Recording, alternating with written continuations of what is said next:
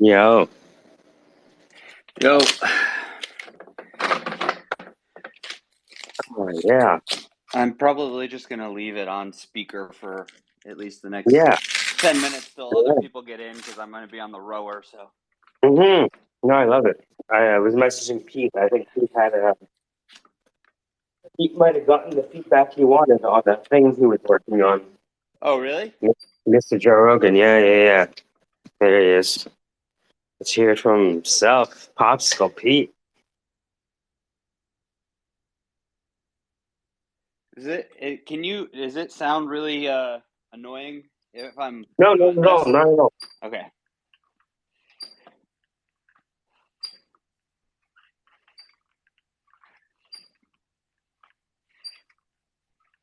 Sounds like sounds like a mouse having sex. All right. I'm just gonna mute myself because I'm on my rower. No, keep it on. I love it. No, It's like a I little want sweet. I want to hear what Pete's got going on. Pete, what's going on? I mentioned that project that I was working on for a potentially very big client, like, whatever. I sent that through, and then I had a bit of silence for a while. Like, I asked for feedback, and they said it looks great, blah blah. I was like, oh, sweet, like, just keep me posted, whatever. Let me know what's happening. And then nothing for a bit, and I was sort of like thinking, oh, it might just not end up being used or whatever. That's fine. But then they messaged and said, and I'll read this.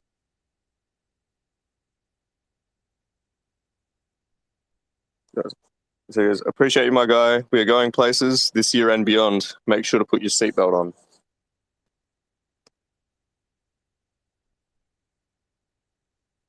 Oh shit. Do you mind? Okay. Well, the space is recorded. You want to DM me who it is if you don't want to say it out loud? Yeah, just in case, I'll do that. Um, Yeah, only if you can. Like if you can't, I completely understand. That's just pretty cool, man. Whew. Dude, it's getting better. Like Yeah. we were looking at the art. Like I posted some of your art yesterday. You know the one that I tagged Doom in. It's gorgeous.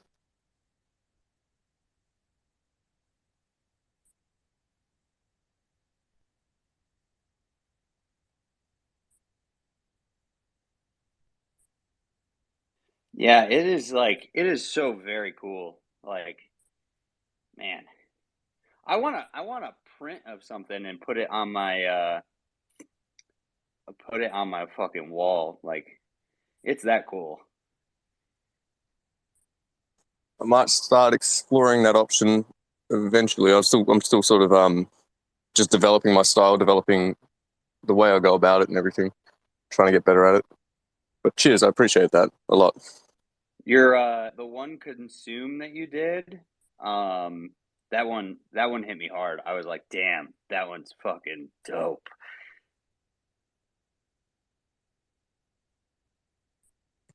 The thing, I like that piece a lot actually, in the way it sort of came about.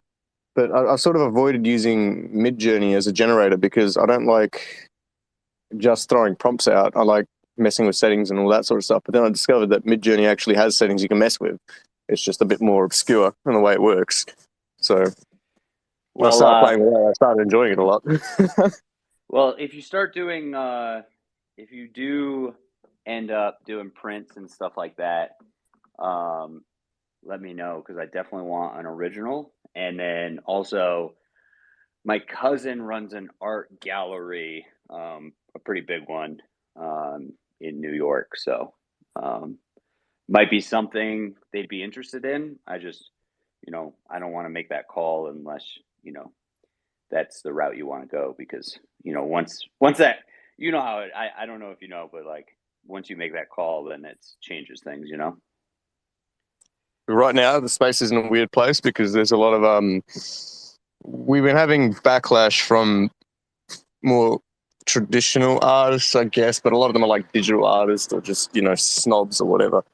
And like literally, AI developers have had death threats sent their way from people in that space, and it's so disturbing to see that like artists are just unwilling to embrace it as an actual art form. So that might be something I would be interested in, just to sort of solidify it a bit. But we'll see. We'll see how it goes. I also see a huge opportunity for a partnership between like AI digital art and your traditional artist. Like imagine one of your pieces with like charcoal, something done in charcoal overlaid on top, right? Like I think that there's a huge space there as well, as you know, an AI digital art being uh, a, a backdrop for a traditional medium too. So I don't know. I think that there's opportunities. I think that people are just ignorant and afraid that, you know, this is the way things are going to go. But I really want to. it's just like Sorry. manipulating any medium, right? And so I don't know why they're upset. You're just manipulating a digital medium, and they manipulate, you know, physical mediums. So I think that people who are scared are just use the fact that typically, Ahmed, you're in the painting. Matrix. Good morning. Typically, that you've got Ahmed, you're in the blockchain for us a bit. Yeah, we can't hear you. Oh, is this better? Let me come back. No, not really.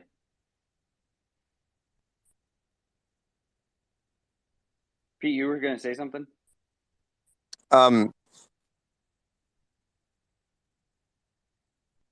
I can't exactly recall what I was going to say, but I'll just quickly touch on something that I heard there. The blockchain part of it.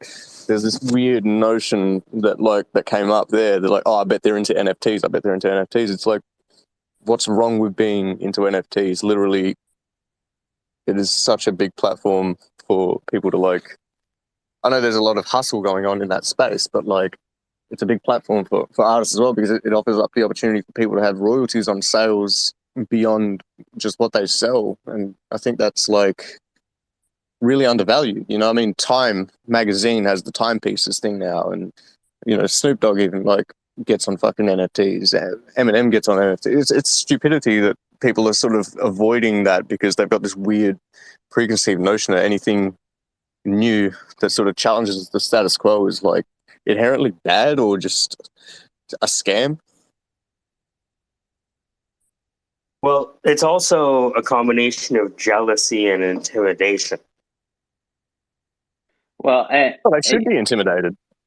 I also think that people, right? So there have been a lot of NFTs that don't have a use case. They're just an NFT, and people were buying them as they would those NFTs that had huge use cases. And so when it came out that like, hey, this is just like art. Don't buy it if you don't really like the art, because there's not some huge use case for this piece. And then the project went to, almost nothing. People started to get, well, what's the point of all of these things? And they just stopped doing the research on what the use cases could be, right? I was trying to help a person do an NFT project, and his project was he took all the most famous works of art and turned them into like bastardized versions, right? Like this twisted version of all of them. So it was like the Mona Lisa with this really twisted face. So it wasn't beautiful and all this stuff. And the whole use case behind it was what we're going to do is one, a certain percentage of every sale when it stakes is going to go towards art classes in low income communities. And then the rest of it's going to go towards buying like real masterpieces. And then the community will be backed by the value of those pieces going up. That's interesting. Yeah. And so I was like, that's really cool. And then the whole NFT market crashed, and the guy didn't want to release it because he was like, well, what do I don't get it. Like, so it was a way for the community to start buying by buying the NFTs, you were buying parts of works of art while also funding inner city scholastic programs and having a group of individuals Yeah. who loved classic works of art but could never afford them. Is So it that was like, idea open? yeah, I would love to, like, I would not for music, but I'm thinking about, like, you know how I teach music? I'd love to yeah, be able to, like, sell all of this music theory that I'm teaching, and then for every, like, person that buys, then maybe we use it for instruments or whatever. yeah. I mean, and it's just think about if you could get big artists on board where like Yeah, man. they release their song only through an NFT and the group owns it, where everyone who owns the NFT gets access to that song, and anyone that wants access to the song has to, you know, become part of the community. I don't know. And then I if love that. anyone No, I wants love to that idea. riff the Yeah. song, right? If anyone wants to riff it or remix it, they have to be part of the community or pay the community. So everyone's getting a kickback. That was the guy's use case. He was like, "Look, you can back these NFTs by true value if you do it the right way." And that was his whole idea. Mhm. But yeah, Peter, I love what you're working on. I love your work, so I think it's really cool. And like I said, as soon as I can get a print or something, just let me know because I got wall space. I'm looking at it right now going, my garage needs one.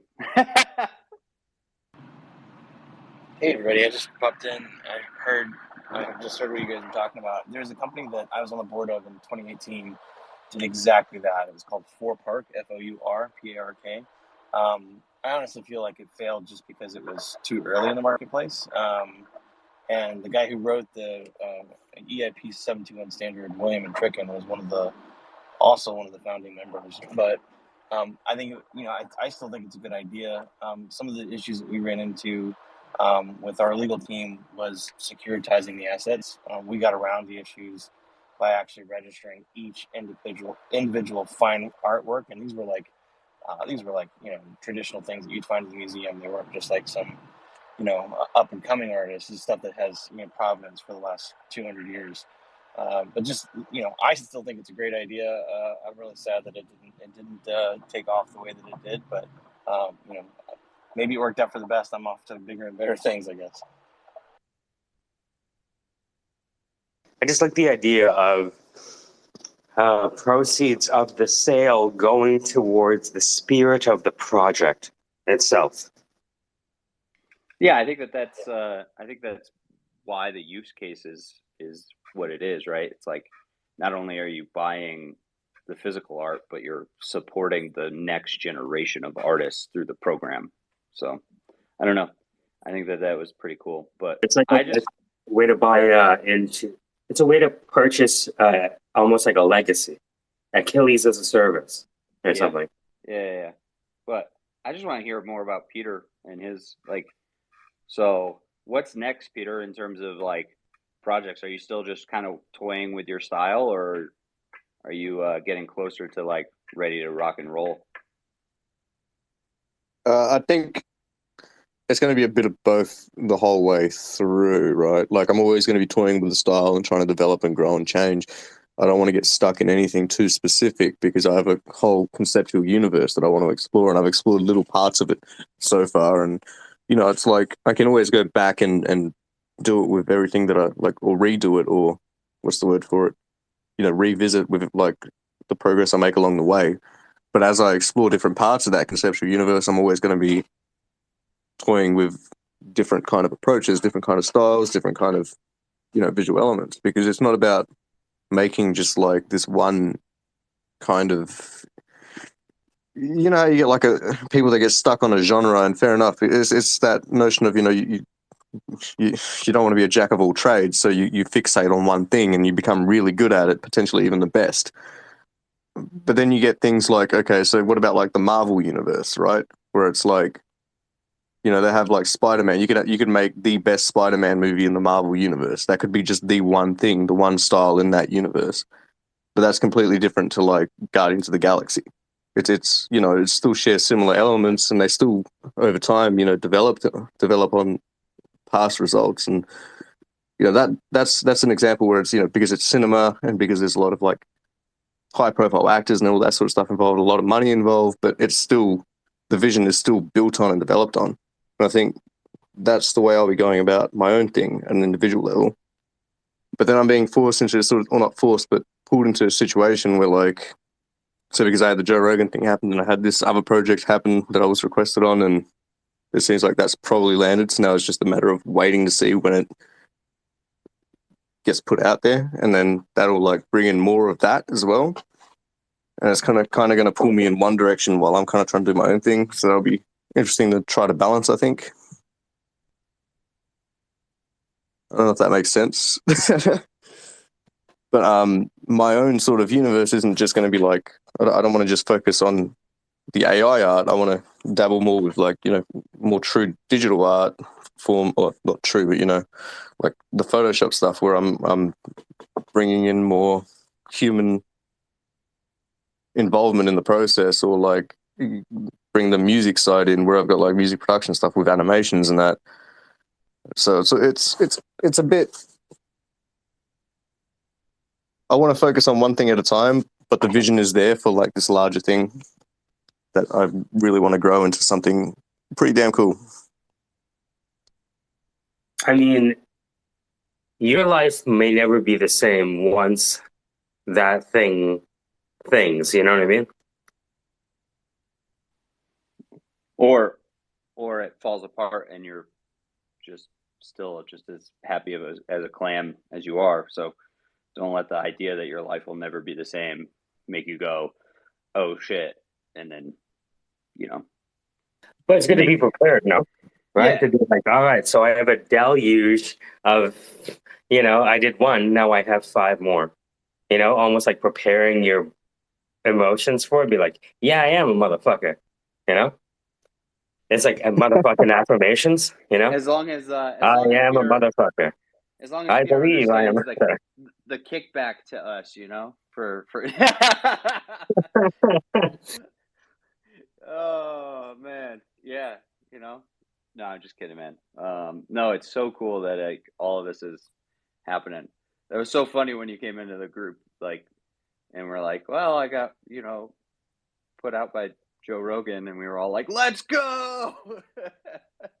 Oh, opportunity, seize it. So yeah, I think it's really cool that you have all this big opportunity standing in front of you. Just grab it and take hold and just have a really awesome ride. That's the plan, eh? At the moment I can quit my job because it's actually bringing in a sort of income where it's like, I think that'll probably be where I go, yeah, fuck it. I'm done here. I'm going to go move on and just explore the unknown as deep as I can.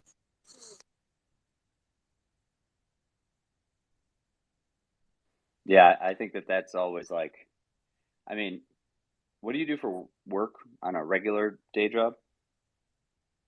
I build roofs. I literally, I'm a roof carpenter. So stick roofs, because here we don't have much timber framing in housing. We're all brick, but all the roofs are timber. So that's where most of the carpenters go, other than like the fixing or the finish, whatever you want to call it, things like skirting boards and that kind of stuff. That's a separate sort of trade. So it's something that'll always be there, regardless if you quit and then everything falls apart. You'll always be able to go back to it. Yeah, the thing is, I'm a second year apprentice now. I'm 27 years old, and it took I've been doing it for like 5-6 years with the one dude I've been doing it with, but he's never really had the money to put me through it as a mature age. And thanks to COVID and government kickbacks and like the new company that we're working for, which is like the largest builder in the state, possibly one of the largest builders within the country, actually. But it's sort of like he's had the opportunity to actually finally put me through the apprenticeship. So I'm second year out of a 3-year apprenticeship. And I really want to finish it because then I'll have that qualification behind me. But it's an unregulated industry here. You can do it without any apprenticeship. It's a bit, without any certification. So it's a bit the opportunity is always there for me to get back into it if everything else just falls apart and I just need to make money and whatever. I got to run. I'll be that's right no back. issue. All good. Yes, that's no real issue on my part. It's just I want to get out of it. Like I don't want to be like a 60-year-old still just laboring my life away. I want to move on and explore different things eventually.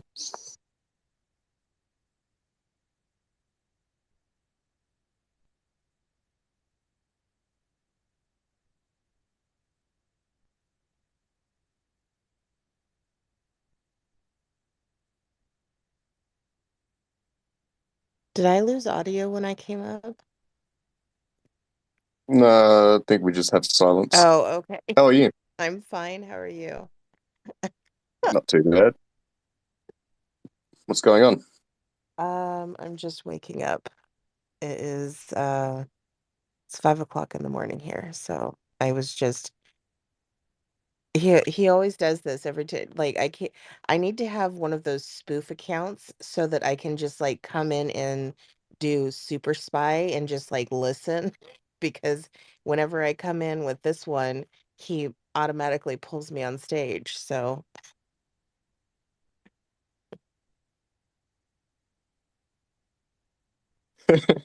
Uh, yeah, I Morning, guys. like sometimes just listening because it's interesting hearing other people's conversations about what they've got going on. yeah.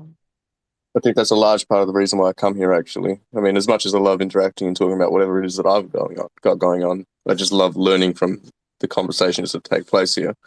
There's a lot of really good, uh, like just in general stuff you guys all talk about. That's I don't know. There's a weird sense that it all has a larger kind of purpose and meaning in the way it's going to unfold, even if it's not really evident in the immediate sense.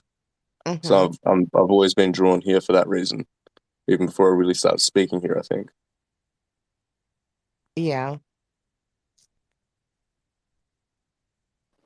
Yeah, I mean, I feel like you. You know what I mean? We're like, wow, can't believe we met that person. You know, I feel like that every day. hmm It's an honor a lot of times, Yeah, you never know who you're gonna meet on here. dude. You're right, but I like it because they get to see us as we are, not as me white want to appear if we knew who they were.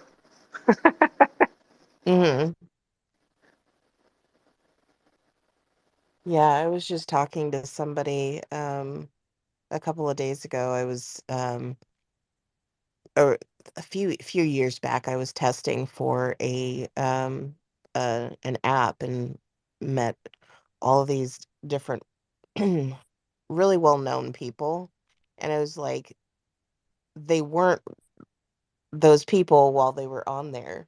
So you got the opportunity to just meet the dude behind the face, you know? And it was really kind of cool to just meet the people instead of like, you know how you go on social media and people just like you have an impression of how people are or who they are and everything, and then you meet them and they're absolutely nothing like that at all. That was my experience. Was just they're people just like everybody else. Oops. No, it's a perfect way to meet people, right? It is. No Yeah. pretension, no titles, no ties, no fancy socks, Exactly. Exactly.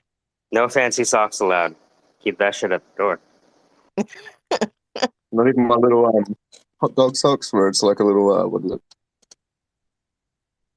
A little dachshund in a hot dog bun, just in patterns on the socks.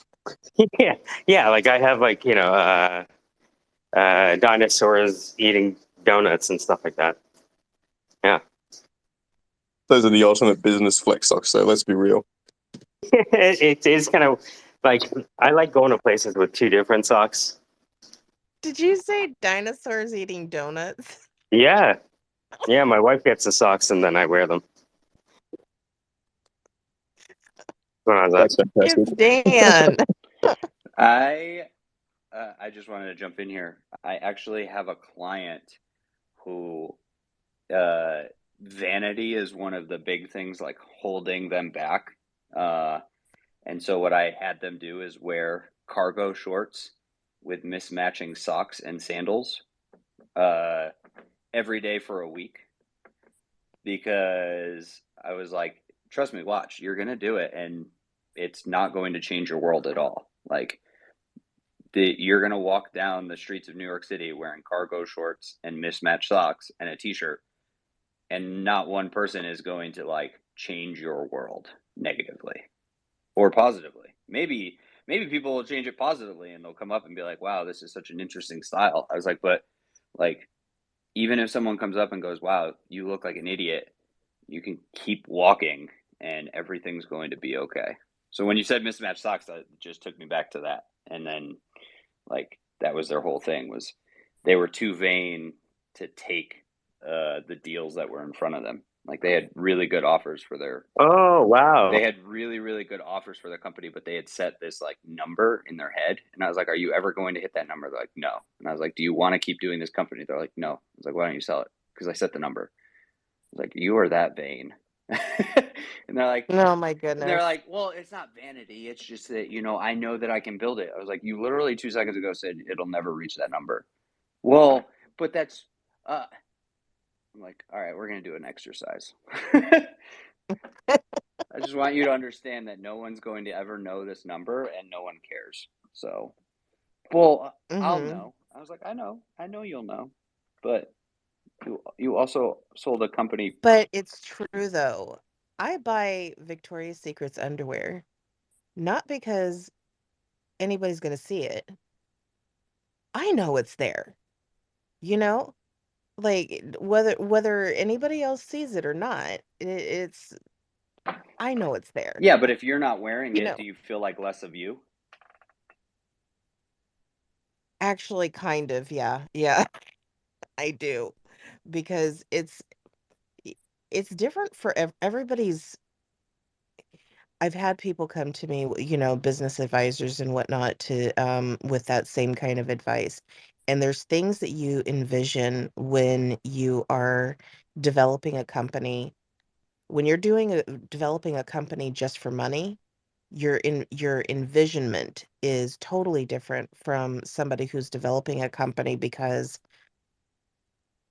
you just want to do that, you Yeah, know?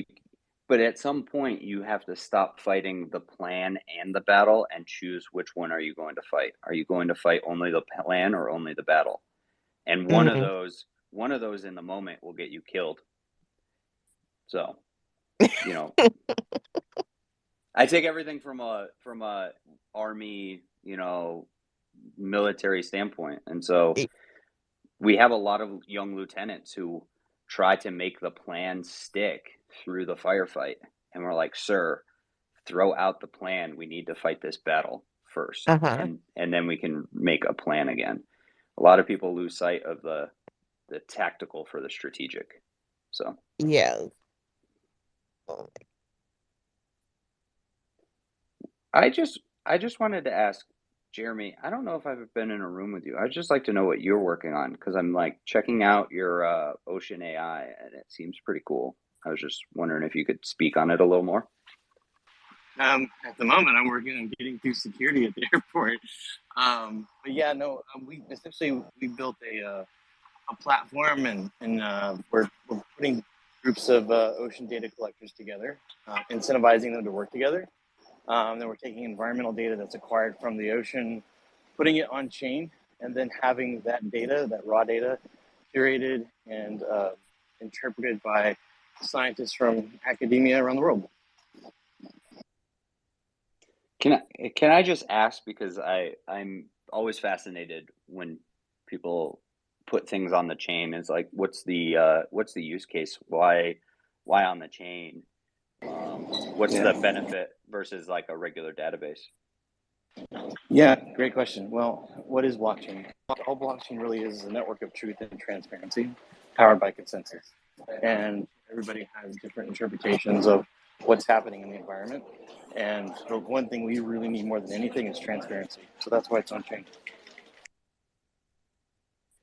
Got it. So if the coral reefs are receding and it's on the chain, it's irrefutable transparency, and people can't say, "Hey, it's being manipulated by the science." It's actually like physically verifiable. That's one scenario. It's also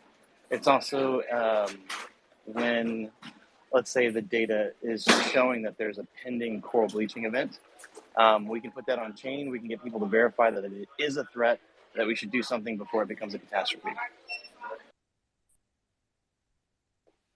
I did ecological research at the Cornell Agricultural Station, and one of my best friends, she did 3 years doing coral reef research in Belize, and so a lot of the science, I can see the benefit of things being on chain, but Yeah.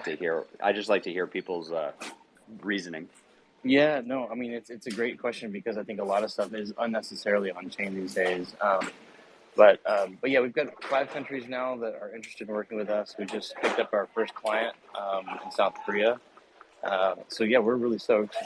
We're about to kind of go into our next phase of fundraising here soon, and we're developing our own smart buoys because right now the cost to get that information is really cheap. So you could spend $3, $4, $5,000 in some cases to just get simple data like salinity, temperature, location, wave height, and we're working to kind of make the GoPro of scientific sensors, making it attainable by a lot of people. So less than $300 is my goal. But I got to run through security real quick. I'll be right back.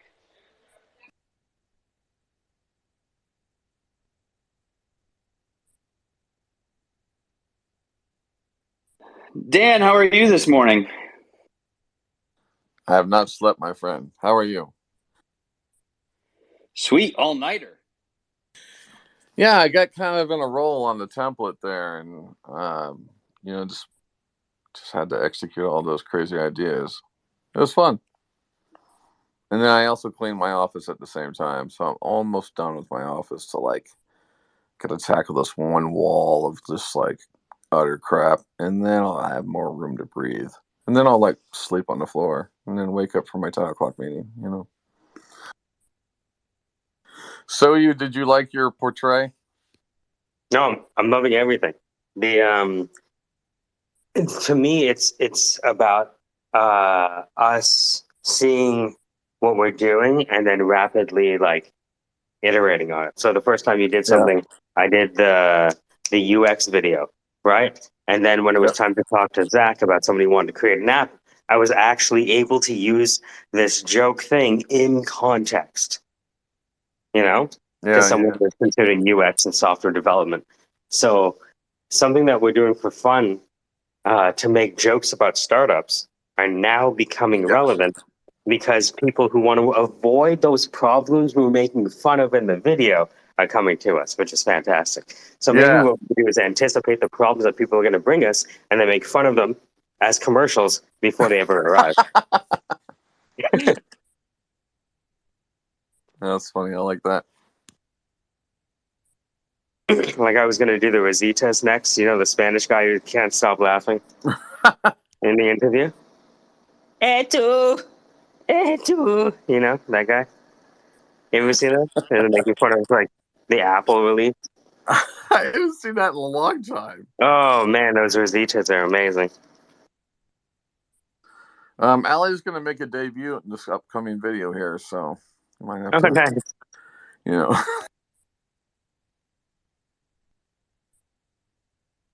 Invisible hand.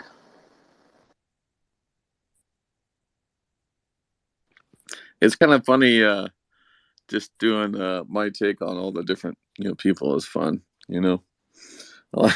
Just like, Well, it's just, trying to find a character for like. Did you see who was it that reacted? Oh yeah, it was Crow. Crow was almost oh upset yeah, enough to have you delete it. I mean, like that's not me.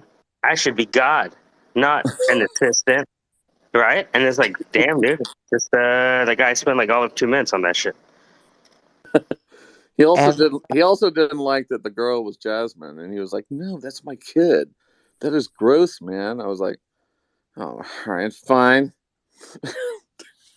But it just shows, right, that visceral reaction to a narrative that's already been inculcated and established and That's kind emotionally of interesting. connected with. Yeah. Yeah, depending on like people's sort of acceptance or rejection of it, and of course Well, that's it's does part of the does fun too. is it your perception is reality, or is it their perception that's reality? Like Well, what I saw from it, I'm like, oh yeah, that's kind of funny, right? Like, but if I didn't like it, would I be like, oh, that's not how it is? Or do I go, well, if that's how Dan sees me, yeah, that's Dan's reality of me, which is how other people may see me. yeah. I don't know. I think, yeah, that's thinking real deep. For someone who's been up for a while now, that's just too deep. But Well, I think, they could be well, offended at your perception of them. well, I definitely think it's definitely my perception of folks for sure. And it's Yeah, but not, well, it's actually is less it their perception. fault? It's kind of Right? like Like, whatever's available footage. You know what I mean? Did I find a good piece of footage? Does it meet the requirements? Does it give enough of does it make the character enough of the centerpiece? You know what I mean? So a lot of it's the footage and how it's sort of paced and what the scene is. And then it's just sort of the remix of, who you think the character is. Because some of them, like, I do see like Soyo as like that kind of character, right? You come into a room, bam, it's lecture, man. Here's how it gives gonna give you a chemical burn right when you come in this room, right? Chemical burn, That's and what it then is. you're trying to like focus, and then he's smacking you, mute on, right? Wake the fuck up, I love that, I'm just sick of, like, I don't know. I think that there's an accountability aspect. And as you all know, I'm big on accountability. Like, where if the world doesn't see you the way you want the world to see you, that's your fault. It's not the world's fault. I Like, agree. Yeah. if Dan made me a pretty princess in a dress in the video, and I was just like, that's not me. Well, that's not Dan's fault that he sees me that way. It's I've made him see me that way. So how do I change it? Well, I can Yeah. change the way I interact with Dan. I can change how I am, True. or I can say maybe my perception of self is mistaken. Yeah. um, do you re that kind of presumes that you have a lot of control over other people's eyeballs because I've had conversations with people and been talking to them, and then they repeat back what I just said to them. And I'm like, did you take a toke of the crack pipe while I blinked or something? Because that is not what I said. You don't really have a whole lot of control over how people receive you. You do if you take the time to try and present it and make sure that they are getting the message the way you intend it to be. A lot of us just say something and hope that it's taken as intended. And we don't ever go back and say, what did you get from that? I, How? I end up explaining and then re-explaining and then re-explaining, and like it turns into this chaotic carousel of and they just still don't get it after an hour of talking to them. They still don't get it. That's okay. You don't have to get it. That's all right. Well, Yeah, you I got to mean, remember that I think it's only if Zach is it's important ex-military. people. I can't hear anybody. What? Wait. I was trying to do a joke. Sorry. I was trying to say that Zach is ex-military. That's why he thinks that way. You know what I mean? Dun-dun-dun. I just think that, like, if it's important enough for the person you're talking to you want them to have the right perception of you, then take the time. Otherwise, it's not worth it and move on. Like, some, Crow wants Dan to see him a certain way, then Crow needs to take the time to have Dan see him that way. Yeah, otherwise, don't worry about it. Move on. Yeah, I'm kind of going into a full Stephen King kind of phase too. For as much as people may want to be portrayed a certain way, I'm the kind of as a producer, director, and senior creative on True Degen Tales, we've been going through a lot of funding issues, and if people want to contribute. Oh, I'm just kidding. I kind of like it that way. And actually, it's funny, Zach, is that every time I pull up a scene that's got action in it, I go like, all right, that's Zach over there. So, I mean, it's like... Yeah, the princess sitting in the corner. No. It's always the guy in the firefight. What are you kidding? Like, Zach is the only one that gets everyone out alive. What are you talking about? Well, if I can just dip back for a second in this whole thing about perception and other people, I'm kind of in between what Venus is saying and then what Zach is saying. But when you get people like Crow or somebody who's pretty sure that they're the smartest person in the room, and they've got everything nailed down. They've got everybody nailed down, their roles, what they should do, and everything. So if you present anything that is counter to the slot that you're in, oftentimes it just doesn't land. And so you can persist, you can try, you can just be extremely persevering, and it still doesn't make any difference if you're dealing with someone who's a little narcissistic and unable to shift their perception at all. I was in the room, and Mike was there, where I had Crow do a 180 just by engaging with him in a completely different manner, and trying to first, show deference to him, and then flip that whole thing on its head and say, like, hey man, like, are you all right? Like, what's going on? How do we address this? You're saying a lot of I me's. Is there something going on? And he was just like, well, and he DM'd me. And it was just like, I don't want to say, how do I choose this words? It's not about manipulating people, but it's how to understand that while he portrays himself as the smartest person in the room, it's a defense mechanism from... Oh, sure. Sure. Yeah. But, I'm going to say that you as a younger man are going to have a different interaction with him as me as an older woman. Okay. And 100%. So, right. So, I could spend a lot of time working with this shelter dog, right? Or I could just move on. And I have to move on because I have spent an awful lot of my life taking on rescue operations. And I love how you said that. That's awesome. Well, I mean, you gain affection for people in their strife, and also by watching them make little gains, right? And so we have our pet projects, and I've had to actually put the limit on the number of three-legged dogs that I have taken on lately. And I actually found myself just out buying art supplies, offering to help this woman with her fucking GoDaddy site. Pardon my language. And I am dreading the day when she has all of her art together and is going to call me, because it's like, why did I do that? Why did I offer to do that? This is exactly what I've been running for the last 20 years. So I don't know. It's like I said earlier, is like, if it matters, right?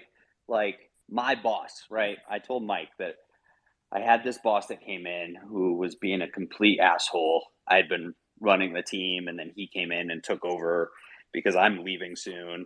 And then he was being an asshole, and it was like this, show of dominance, like, bow to me. And I completely turned it, where yesterday, like, I was like, hey, I gotta go home. I got these things to go. He's like, man, you don't have to tell me. You're another staff sergeant. You're good. And I was like, okay, I'm gonna put it in the text message group what's going on, so that everyone else sees me kind of showing deference to you, right? That mattered to me because it got me the leeway I needed.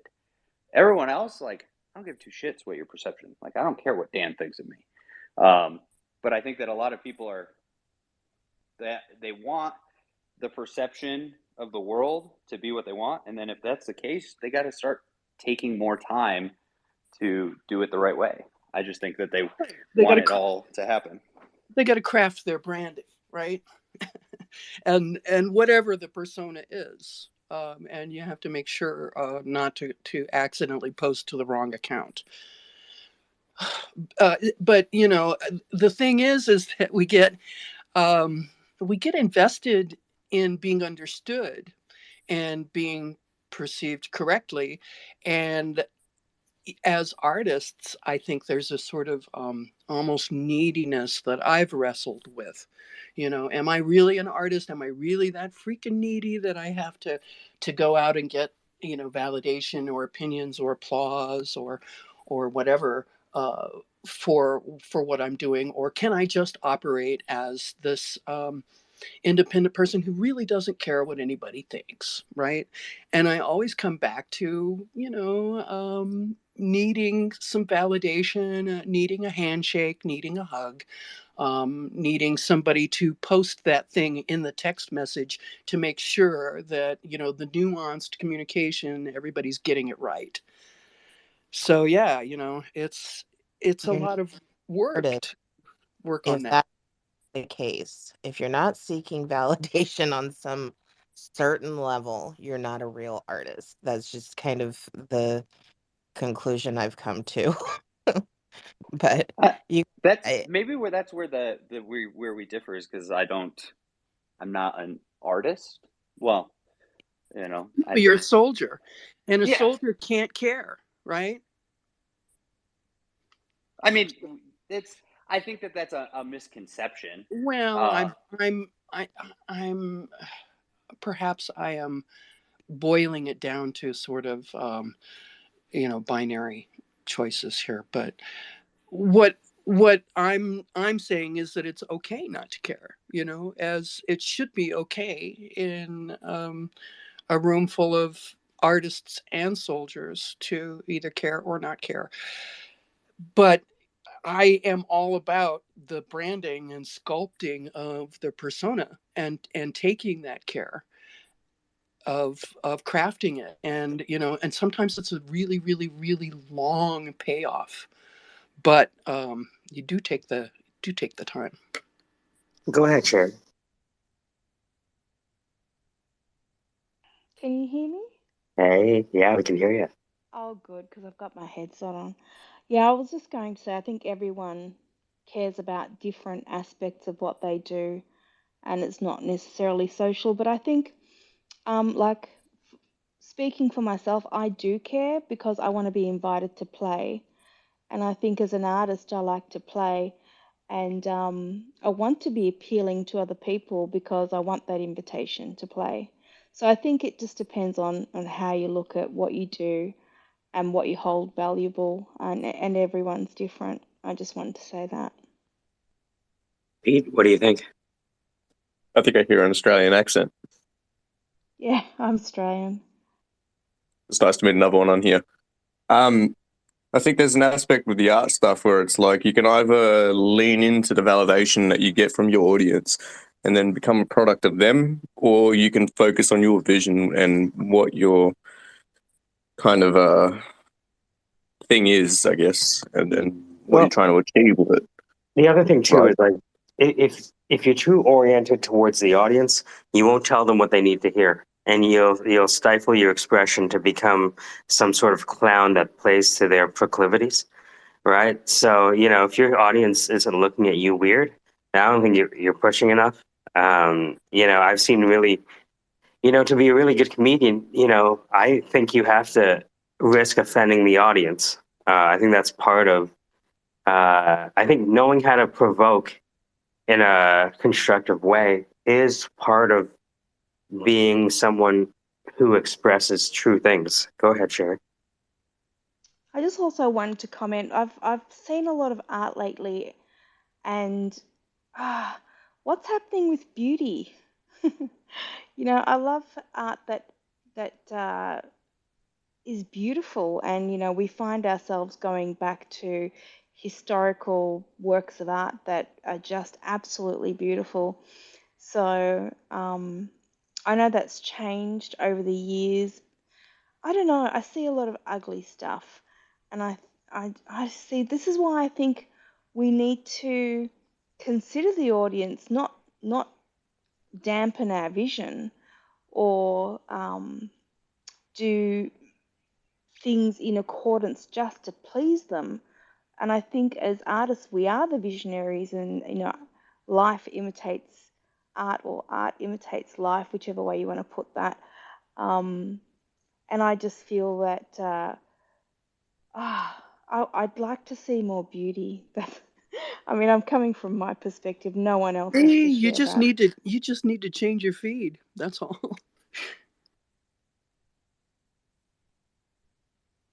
I was just gonna say, I think it's hard when beauty's subjective for each person. Like, unless you're talking like the social, like cultural stereotype of beauty. But like, I don't know, Peter's consume up top, like that hits me emotionally when I see it. And like I look around my room and I'm like, man, that is I'm living in that. I'm living in that consumption world, and I'm like, man, it just hits me. It just makes me like feel something. And I feel like, isn't that what just art's supposed to do? Well, I think that's talking about what is. And yeah, it might remind you of what is and where we are. So, what I'm saying is, I think as artists, we need to challenge ourselves to transcend that so that we're producing art that gives us hope and a dreamlike state, because there is so much fucking shit in the world. I don't need more fucking shit. I'd like to see stuff that is transcending. Life is hard enough. We already know that. No one needs to tell me that. But like I said, that's my opinion. You don't need to share that. I think the beauty of it is that there's so many different ways of approaching it, right? Like I'll do my stuff because a lot of it comes from a form of self-expression where it's like my vision of the world and my vision of what the world could be, but also a combination of like this weird fear of this dystopian reality that's sort of already there, but also that could come about and really destroy us.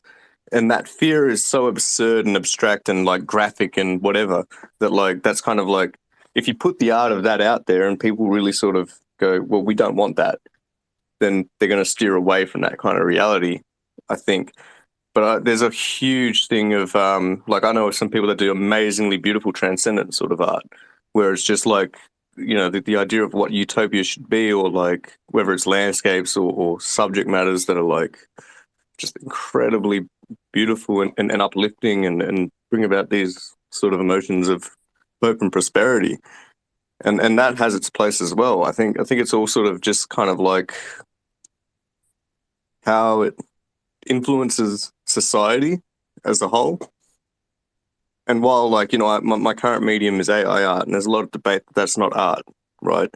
Um, Part of me agrees that it's like I don't want to call myself an artist, but I put a lot of time and effort into actually sort of conveying the emotions that I feel about things in life through that medium. So it's sort of I don't really give a shit what people think about that. Like I'm still going to post it. I'm still going to try and like, yep, this is what it is. Yeah, I agree. I don't think the debate matters. The artist puts a vision out there. Doesn't matter whether you made it out of sticks or clay or whatever. So you might use AI and use language to be able to put that up there or out there. Um, so yeah, I'm not shitting on anyone. I'm just saying I think we need, especially now, I think we need more beauty in the world, because I don't know if you've been on Spaces for very long, but there's just catastrophe after catastrophe happening in these rooms.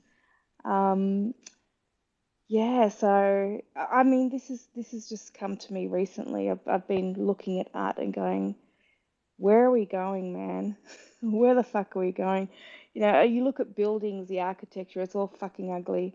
And you know, I'm going to be going to Venice and to, you know, going around Italy and visiting Amsterdam and other countries in Europe. And I want to see the artworks. I want to see the architecture. I want to see beauty. So you know, I'm just taking this position, being a devil's advocate, really. And yeah, just something that I've been thinking about more and more recently. Anne? Hey, morning, everyone, or afternoon. Morning. Morning. No, this is interesting conversation. I'm a photographer, so I take and I don't doctor my photos. I color correct. That's all I do.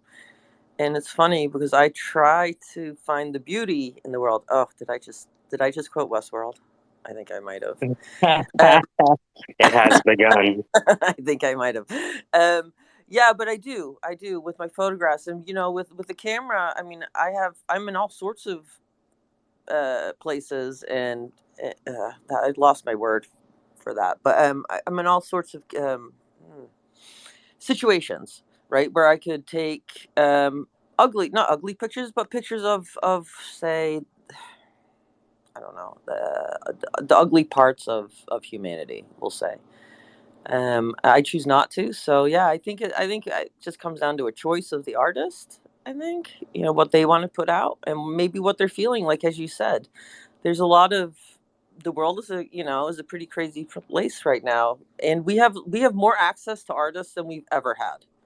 We have never seen so much art before in our lives. Well, do we want beauty or do we want truth from artists? I think that is up to you. Right.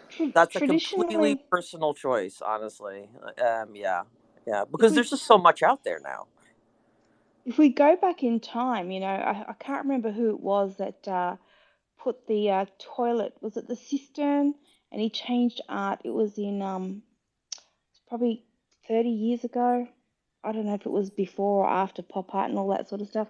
You know, art was designed so that we could have a vision, and it was usually beautiful and delicate, and it was a way of us, you know, transcending the pain or transforming the pain of the world and creating a vision, something, the hope and something to aspire towards. And I think over time, since that artist, I can't remember, someone in the room might know about him, um, did that. We've just got a lot of junk. Like I went to an exhibition recently, and people have just taken photos of junk in the street, like bricks and blades of grass and rubbish, and put that up on the wall. It's like, okay, yeah, right, I feel that, but it's not really doing anything for me. A pile of bricks, like, fuck that. You can do better than that, man. At the same time, was it Velasca? Or was it Goya who has Kronos eating his children? I don't know about that. No? You know the picture of the dude biting off? You know how Kronos killed his kids? So there's a picture of, I think it was by Goya, of Kronos biting the head off of one of his folks. It's it takes a lot of confidence to publish that which may not be beautiful but is a reflection of society. I want to hear from Kisto and then Zach.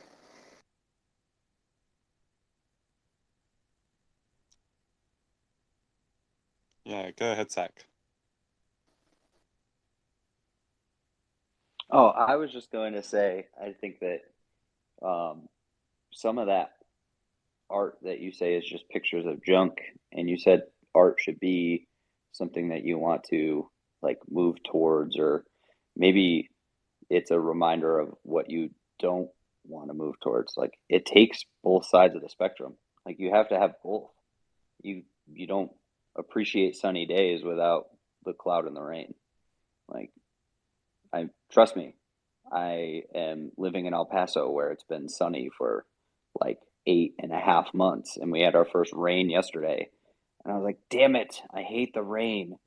And then I was like, I went outside this morning and I was like, oh, it's not raining, thank goodness. Like, you don't, I think if art was just beauty, like we just dive in to escape. So if art doesn't also include the shit and the grit, then it doesn't also remind us that there's some beauty in living in that and then finding your way out or not.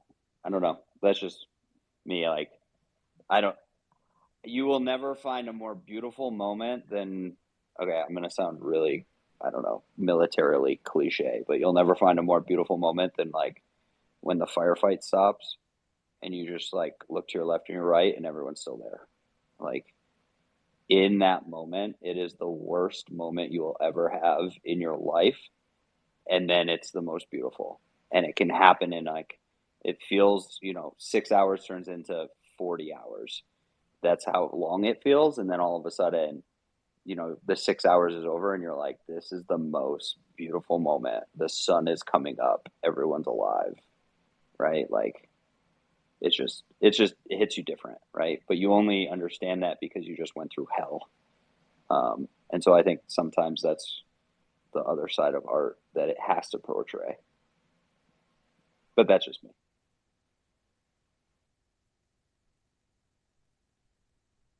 Oh, that's actually a really nice idea. The whole, yeah, I guess it goes down that whole idea, like, do you actually need that sort of dark sort of feeling to appreciate the light? I don't know, it makes sense, but at the same time, like, does it really need to be that way half the time? Well, when you bump your knee against the chair, the pain that occurs is occurring in your knee, not in the chair, right? So the artist doesn't have a lot of control over our perception because we might have stubbed our toe that morning and hate, the look of stairs because, we hurt our foot.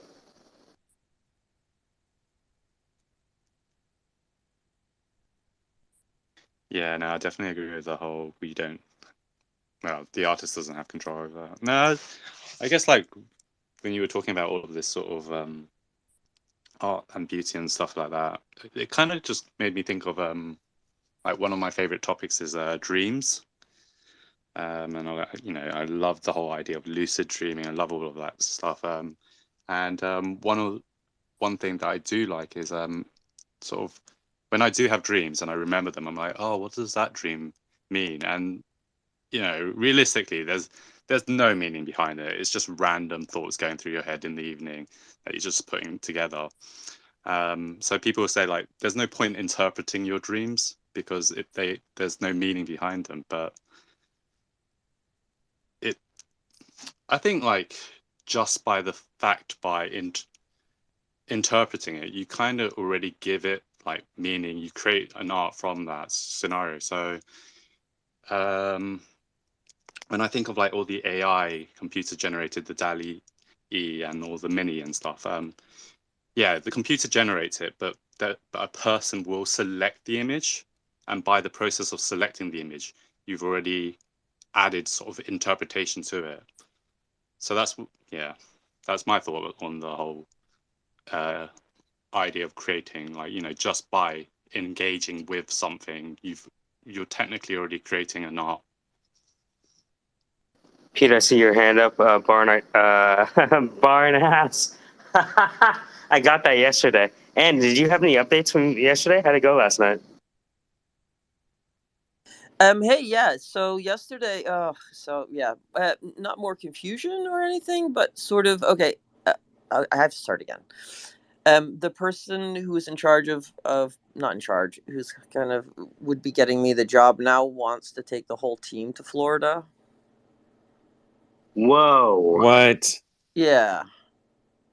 Which is good, which is fine. You know what I mean? But the whole team won't go because the whole team lives here, right? There's 15 of us.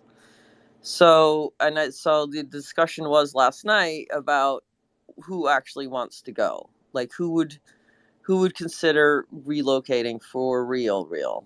You know what I mean? And there was a big discussion on all the pros and cons. Did you Anyway, play but cool? Like, yeah, it might be a possibility. Yeah, no, I yeah. didn't play. No, no, You're like, yes, I me. did not play it cool. I will I say. love it.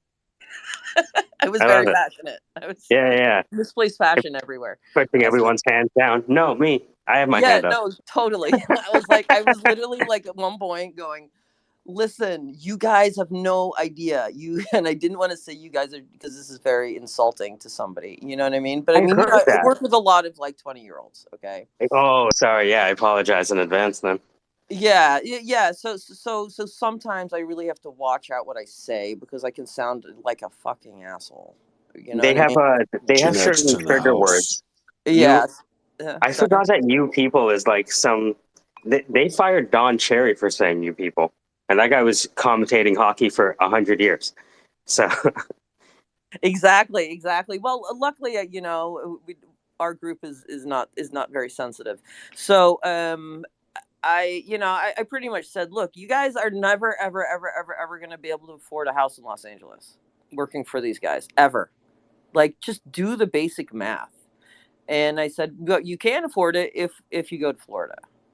So who wants to go to Florida? You know what I mean? And it's just like, like these guys really have to understand because, if you're in your 20s, you have different priorities a lot of times. Like you're looking at your friends, you're looking at like the environment a lot of times. Like, yeah, I want to stay here because all my friends are here and it's party time and I make good money. And it's like, no, party time, excellent. I'm over here. No, no, It's no. all. No, It's like guys. a group. It's like a Wayne's World with a bunch of people. Maybe that's what the Syndicate is. It's just Wayne's World with more people. Oh my God, we're such fogies. We are not worthy. We're not worthy. Feel so old now. Thanks, Sam. That's great. Yeah. So I mean, all in all, it's good news, right? It's either way, it's good news because my goal is to go to Florida and to work for that company. So either if I get there myself or if I get there with with a couple of people coming with me, either way I'm going, and it kind of doesn't matter. Congratulations. It's Yeah. happening. Thank you. Yeah, and I'm Congratulations, Sam. hoping. I'm really hoping that within a month that we're in Florida. So, yeah. Wow. If you had to leave tomorrow, could you? Yes. So you've already done the research and the preparation for the offensive maneuvers. I get it. Yeah. To be fair, I could probably be out of here in 6 hours. So. What was the last boyfriend that bad? You're just like, fuck it, fuck California. So frustrating. That's it. You know what? Let me find a Florida man who doesn't think so much. Leave me alone. Stop talking. I think I'm the same way, and I could be out of here in about 6 hours, but I think that's because I have a go bag and I have me too. I have. So It's like that scene where they're putting on the fastening, like it's the belt buckle, the belt buckle and the shoelaces, and you're right. The montage of getting ready to leave. I just feel bad for Barnass. Yeah, Barnass was going to say something. Go on. Oh, sorry, Barnass. Oh, I'm so sorry. Animals. Oh, the moment's gone. You're an animal. I knew it. I knew we missed the moment on that one. Yeah. No, come back. No, you guys. Let's bring it back. Well, you're talking about like art Beauty and creating and dreams and shit like that. And I was gonna put my fucking 2 cents in, but you know what? Do it. No, Totally. do it. I want to hear it. I do too. No, literally, the moment's gone. The guy's gonna have a freaking thought out Costanza moment. And Dude, you guys are horrible. It's like trying to force the kiss after the moment. Like, no, you gotta wait for a new moment. So does anyone want to talk about art? And I think that art is it should be just based on despair, not beauty. No. Does anyone want to comment? No. Make it all graphic as shit. Come on, go. I want to kill myself. No. Well, don't do that. Gosh. Oh my god. Does anyone have a comment? Does anyone have a some dark comment? bastards in here. Jesus, anybody got a smile on their face? Honestly, I'll just say this. all art, I real do. artistry is like dreams. It's the deepest, subconscious of the brain, because you don't know what the fuck you're doing, and you're being triggered by the colors you select subconsciously, and it draws a piece together that you didn't actually know what was going on. You can full on visualize it in your head and put it on whatever the fuck medium you wanted.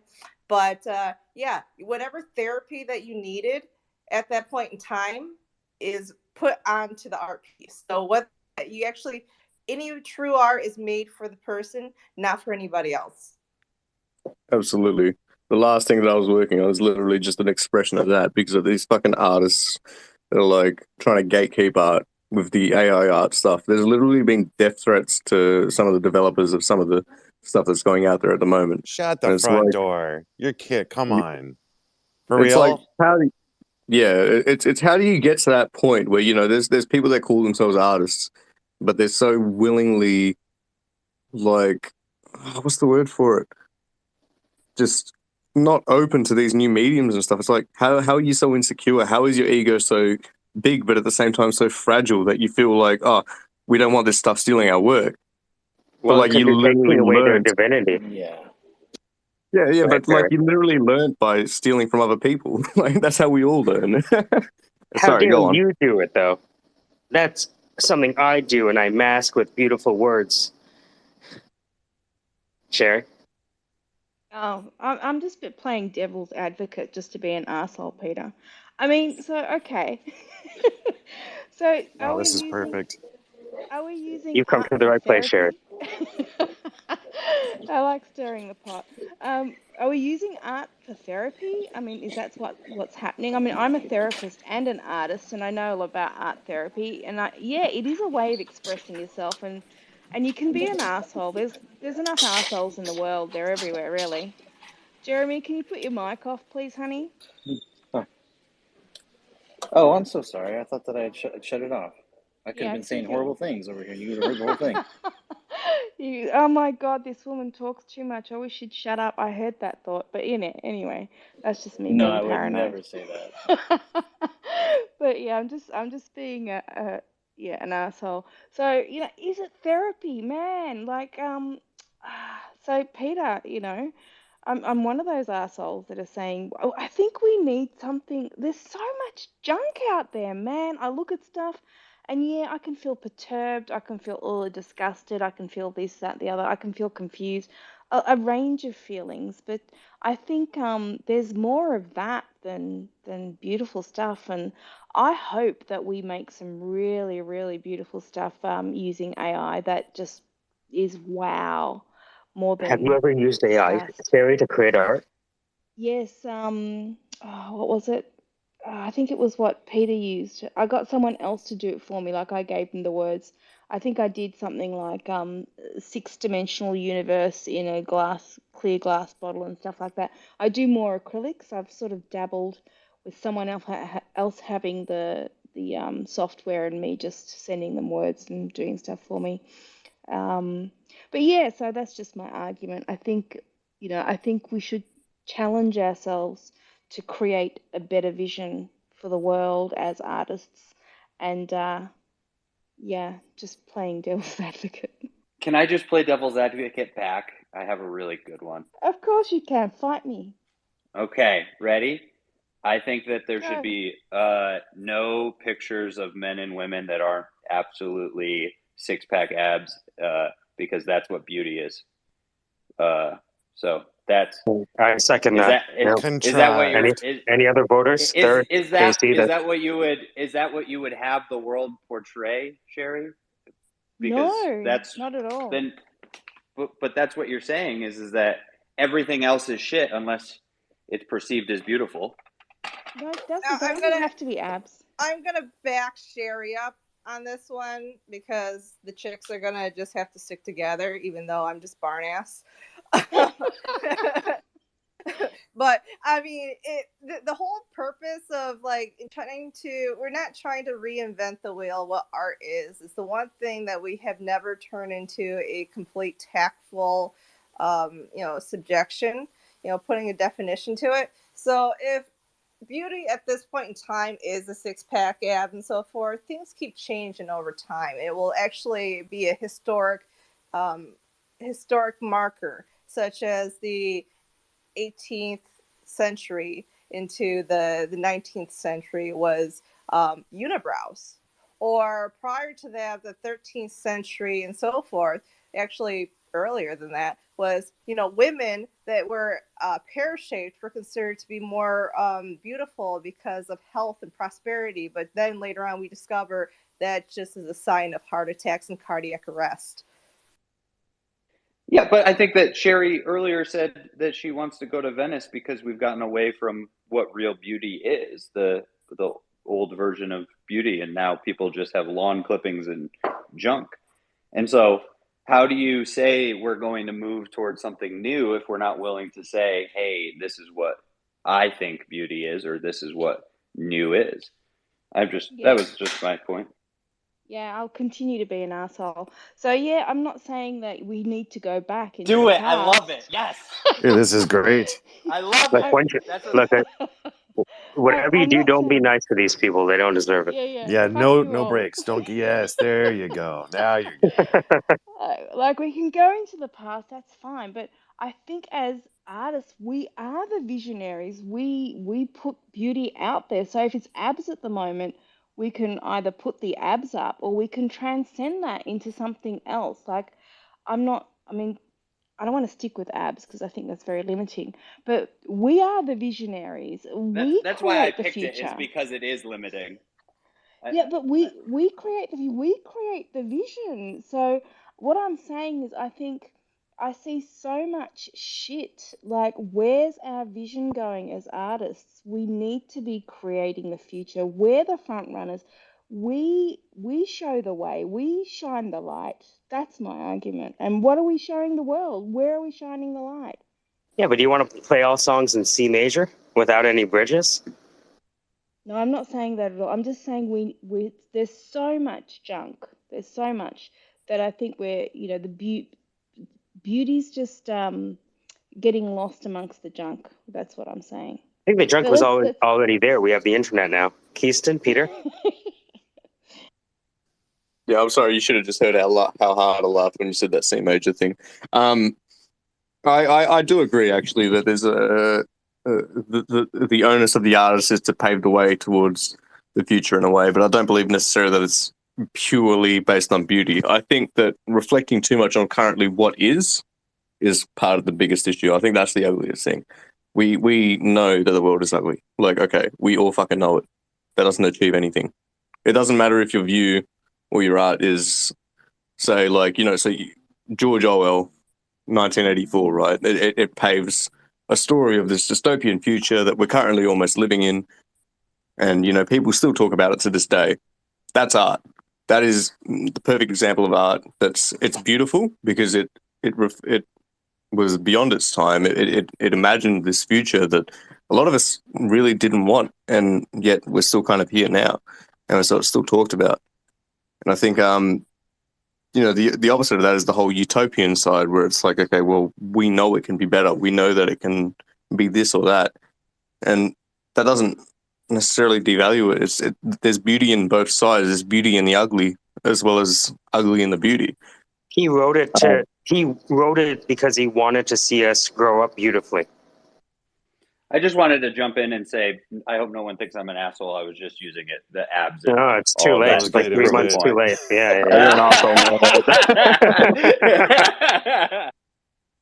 But no. What I wanted to jump in and actually say on was the whole thing about dreams earlier. That who was that was saying it? Sorry. The notion that dreams mean nothing. We are very deeply subconsciously linked to the matter of our dreams. There's almost a dreamscape world that exists beyond us that's kind of tied in deeply. Like, when you have anxiety dreams, they're almost always the same. You're always going to have like your own personal manifestation of that. I always have dreams of the world flooding whenever I'm experiencing mass anxiety, and that's just what it is. So that there's manifestation form of thought and subconscious kind of like subject matters and whatever that occur in dreams that you can't say they don't have meaning because they're very deeply reflective of whatever you're going through in your own personal life. And I think art's much the same. People can find beauty in that, or they can think it's ugly. It doesn't really matter. But yeah, it's a tricky subject. I agree though that like we should be focusing more on what it could be in terms of the vision of future.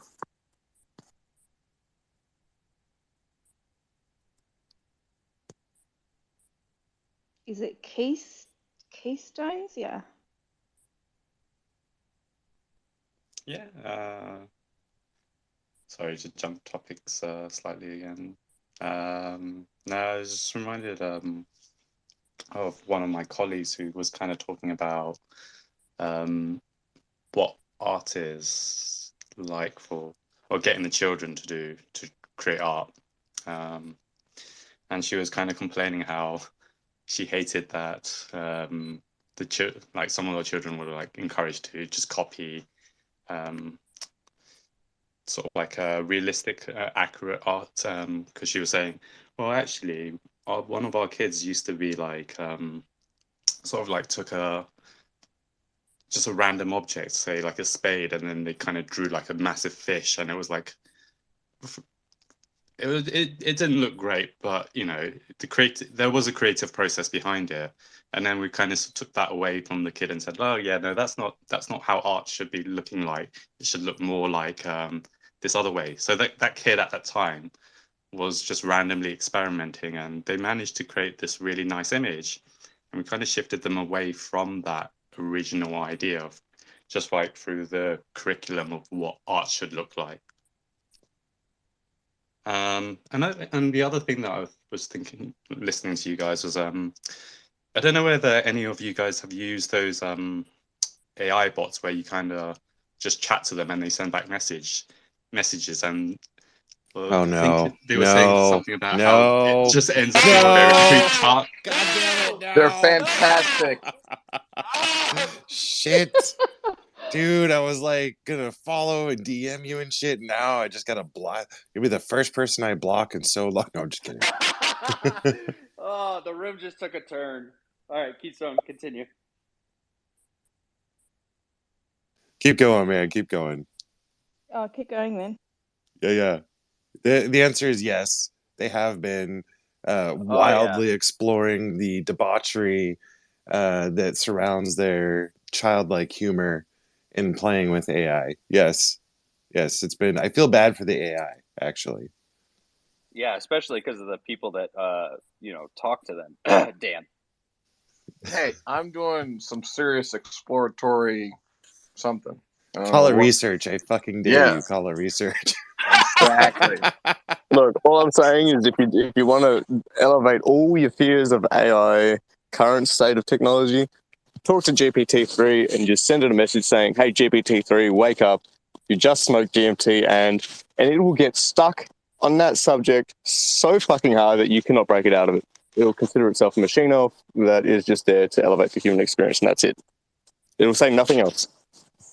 Go try it.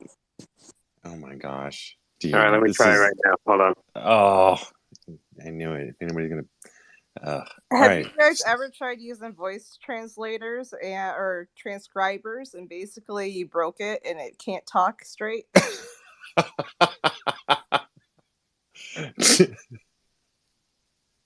Again, I feel bad for the AI with this group. It's just... Have you guys been abusing AI? Is that what I'm hearing? Should Oh, I be yeah. a whistleblower? Yeah. Look, I'll can you whistleblow on you actually guys. can you actually abuse it, right? Because then if we can abuse it, then we're assuming that it's Sure you can.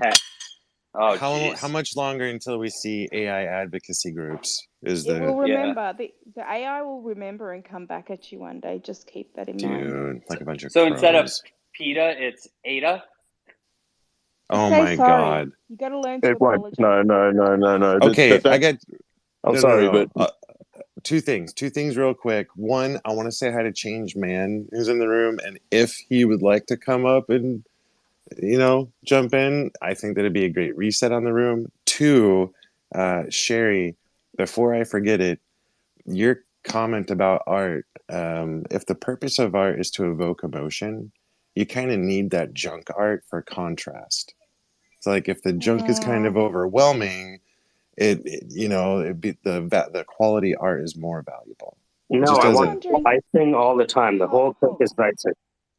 Hold on. Like, I'm a psych, right, by profession, firstly, and then an artist, secondly, even though I started off with art, went to psych, because my new canvas is people rather than the canvas. But anyway, having said that, like, are we that fucking miserable and ugly? Is that what the art's telling us? I mean, if art represents life, are we getting just really ugly as human beings? Like, what's happening to us? Is that what we want to Well, put Yes, out there? we maybe absolutely it are. is. Maybe it is, and we need to see that. So maybe there's a utility to that junk art as a reflection. Wow, the Ah, art is the canary in the coal mine. Great job, Sherry. Sherry, Or, I'd like to say I appreciate meeting somebody else who views humans as a canvas for our art as psych people. Fucking manipulative. That's what it is. Secondly, You're my secondly, cancer. secondly, I'd like to say I don't know, changed man. I hope this doesn't offend you, but Casey's last recommendation of speaker didn't go over so well. So I don't know if we. Actually, it went I fantastically. I don't know if we let changed man speak anymore. He's having some mixed experience as a recruiter this week. Yo, you're gonna love Hey this guy. guys, Fucking amazing. I found talent. I found Python talent. developer. look, I And it's like came it into the starts room. licking the keyboard. I've manipulated you all towards a particular way of having this conversation, so you know. Thank you for that. We appreciate it. No, it's good. We love way you. Manipulate to Guys. go away. for PSYOP Yeah, since 2014. yeah, yeah. It's a AI somatic psychotherapist artist. I think it's a good Yeah, experience. see, can I just chime in real quick? I wanted to do like when I was earlier on in my life, there was a few different things. Architecture was one thing that I considered, and then the other was uh, psychiatry. I think the thing that kept me away from psychiatry was that I would absolutely try and shape my patients in my own image of what I believe should be the case. And to me, that doesn't sit well. I know that that does not sit well. Whereas with stuff like art, that's fine. It doesn't really fucking matter. But with people, it's like, what if one of your patients just goes and kills themselves? How do you live with that? That to me, I could not disconnect myself enough from the person to not take that deeply as a failure. Whereas, like, I know that's the reality of things where it could just happen. That's something that you just, sometimes you can't help them. I know people that are definitely in that situation that are just friends, and that is what it is. But like that's what kept me away from studying psychiatry and psychology specifically too much, because I didn't want to get onto that level with people too much, where I'm like sitting there trying to be like, yeah, but actually, so I just want to quickly comment on that. I mean, I come from my lineage is from Turkey, and life and death there is a lot more different than the Western world. We tend to tuck it away and disavow it, and even our bodies. There's this notion that we all have to be young and perfect, and I paint a lot of old people, the elderly, and I find it beautiful. So, you have to go where the life is because you're going to die too, and I'm going to die. And yeah, there is loss and sadness. And the most disruptive thing as human beings for us that shatters us to our core is loss. And when that's a loved one, they take a part of you with them. And of course, we're affected as therapists. And I didn't choose to be a psychiatrist because I don't believe in throwing drugs at people. And I didn't become a psychologist because I thought it was too many rats and stats focus. So I became a psychotherapist of the old sort of discipline, especially with the body as a somatic psychotherapist. So it's more sort of attachment intersubjectivity, um, Jungian, sort of like the mystical, more of the mystical, organic physiology side of psych. So I understand, but at the same time, in entangling with each other in this room and having this discussion, we are shaping each other. We're forming and transforming, and we're unfolding in this moment as we hear each other's voices. So how can you not be changed, and how can you not want to change, and how can you not want to change other people? There's no stopping it. So it's just something that I felt compelled to do. Sherry, I would just like to Shit. say, Sherry, I'd just like to say, I think old people are the most disgusting, ugly things on the planet, and you should paint something more beautiful. Fuck you, Zach. Come on, dude. All right, that was all. Keystone. Mate, some of the most beautiful people I know, and I don't mean like physically, aesthetically beautiful, but the most beautiful, people that I know are actually old as fuck. I know people that are in their 60s. Like my boss is in his 64. I know this dude that's into like all the art stuff that's like 64. That taught me massively great meanings and sorry, not meanings, lessons on like the way to approach art and stuff in general. Just purely from his own experience with life. Old people are beautiful as fuck, but we view them as ugly. 60-year-olds are old as fuck to you? Sorry.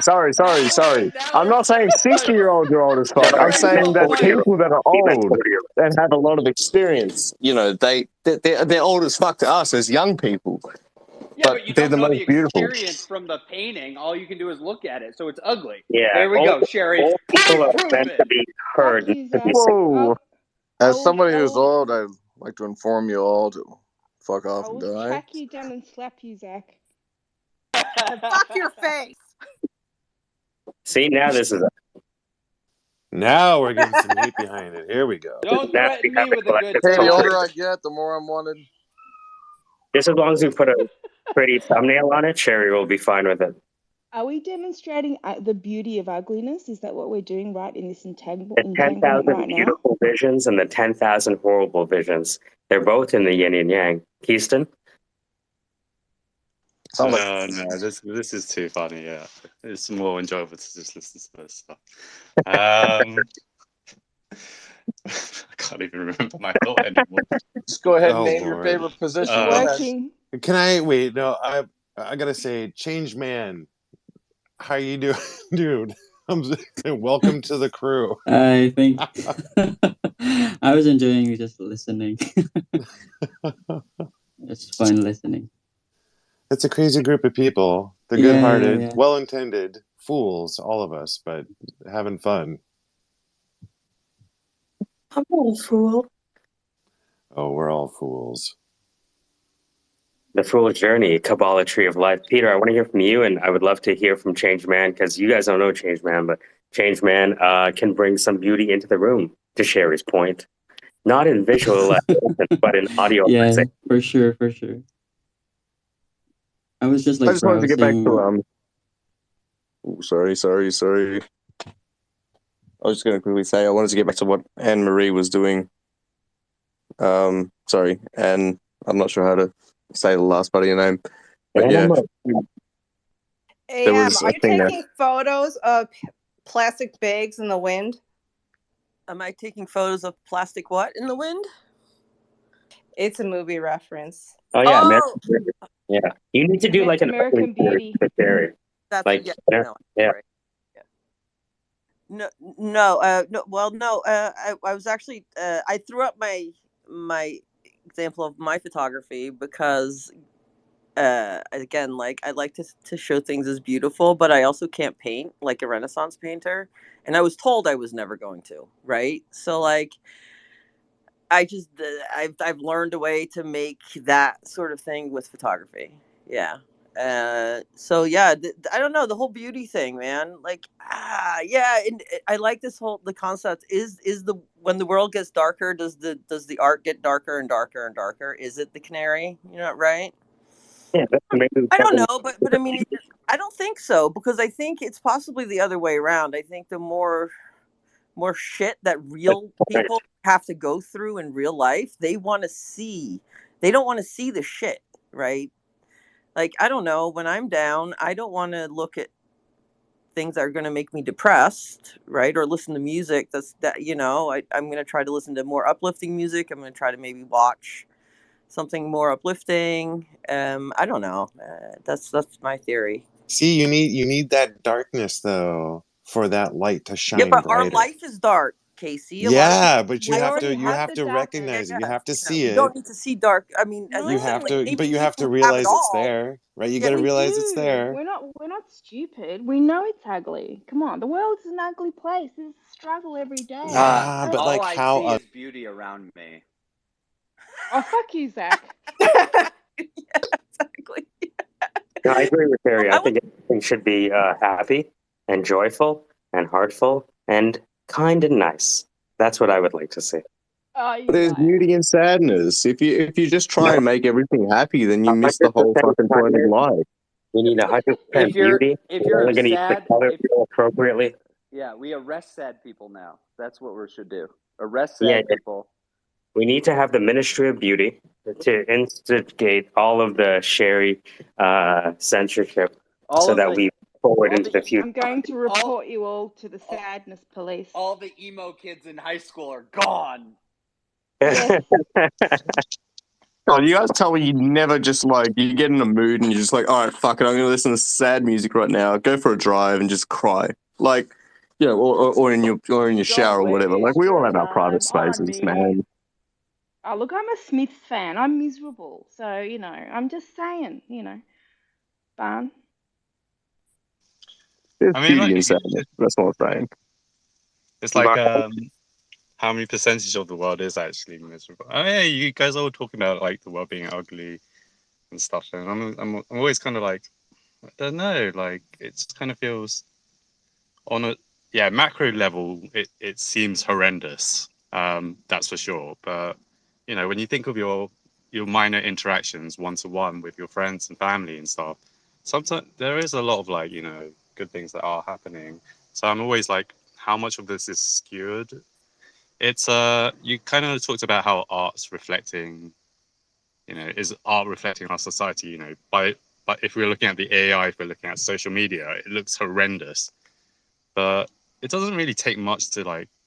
I guess it's sort of like the whole idea of poison in the well, effectively, and the internet's kind of just revealed like how much that there is poison in the well. But it still can be the idea that the majority is good, and then you just got this vocal minority, Well, if there's poison in the world, then Sherry is the antidote because she's going to force everyone to be beautiful and happy and wonderful.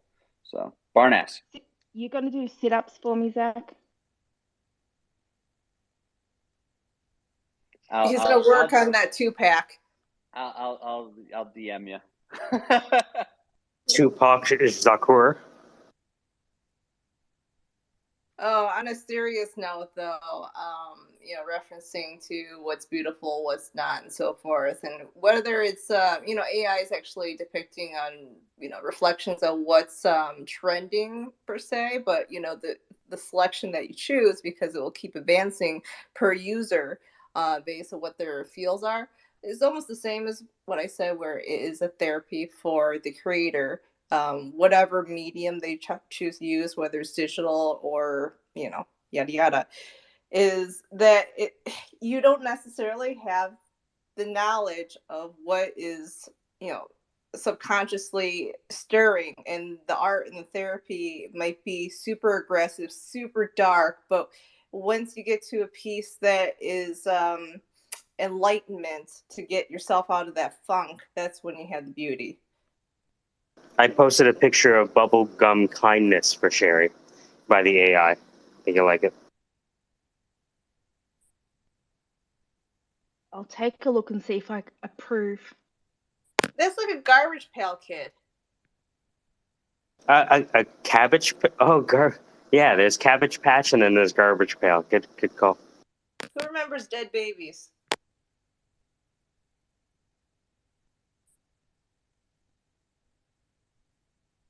Said no one ever. We've been trying to forget, actually.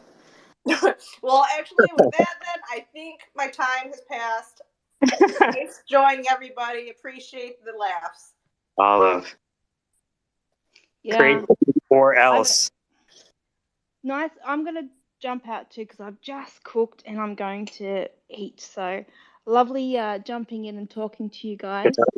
I'll come in possibly another time and stir you guys up. So I'll follow the host. Thank you very much for listening to my madness. Thanks, Eric. Take care. Take kindness into the world and share it with everyone. Love and light, love and light. Just kidding. Bye.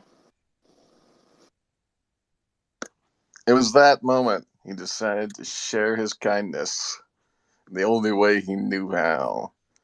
You want to go into me in the reference section? She paused. She wasn't sure. She hadn't seen those books in a long time. You mean past J? Of course. Where we left off. R. I'm just waiting for the Dan fucking audiobook, hey. We need a Dan audiobook. I do. I gotta do, Syndicate Erotic Tales. Erotic Tales from the Metaverse. It's going to be like a noir sort of novel. It feels very LOA noir, but I can yeah, do one for you, yeah. Peter. It'll be something like this. Oh dear, here we go. He wasn't sure what he wanted. He wasn't sure what she wanted. Do something simple. He turned back to the prompt. How to describe her? She was peculiar and kind of funny. Can you tell me a little about yourself? She turned to him. I like skates, mac and cheese. That wasn't a lot to go on. He turned back to the prompt. He entered a couple cool words. The first image rendered. It was hideous. Give me a second. He tried another sequence of words. Skates. What's your favorite color? Plaid. Oh my god. You put that I don't know. It seems like a cool romance thing where you try to figure out the prompt for somebody, Dude, that is fucking spot on, but love it. That wasn't as beautiful as it should have been, Dan. You get -2 beauty points. Ministry of Beauty. That was actually fantastic though, like such a like prompt engineering kind of like mentality. Well, yeah, I think nailed it, man. I totally see someone doing a spoof like that in the future where it's kind of like, I think we're okay, but we just don't connect on prompts. Yeah, I know. I just feel like she's just not as artistic as me, my prompts are really mine. Well, whatever. Hey, I gotta ask. I had to take a work call. Did Change Man sing by chance? No, we didn't get a chance. Sherry had something to say. Don't be so nice. We went. Casey's on thin ice. I don't know if we. I don't know if we let this continue. Dude, I swear to you, I think he's on probation. Dude, so. It's what it's like being a recruiter. She was and you wrong thing, and it's like, ow, fuck, and then they're like, oh, I hope it isn't like that other software developer you sent us. Remember that? And you're like, no, it's not. You don't know. I hope it's not like that last person. That person couldn't even find the keyboard. Like, no, it's gonna be good this time. I swear, dude, she wasn't like that. The other space that I was in with her, she was like listening and tracking the conversation, and it wasn't a big like push. I don't know. I don't know. I don't know. Yeah, it's good to see people express themselves though. And hey, what's up, Mr. Free? What are you saying? Hey guys, I was just wondering, if Dan could start another one of those diatribes to say, like, start with like, in a world where, in a world gone mad. We love it, Dan. I like it. In a world of forgotten cats, one man stands amongst the shoulders of lonely kittens. It's a fair tale with a man with a low FICO. I'm sorry, what's the script? FICO. A man something with that's a even low better than I FICO expected. score takes on a new century. Is KC's back in action? He's here to own. Hey, did you guys pay your loan? No, I didn't. All right, I'll give you a couple more days. And then I'm going to have to break all your legs. Oh, okay, well, just pay it now. No. You pay it when you're ready. No, we can pay you right now. No, I want to come back. and just do the long stare and pause. Casey, lone, a stranger, going into a fair world, a world of homophobic encryption in the metaverse, where interoperability is only as good as your anus. Come and join us in the Syndicate. Just need there's like, do you know there's like that's like There's a trailer, that bro. I I will just absolutely don't know about gladly that last sound design for part. that. The anus just came up. Sometimes I don't have any control over the words. Like I just see myself rampaging through the metaverse, screaming out, "Where's the debt ratio?" Ah! There You know is how they no used to be the budget. movie trailer guy? Wait, say that again. You know how there used to be that movie trailer guy? I don't know if he's still alive or Oh or if yeah, that yeah, is a yeah. thing. I feel like Dan could absolutely fill that role with absolute ease. Just I love Oh doing chill that. as fuck and just walk in. I love doing that trailer voice. And I love also doing like live at the Metroplex. We're down here live at the Syndicate. All we're gonna do is shave cats. That's right. Casey coming up to the bat. Boom goes to the left side. He's going down the right. Oh, he trips over Mr. Rogers and lands on Ann. Looks like they're gonna be out for a couple of hours, folks. What's up, The Matt? man with the voice. Yeah, it's fun. Keeps me entertained. Assuming I sleep. I haven't slept yet. Do you like announce in your sleep? Like sleep announcing? Sleep Oh yeah. narrating? Yeah, my wife gets sick of all my voices. I do her voice when she I'll be like, honey, I'm taking off, and she won't respond. So I'll be like, baby, I love you. Hey, babe, it's gonna be okay. All right, well, you have a great time. All right. When I come back, we can get some nookie. Yeah, we'll do it on the deck. All right, thank you, baby. Anytime. Like I'll just do that whole conversation. Sometimes I'll do it in front of her to, suggest that we should be do you doing have an argument with that. yourself? Do you have an argument with yourself? Because you're doing an argument. And then I also do the voice of my cat, my tabby kitty Hazel, who has and she calls me hand. She can't say the word. She can't say the letter D, so she calls me hand. Hey, hand. Yeah, what's going on? Hey, listen to listen to these guys on Twitter Spaces. It's about JT and show you and everything. Yeah. It's weirdos. No, they're not weirdos. They're crypto freaks. No, they're not crypto freaks. I don't think they're cool. Did you feed the treats yet? No, I've been up all night. What the fuck? I've been sitting around the bowl for an hour. I'll get there in a second. All right. Anyway, look, can you talk to JC for me? About the Voyager?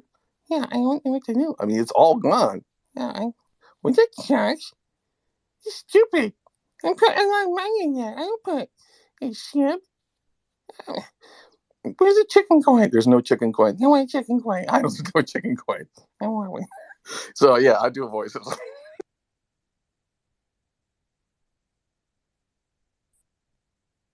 I need help, but I'm okay. All I can think about is like what Dan would be like on like 3 or 4 Red Bulls, a bowl, and some Oh my vodka. god, you don't want to see. I mean, I got trashed one time in a strip club, and I got upset because I bought M&Ms from the vending machine, and they got like misplaced. And the owner said misplaced. The owner said I came out of the VIP demanding to know where my M&Ms were. So yeah, I don't want to get drunk. But were you demanding your M&Ms in like a character voice? No, but I would often I would do announcer voices for the girls sometimes. Yeah. Well, the other thing too is that they always wanted to sit down and be like, like, who do you think I should get a dance from? I'm like, I don't know. Who do you think? How about that guy? No, that's a jock. He doesn't have any money. What about the guy with the crutches? I don't want a charity case. All right. How about the guy with the watch over there? Maybe. What about you? Nah, I'm just hanging out, babe. You're always hanging out, But I did take Twister into the club. and that was really fun. Well, I figured no one had done that before, and so I brought it into the VIP, and I had a bunch of girls in there, and they're like, "What do you want to do?" It was like, and I had my friend of mine was going like, "Dan, you're going in that VIP with 3 girls." I'm like, "I know, but just hold on a second." And then like they started playing Twister, and then like we had like the manager and everyone was like, "Wow, this has never happened at a club before." Full on Twister. Anyways, it's important to have moments in your life that you can write down and say those unique experiences. Like, yeah, I was there. And you know what? That wasn't the most unique thing. I thought that was pretty unique. And then the manager said, Dan, that's pretty good, but I still like the guy in the bear suit better. I'm like, the what? There's a guy that comes in, he has a bag, and he changes into a full bear. And he and he always sits in the same room, the red velvet chair, and he just has girls on all fours just going around and around, not touching them or anything. He just wants to be in the presence of them. And so just when I thought I was doing cool stuff, because I like brought Jenga in, I was trying to have fun in there. But oh well. Stay weird. Can you do like a really deep voice, like, "Hi Don, how are you doing?" I can do. Let's see. I can sing like "We Three Kings" really low. We three kings of glory and you know what I mean? Like that's my father. We three Yeah. kings.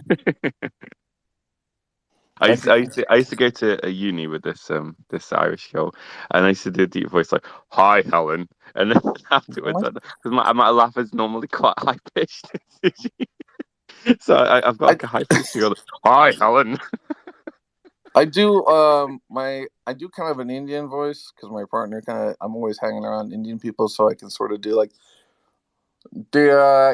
so it's always sort of like it starts foreign and then you can kind of get it in different things. But don't I what do I do the climate's bid 5-6 tell me what the table it's those guys. It's always really thick. And sometimes I can get it really good and then sometimes I lose it. The other voice I like doing is Mickey. Hi everyone. It's kind of a little high, but I always like to do Mickey like he's pissed off, like what the fuck is going on? It's trying to get the more high voice. And I always want to do Mickey going through the drive-through. I'll take a 48 combo and barbecue. You know what I mean? Just kind of do the sauces and everything. It's a good exercise. And then the other thing I do, which is funny, is I'll sing a country song while I'm driving on the road.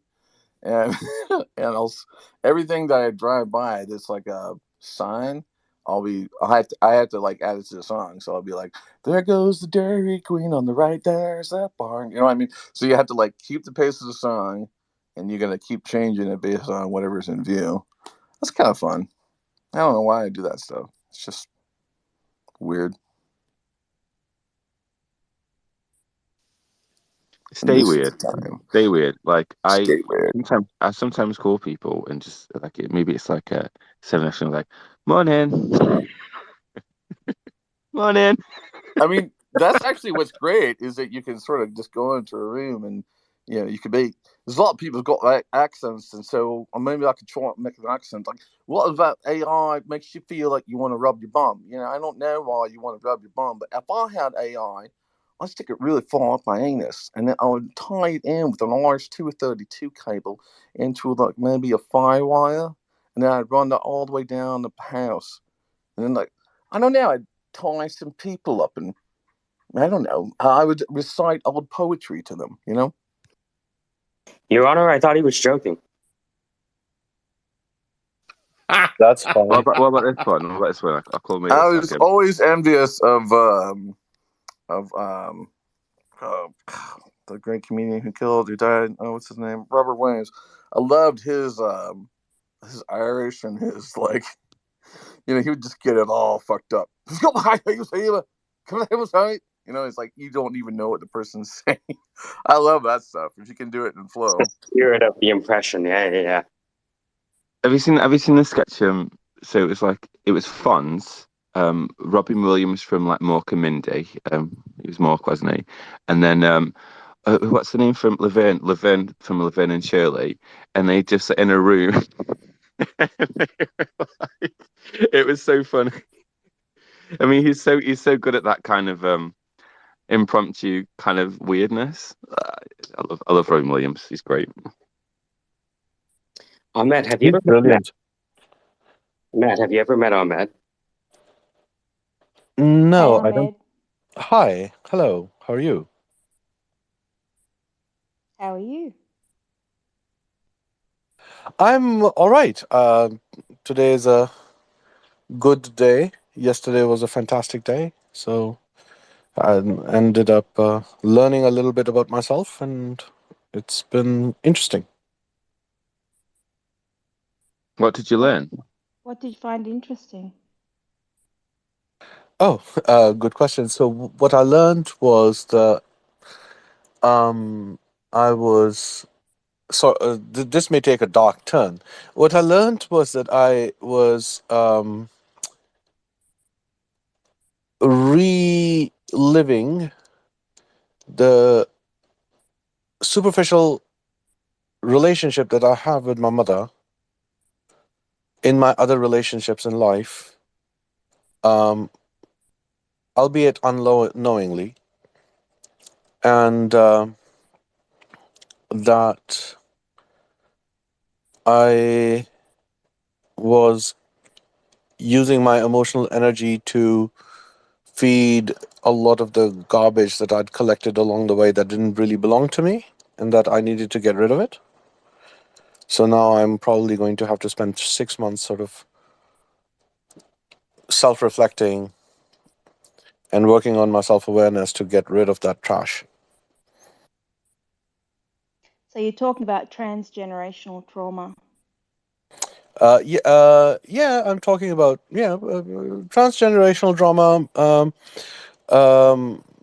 Definitely, because I think that my mother acts in a way that is related to her childhood PTSD, and I think that also um, definitely gave me childhood PTSD. Definitely gave me childhood PTSD, um, and led to a lot of abuse, um, and neglect. Um, her abuse towards me is direct neglect of certain needs that one would have as a child, and and not keeping me safe when I was supposed to be kept safe while I was in her in her ward. Right, so she was not a good ward of my childhood. Now I am a parent, and one of my main objectives as a parent who has gone through childhood PTSD is to make sure that the cycle dies with me. Um, so yeah, that was yesterday. I just want to say, Ahmed, if it's okay for me to say this, I relate to that a lot. I relate to that a lot. Do you I, see I'm yourself I'm trying so to? sorry that I'm so sorry that you do. That must have been so hard to go through whatever it is that you have gone through. It is difficult to live through that, and to, I guess there's some solace that in finding that you weren't the only one. Um, but it's But still a I still, shitty situation. I still have love though. Like there's like love, the love's still there. But when you say that you're gonna end the circle, the cycle, it stops with you. I think that's a bit inspirational, to be honest. Well, it has to. It has to stop somewhere. It didn't stop with my mother. Where so someone has to be self-reflective enough, and to be perfectly honest, I wasn't. I wasn't self-reflective, and I was self-aware about this thing, and I don't know how much I am self-aware when I am in a particularly emotionally heightened state. So that's something that I do have to work on. I find that mindful meditation helps, and I was extremely resistant to it. But I've given it a go, and it definitely helps. Yes, Shari. Yeah, I Sorry, think, I'm so I sorry, think, Sherry. sorry, I'll Do say you? something. Yeah, go on. Oh, thank you so much. Just very quickly, do you see yourself stopping, let's say, your mother's patterns, and you start being more aware of, well, with the interactions with your children? Yes, very much so. I mean, consciously and conscientiously, right? The idea, it's not that I don't make the mistakes, and it's not that I didn't make that mistake in the beginning, right? Or that of repeating the pattern that my mother exhibited, because I didn't really know any better. The love language that I grew up with was transactional, right? So my mother made every gesture of love and affection have a price that I had to pay later on in life that I owed her. But, there are certain things that are only supposed to flow in one direction, which is from parents down to children and not the other way around. But she flipped that script on me and, said that, when I grow up, I'm supposed to be responsible for her like a parent would be, uh, which was to me normal because it was normalized. So I lived that truth for a long time until I found myself being a parent, and then I said, "Would I ever do that to my children?" And no, I would never do that to my children. And then I started discovering, oh, that was not okay. If that makes any sense. Yeah, Charlie. Yeah, of course. Please go ahead. Oh, I was just going to say, yeah, I don't think anyone's immune. Our parents pass on their traumas to us and we pass it on to our children. And it is great if we can recognize those things. And the things that we need to recognize are, our relational dynamics. And when we look at our parents and then we look at ourselves and are we repeating the same patterns?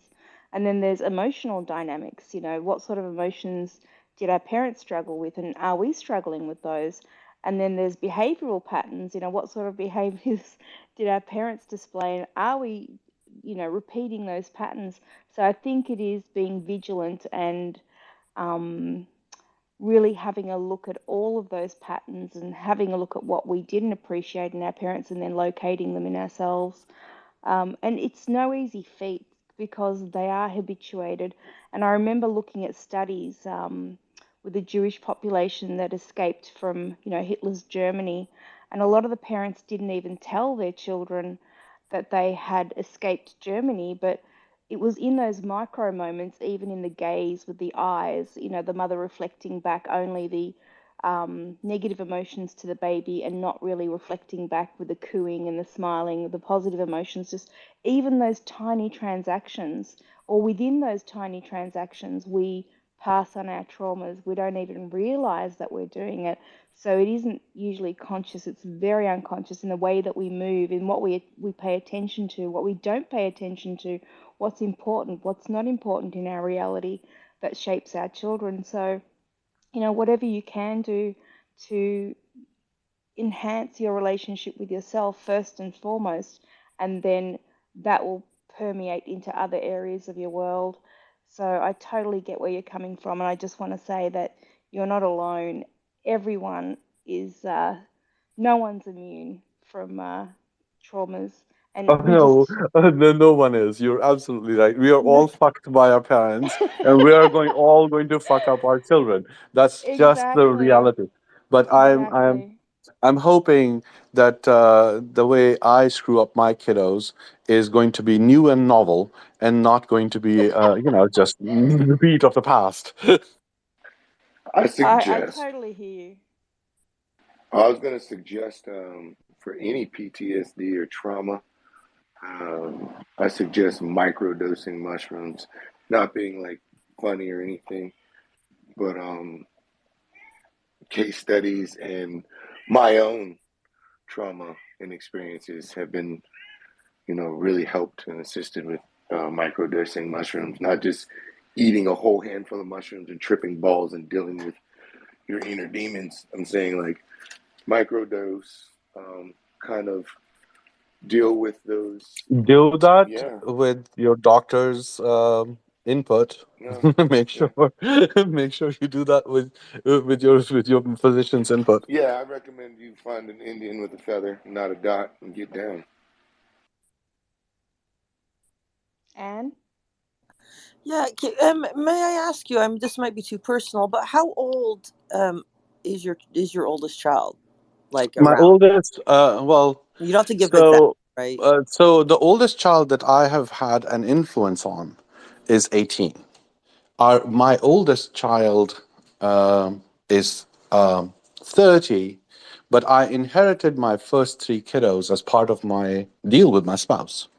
So I was an instant dad um, in getting together with my life partner. So that was a blessing.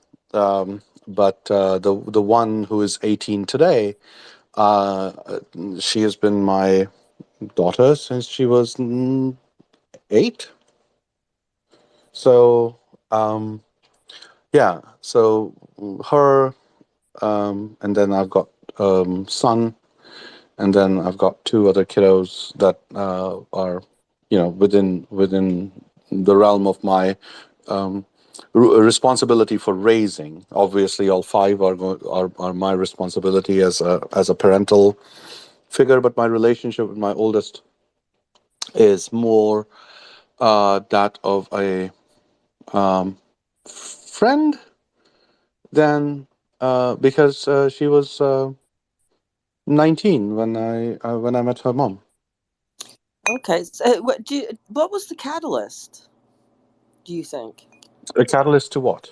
To you say going? Has it been a long like to go to therapy or possibly or to go take a Well, path? the catalyst was that I noticed that I was spilling my trash into the rest of my family, and I was traumatizing the rest of them, and I recognized, you know, myself in them, and then my wife is very self-aware, and she pointed that out and said, "You're fucking this up," and I said, "Oh, I can't believe I'm fucking this up. I'm perfectly perfect." And then over over over several years, I came to realize that I was really fucking this up, and I was going to end up damaging the people that I truly and deeply care about. So I was like, "Oh, this is not okay," and started working on it, and then found that I didn't really have the understanding of what working on it really meant, because I'm also severely ADHD, and that has its own impact, and it has comorbidity with childhood PTSD, and it gets amplified.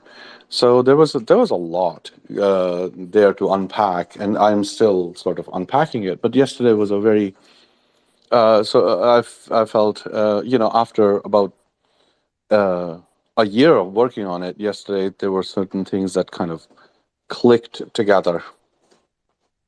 Uh, and this morning I woke up really heavy and still feel very, very heavy, and the impact of a lot of the realizations that I had. And I had like a 3-hour conversation with my wife on what was going on in my brain, and just she's a really good sounding board on getting rid of fat, trimming the fat out of what the root causes are. So yeah, a lot of it was really being extremely lucky and having a phenomenal life partner. And it wasn't without her, I would not have recognized this. I would have been stuck in that pattern. And had she not been strong enough to and knowing her own boundaries and limits, and being supremely self-aware, as well as extremely self protective of her kids, she would have acquiesced because I do tend to be a very strong personality, and tend to run roughshod over a lot of people, but not her.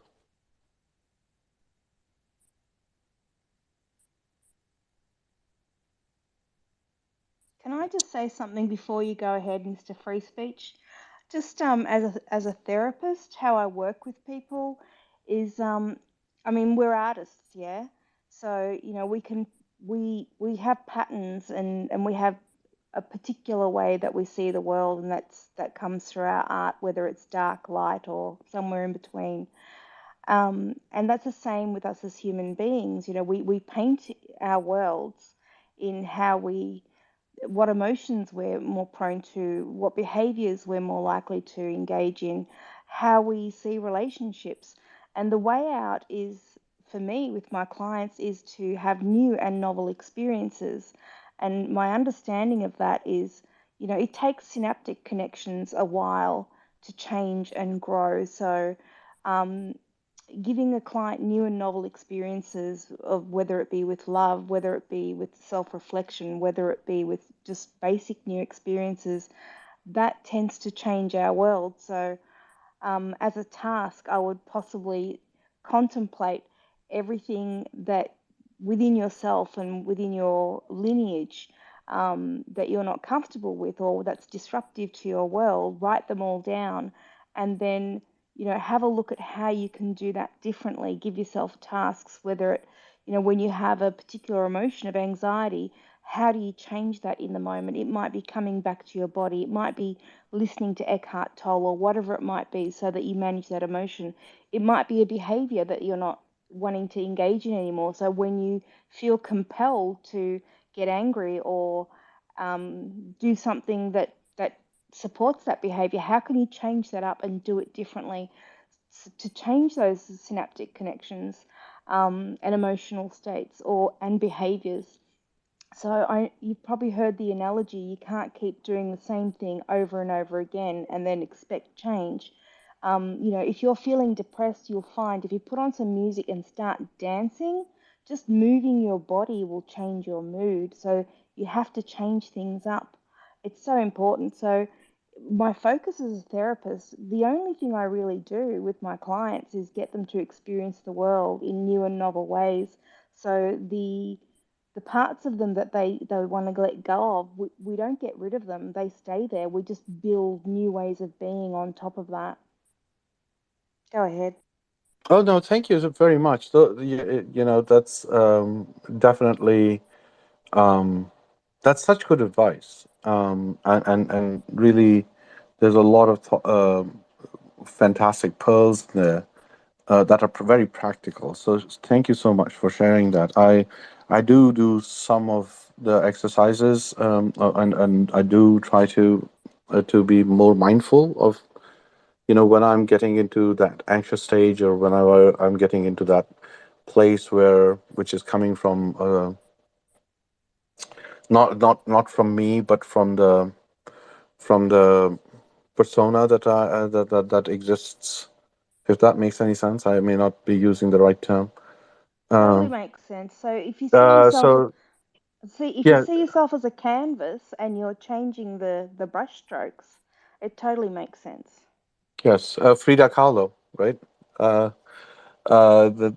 paint your own reality. I think as that's what that's I think uh, that's the impact. It would be yeah. So thank you so much for sharing that exercise. I may talk to you a little bit later if I need a little bit more help. Um, yeah. Go ahead. Mr. Hi, Free Speech. yeah, hi guys. Again, I'm sometimes wondering. I just want to say, by the way, Ahmed, like, I think what you did with your wife and taking the kids and stuff. Have I got that right? Did you do that? Like, you took them on as your own? Uh, yeah. I've I, always wanted a big family. Listen, I always wanted a big family, and there it was instant, right? No work, and they're just there, so it was very I easy. I just find that wonderful. I just think that's a lovely thing.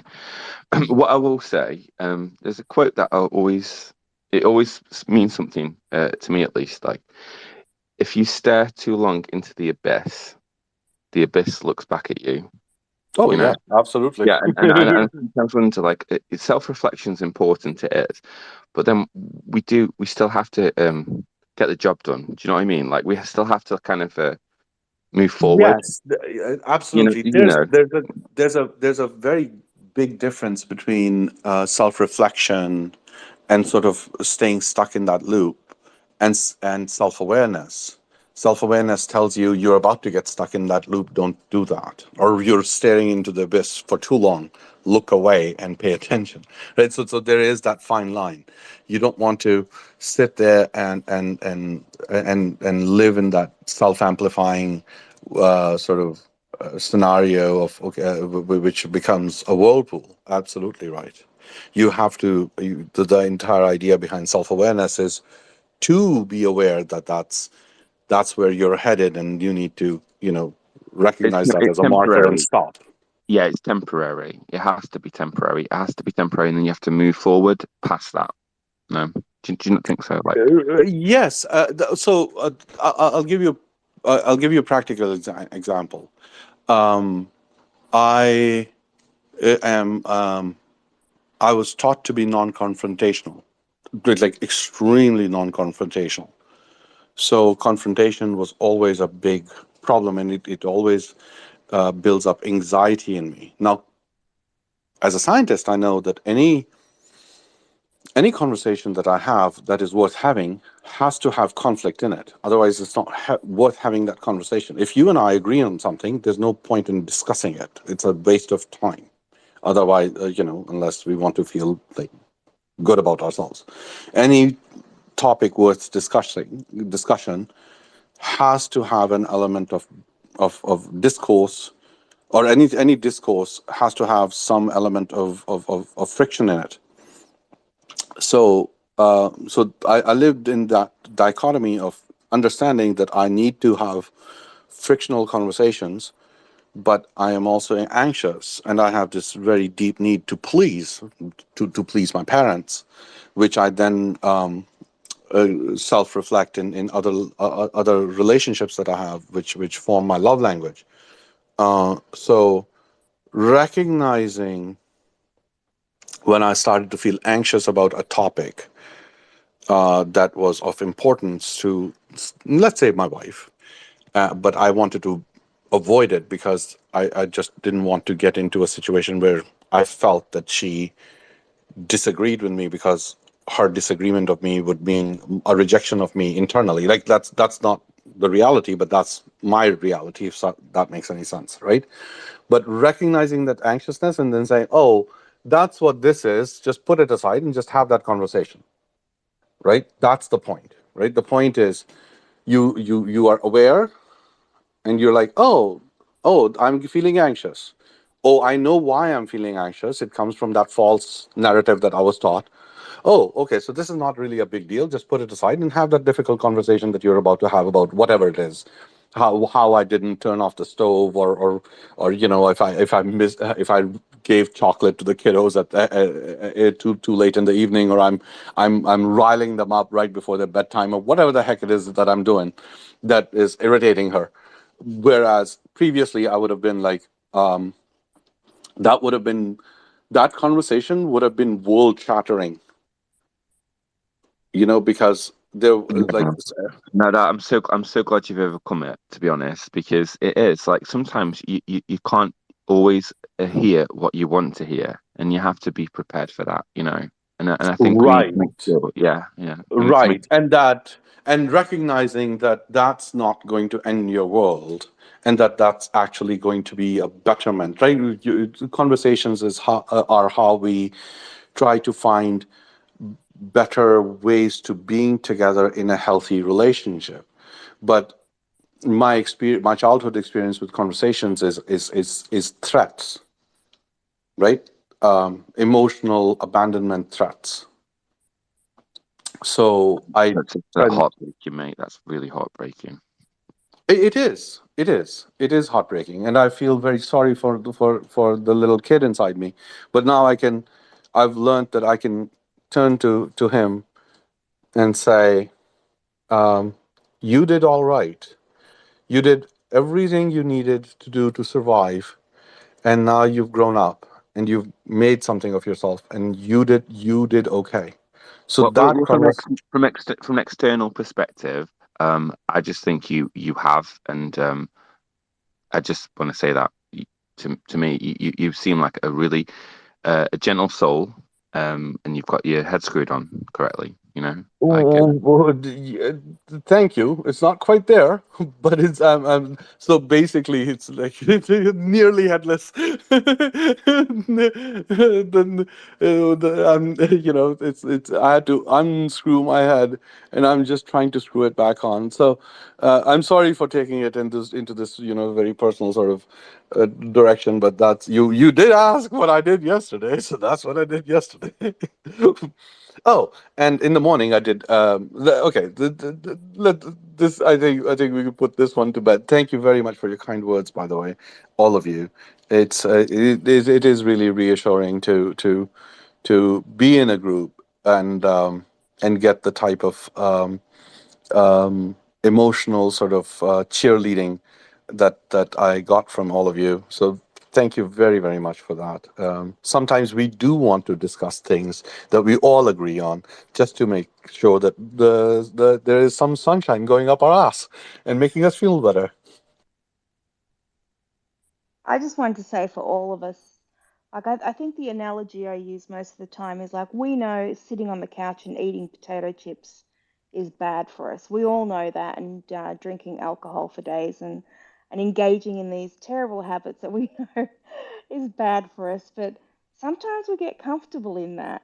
And eating potato chips is really cruel, and you don't want to confront that. So we defend against it and say, no, it's not happening. It's fine. And I think that happens with all sorts of behaviors and emotions. So my main point is awareness is never enough. So just knowing something doesn't work. It's actually having that movement, making the different brush strokes, doing something differently. So true. Yeah. So, and also, we're all gonna have valencies, little soft spots for particular things, and they usually come out when we're stressed. So we sort of revert back to old ways of coping with shit. When we're having a hissy fit, or we're not getting our way, or we're miserable, or we're having a hard time, whatever it might be. And it's not just, I'm not speaking just to you, Ahmed, it's every single one of us in the room. So I think the challenge in life is just to keep on top of those things so we don't slip back when we're miserable or having a hard time. So, like I said before, no one is immune. Everyone has the capacity to suffer depression or maladaptive ways of being, or be like a bird that shits in its own nest by doing things terribly, and then Oh being able to yeah, we're say, terrible to ourselves. Absolutely. yeah, you don't want to shit in your own nest, do you? Because you're just going to make it really shitty, and you have but to we move all out. have it. We all have, haven't we? We all have. Exactly. We all By do the it. way, your use of the adjective valency, or the noun valency, was very, very, it hit my heart as a chemist. That was very, that was the that's like a $200 word. It's beautifully done. That made me very happy. I'm glad I made you happy for a moment. I'm very pleased. Oh yeah, yeah, that was fantastic. So other than that, yesterday I did a whole bunch of business development. We can talk about that. We should talk about other people's business now. And I also want to say, um, Mikey, why are you not following Safe AI? I don't understand. Is Mike even here, or did he just start the space and leave? He just started the space and left. That's why he made Sherry a co-host. Oh, that's fine. Oh, okay, Sherry. I'm gonna go away. I'm gonna give him a call and harass him. He put a mad woman in charge. I'm very dangerous. Yeah, I told him to. Sherry, are you Aussie or are you Kiwi? I'm an Australian with a Turkish lineage, so I'm a bit messed up, you know. No. Turkish lineage is not messed out. So you're an Aussie Turk or a Turkish? Tozzy. You're a Tossie. That's hilarious. A You're a Tossie. Tossie. That Yeah, is that's funny. definitely one of those. What part Where in of Turkey? Where in Australia? Turkey? Oh, so you've got from Matt, you've got where in Australia, and from me, it's like where in Turkey? Where your family from? So boring place in Turkey, Ankara. Oh, you don't want to go there. The capital. The capital. Yeah. I would have loved to have had, Istanbul or the Mediterranean, but that didn't happen for me. And Melbourne, you know. Constantinople.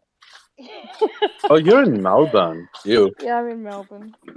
I'm sorry. I lived in Sydney for a while, and so I have the proper hate for Melbourne. All the artists are in Melbourne, man. The cool people are in Melbourne. I know. Are I'm they just though? joshing. Are they? I'm just joshing with you. It's just Well, no, this one, just I lived with this girl from Melbourne, and do you know something? She was lovely. Um, but I lived with her. I lived with her for about 6 months.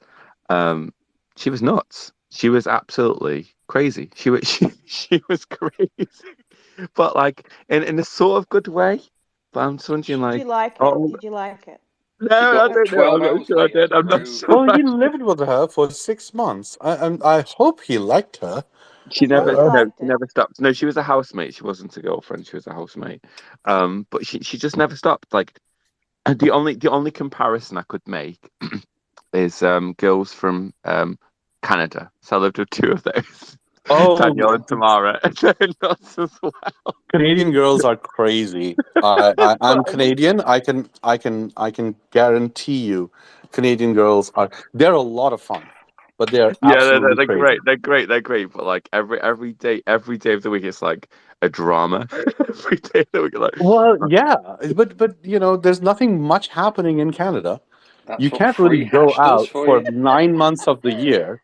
I I mean, would the agree. the our people think the national languages of Canada are English and French, but that's not the case. The national language of Canada is passive aggressive. So, Sorry. uh, Who? it's like Hey, the sorry. the apologetic nature. the It's a bit cool. apologetic, victimized, passive aggressive. It's very specific. It's different dialects. Montreal passive aggressive is very different from Toronto passive aggressive, which is very different from Vancouver passive aggressive. But it's all passive aggressive. It's But there's a some unique Really? accent Sorry, of I it. similarity. stabbed you. Every Canadian that doesn't live in Toronto does not like Toronto. I The hell with Toronto. would agree. Well, these Toronto Fuck is a girls, New Canada. York wannabe.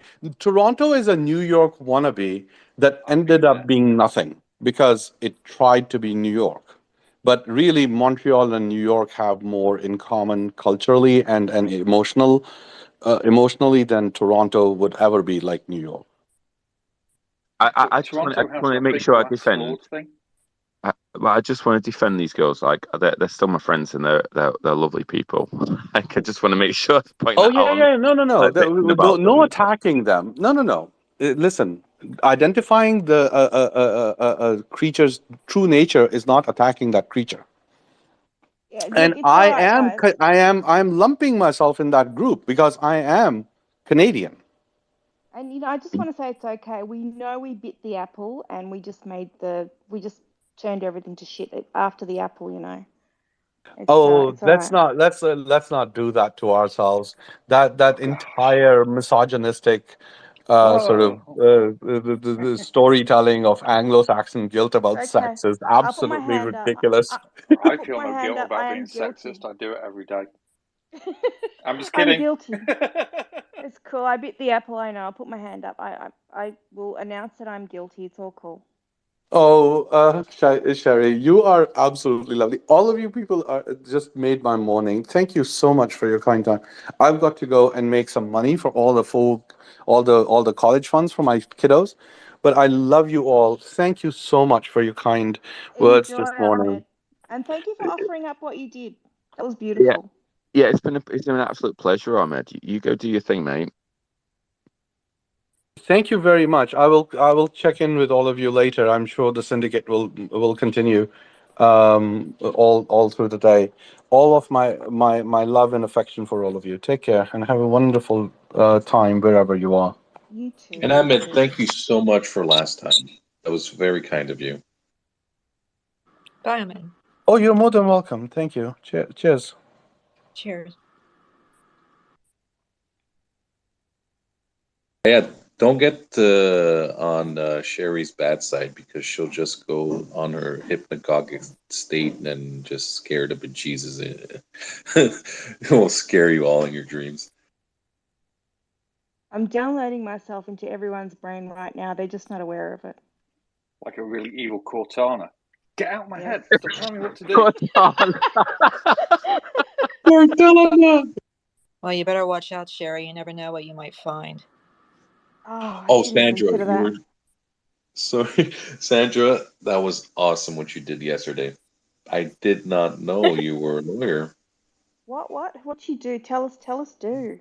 Please explain, Sandra. Oh, I don't know. We had a overly chatty Kathy with kind of like a tinge of social justice warrior in here yesterday, and I can appreciate social issues, but like she went on like a machine. I mean, she was just like blah blah blah blah blah, you know. And anyway, so I kind of started trolling her, and I told her I represented serial killers because they're found not guilty and they just keep coming back. So I never run out of business with them. And they're all rich superhero or anti-hero type people. So not only was I trying to like hire her to kind of like work at my, hustle on the side, which is kind of like we work for the top 1% with a brothel for fun. But I was also trying to get her to go on a date with one of my clients from my serial killers so that I could, maybe reap a benefit from that. Open carry. Among other things. But That's a bit toxic. but she was unstoppable. She just kept right on going until I got up to like ritualistic bloodletting, and then she kind of broke a little bit. and then Danny was kind enough to jump in and intervene. Where are you, Sandra? Are you in America? Yes. I'm just trying to work out people's accents. That's cool. Well, I'm a Jersey sort of person, New Jersey, like right across from Philadelphia, South Philly. But we have the whole Sopranos mafia element going on around here, and I kind Also, of you're to blame for Bon Jovi, so don't get too big for your boots. no, yeah, just bane of my existence. But I This is admire a song for the broken hearted. yeah, totally. Yeah, I don't know. I like their music, and back as it was happening, it was like really amazing. But now it's kind of like, did I ever like attempt to use Aquanet to get my hair that high off my head? Also, Jersey Shore, right? That's got a lot to answer for. Some parts of it. I like the Ocean City area, which is a dry town. So that makes it a little more difficult to have these super rowdy elements running around. But yeah, I think in North Jersey, some of that. I've seen rats like at Monmouth Beach. It's like, oh my gosh, what's going on up there? Have you ever been to England, Sandra? No, I have not. Would you like to? Someday, yes, sure, I'd love to. I think I'm going to accent shift in this conversation just to keep people on their toes in case I get judged. Well, there's a show. What's it called? There's a show where Hugh Laurie is pretending he's a captain of this spaceship. Darn, I can't remember. It was just on, and they keep House. Right, he was in House, but this is a different show where he's like he's pretending he's a captain of this space yacht, and they keep hassling him because sometimes he sounds like he has an Australian accent, and other times he sounds like he has an English accent, and they always hassle him over that on the show. So I don't know. You reminded me of that for some reason. Hugh Laurie will always be Bertie Wooster to me, and you've got to be a certain age, Jeeves and Wooster. Oh, really? Did you see the sketch where him and Stephen Fry were like old ladies and they did these vox pops? Yep. Yeah.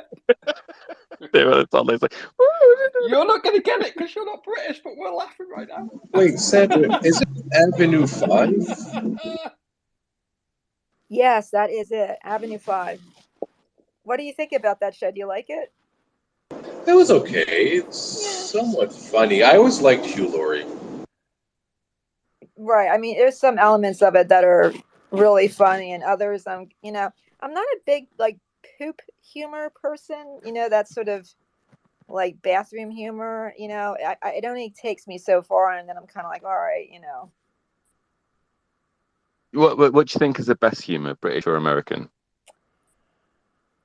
Americans have humor. Yeah, really. I lean British. I love Monty Python. I love how Monty Python will continue. I know that's all past tense, but I loved how they would continue one joke into another, but maybe later on in the show, so you can tie it together. I like that. I like that sort of thing. I had that on my American bingo card. I love Monty Python. Shut the fuck up. Sorry. Some of it, I like American humor too, but there's something more dry about British humor that appeals to me. So yeah. Well, wait, we've got sarcasm down to the wire.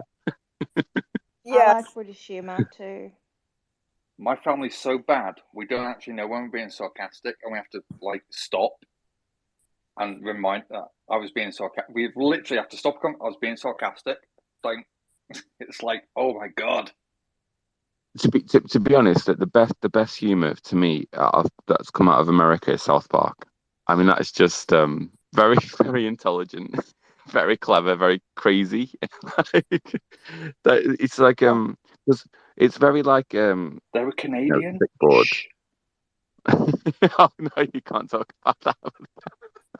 Well, Canada is technically a few states of the USA. We just haven't, Trump kind of took them over. Just no one really knows about that yet. Well, look, to be honest, Quebec province wanted to separate. They probably would have lasted a few years and probably would have become the 51st state. And Kids of the Hall is an awesome comedy group. I've heard of them. Yeah, it's a 1990s, four guys just doing some skits and everything, and I think they just have a Netflix show, I think. I don't know if it's Netflix or Amazon show. It's not bad. It's a little more raunchy. Huh. I don't know. Why have I heard of it? Well, have you heard of Trailer Park Boys? Of course. Yeah. Very good.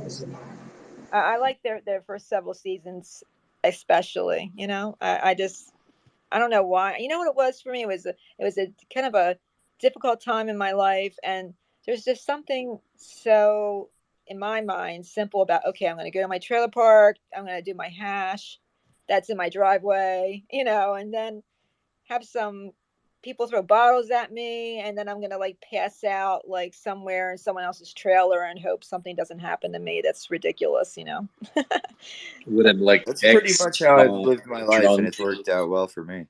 Oh, well, this is because I know the difference between a fictional show and and reality, but that was kind of like an outlet for me to watch that show, the first several seasons. I don't know. I'll stop rambling here. What's no, up? I mean it. I pretty much just spend my whole life going from one joint to the next, and shit works out in between. Well, right. Well, you know that every season at the end of Trailer Park Boys, they go back to jail. Yeah, well, that's what I can hire lawyers now. He just inhaled between his joints. Then give him time.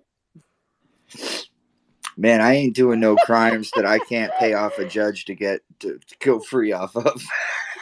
Oh, that's the kind you want. You gotta line up the. That's hilarious. Maybe a You couple of guys, right, mild, should maybe a research couple of mild financial crimes. Brass Eye. Brass Eye is a British satire TV show, and it went right to the edge of what is acceptable in comedy. I don't think I've It's seen that awesome. one.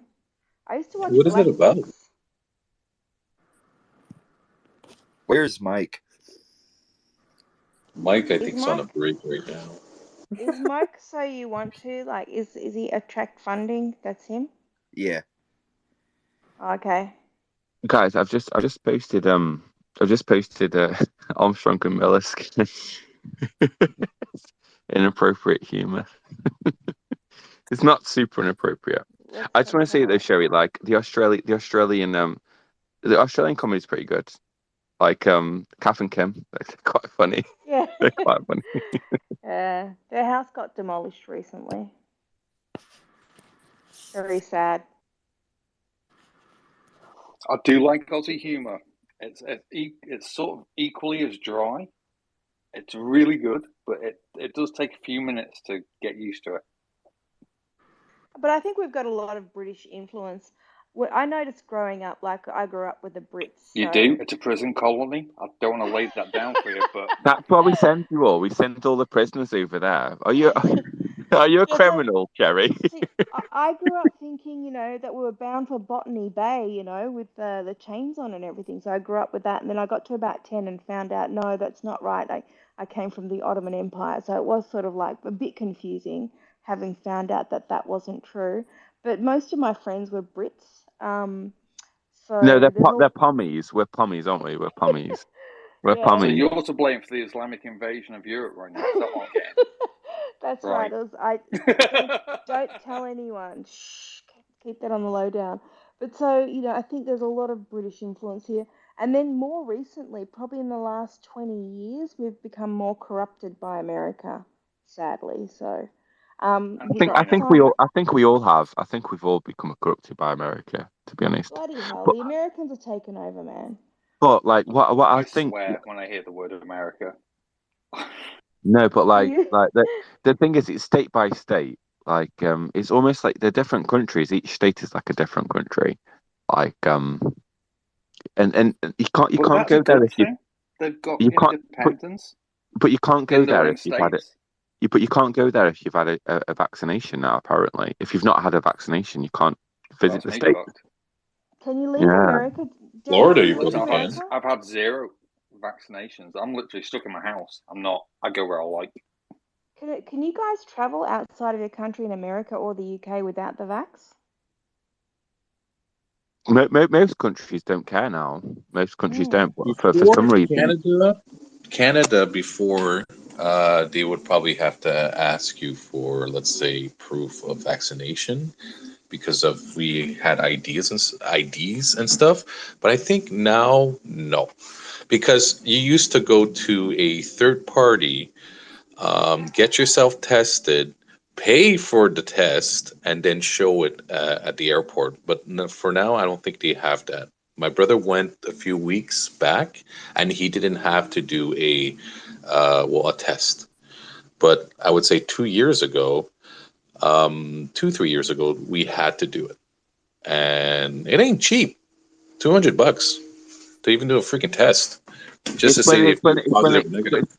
But the thing is, Dan, it's when they force you into quarantine and you have to pay for the hotel yourself. Like what? How is that welcoming? To, Oh, like, okay. Well, my friend didn't have to pay the hotel. She was in I think Dominican Republic, and they offered 1 week free without paying because she got it there.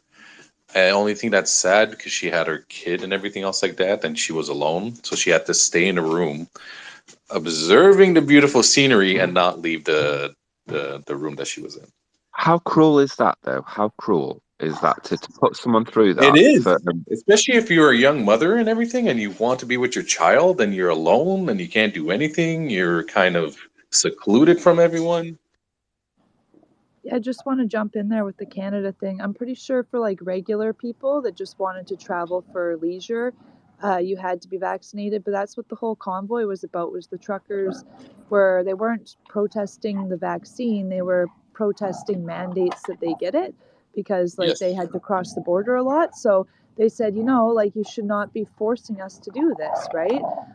You know, because like Justin Trudeau was like praising the truckers like not even a year before, being like they're keeping us alive during the convoy. So that was what it was all I was about. asking more now. Like, I was asking more about now. Not, we all know what happened Now, before. no.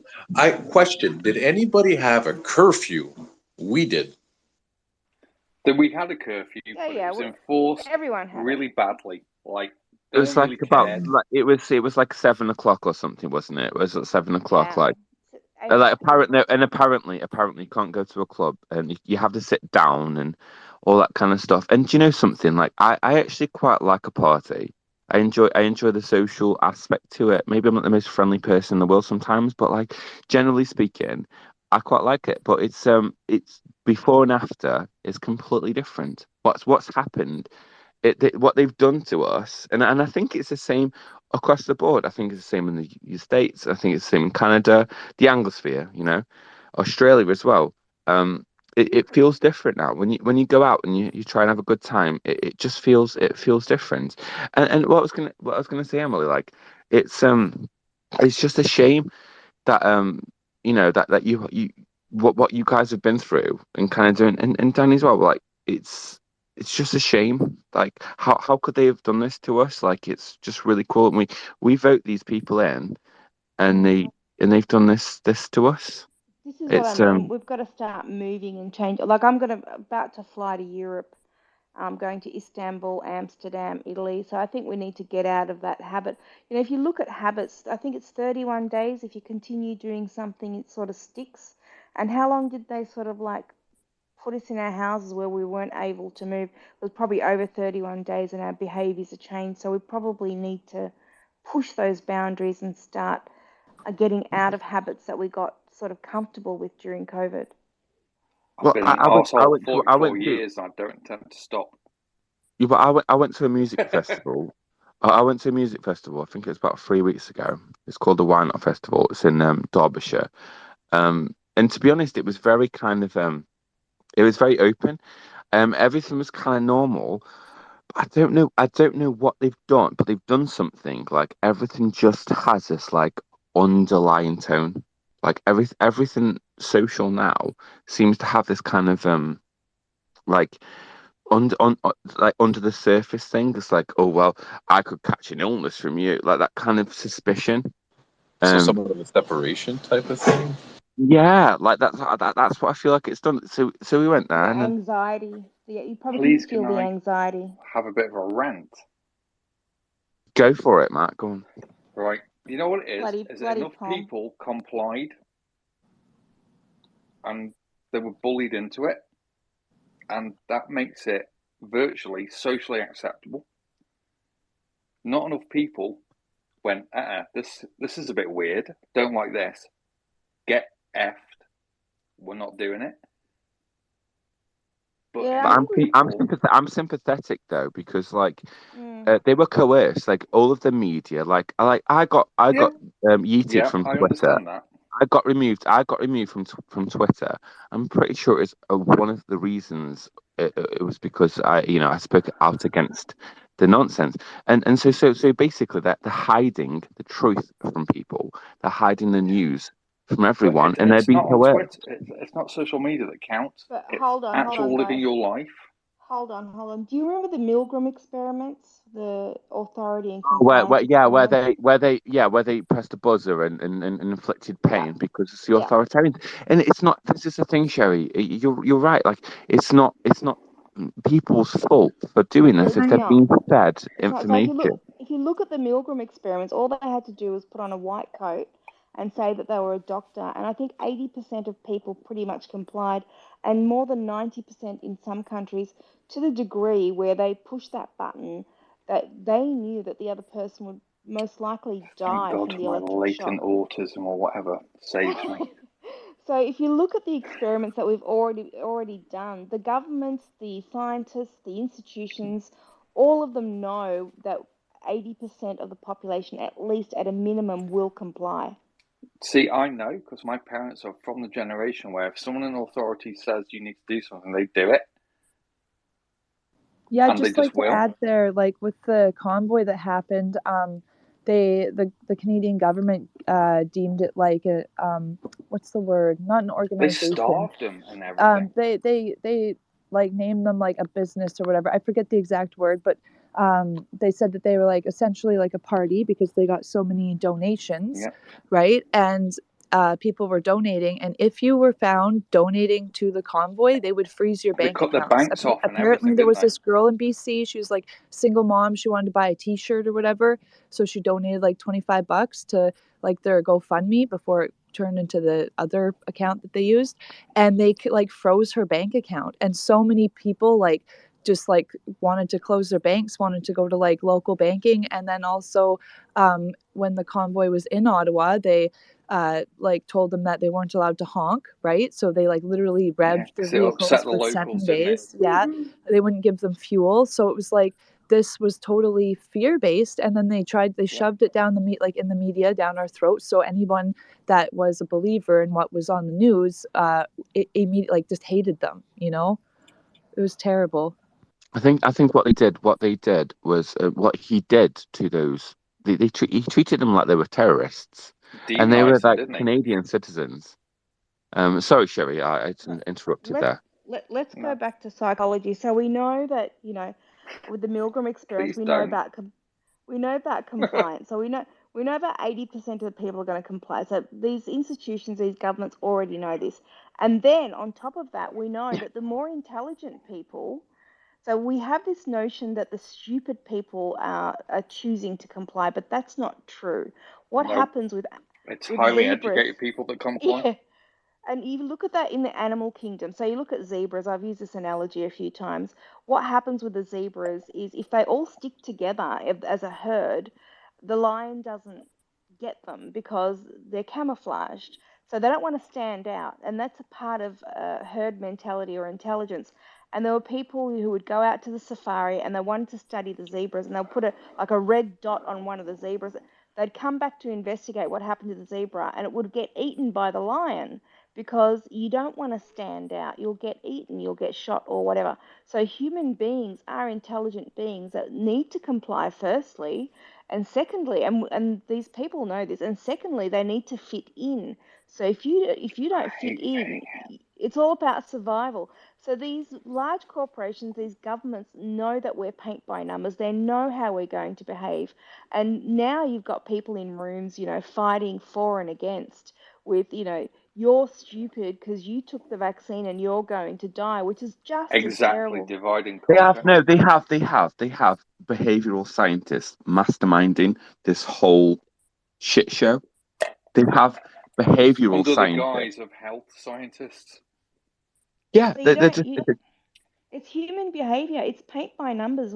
We know how we're going to behave given the circumstances. And if anyone's read the book, Zimbardo's book, The Lucifer Effect, The like last that's a book I really read, I think, was a Ladybird book, The Little Red Hen.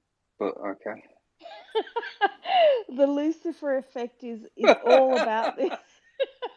And it tells you how you can, evil is situational. So you put the Stanford prison experiment. So you put people into a particular situation, like farmers that were innocent and beautiful people started killing people because we're not naturally supposed to be that way. But if you put us in a situation that's, has a lot of anxiety, fear, blah blah blah, survival, people will do what they're going to do. We are fundamentally I wouldn't animals. though. I know for a fact I wouldn't. I would Oh, I probably just punch a want to say, I'd scientist. eat like, your children then, because if it I don't came know. between See, my family and you starving, I'd eat you. yeah, I'd you have a see. conversation with you. I'd think, oh, he's really nice. I But just want to Well, say that, I like, would punch a scientist. I would probably punch a scientist. I'd be like, I don't. "What on earth are you making me do, you crazy But bastard?" but hold on. The good people are really, really, really rare because you're going to have to put your life on the line to save my child. You're going to have to put your kids' lives on the line to save mine. Are you really going to do that when it comes to your child surviving or mine? Are you going to put your kids at risk? It's like Sophie's Choice, and It's to a some pretty extent. difficult one. It's a really hard one because your kids might go to the gas chamber in your attempt to save Whoa! mine. I just want to say, like, with Oi, vey! back to That's like the shalom. convoy real quick, I'm like so upset right now. there was people that like put their jobs on the line, right? Because like their vehicles got towed, and I feel like there was just this effect where the media tried to really make it look like they tried to say that it was like the Maverick Party. My dogs are fighting. They tried to say that they were a terrorist group and all this stuff, but really, like, they made it very clear that they're against mandates. It's not pro-vax. It's not anti-vax. We are against Yeah, being mandated to do something. Ocean, it doesn't matter. The details don't matter. No, the storyline doesn't matter. It's just fundamentally what human beings do. The details don't matter at all. Sorry. But I just feel like the convoy did win in the end because the mandates didn't go through. And then all of a sudden they're like, the science changed, and then the No, war happened. they already did what they were needed to do. Like if this was a social experiment across the world, you It know, was. a lot of people it already they got what they wanted anyway. So all the little narratives don't matter. They're just, you know, they're just little narratives. Danny. Pretty much control the narrative or control the propaganda, and you can just change people's kind of perspective of it. So, as we're just, let's say, for example, Iraq war, we pretty much got all information that they want us to hear, but then we listen to, let's say, perfect example. Okay, so in Iraq, there was I forgot the young lady or something was saying that Iraqi soldiers were killing babies and women in hospitals. That was not true, but because it came out in the news and everything like that, it became much more difficult for the war to stop. For one specific lie, made a whole mess of it. And I think it was in the 90s. I think that's a good point, I Danny, because completely what's agree. reality? Yeah, what is reality and who shapes it? Is reality the narratives that we hear, or is it what happens in our home? Is it what's on TV? You know, what is reality? From someone that's in an armed forces family, right, I can tell you, we should never have gone anywhere near the Middle East. It was a finely balanced bunch of people that were fighting amongst themselves, and we should have left it alone. Well, There was this thing, profit to be everybody, made. a country needs a boogeyman. So they'll instate any type of boogeyman to prevent, let's say, well, to still have, because war makes money. So you need the enemy. I don't know why. Well, that concept is, I find, Well, kind of becoming well, obsolete, but they still need. Danny, haven't we spoken about this before? How the war profiteers need to make money. So if there's no war, how are the war profiteers going to make money? Well, that exactly it. We're still in that kind of stasis. But as soon as, let's say, we don't need war, as because it's lack of materials, lack of food, lack of energy sources, as soon as all that is kind of solved, it's utopian. But then it's still going to be bad because some people probably will not like Utopia that doesn't kind of exist. utopian kind of concept. Well, it's in our heads pretty much. A utopian concept will always be what you think a utopian world would be. Exactly. Think. It can never be Exactly, real. because we're all separate entities. We all have our separate ideals, our ideas, We'd have and to make we'd have to make profiting from war illegal before that can happen, though, wouldn't you say, Johnny? Danny? Hell no. Britain yes, makes I ace weapons. Get lost. yes, I would agree in that certain extent too. But it's becomes difficult when we're always in a rut in a cycle. As soon as that cycle breaks, yay! Everybody gets everything they want. But I'm waiting for the AI war. No, no, I'm kidding. I'm kidding. I'm kidding. Mr. No, Free? there's something in that though, Danny. Like the AI war, who's going to be the one? Because there's something called the technological singularity. So it's when artificial intelligence supersedes human intelligence, and Singularity. who's going to impose those morals, what morals are they going to have? What morals are they going to have? So it's like the paperclip theory. I don't know if you're familiar with that, but like it's a Nick Bosum You get theory. war It's like games where there's like it's tic nearly tac 20. toe. It's nearly 20 years old.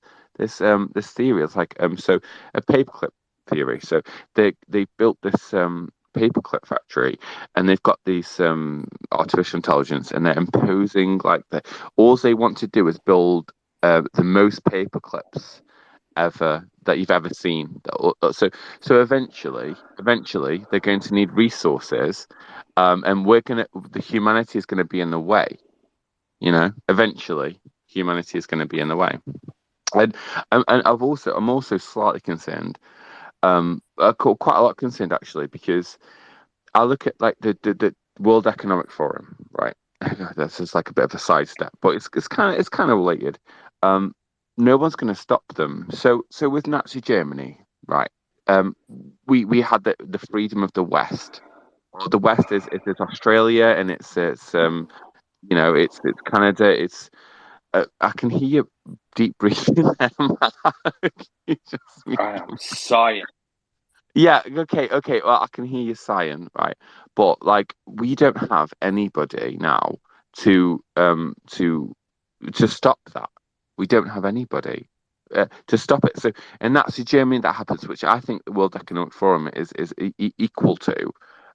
If they get the job done, everyone seems to be on board. Like Build Back Better, all that kind of nonsense. They seem to Hold all on, be. but hold on, Mr. Free. The people who are investing most in AI are the warmongers, the armies. Just like they invest in neuroscience and psychology. A lot of the research that's been done has been, even the IQ tests were done for soldiers. So a lot of the science is consumed or promoted, and a lot of the AI is going to be promoted by people who want an advantage in war. So it depends on who develops the AI and where the most of the funding goes, and that will shape what AI turns to That's what what I how. mean. So are they going to invest Chinese morals into the artificial intelligence? Is that the one that's going to I'd supersede like number humanity? 69 and 43 off that army rank, please. but that's Oh. So that who's exactly that's the investing? worry. Where's all the, I mean, if it's going to be armies that are going to be developing AI, then that's going to be shaped accordingly. But by whose standards? That's the question. By whose standards? Whose standards? Whose principles, morals are Well, going to it's like create that? it's like the race for the moon. I mean, all the countries are going to be racing with their armies, trying to make it more and more and more sophisticated. We already know that. I mean, we already know, and I think Elon Musk touched on this, saying, most of the money that's going into AI is going in through, the people who want more. So, Danny, go on. I would just like to say, I'm tired of war and politics. You know, it irritates me as someone that just wants to live their life. It gets on my nerves, man, and that's what people should be thinking right I know, now. I know, I noticed that. I noticed that by your huffing and puffing. I don't think any of us want war, but go on, Danny. I understand the concept. It's okay. So right now, the AI is a tool, and I understand is the creator. So it really all depends if it's a group or something or a single person that creates the AI. They will always put, let's say, their own morals, experience, blah blah blah.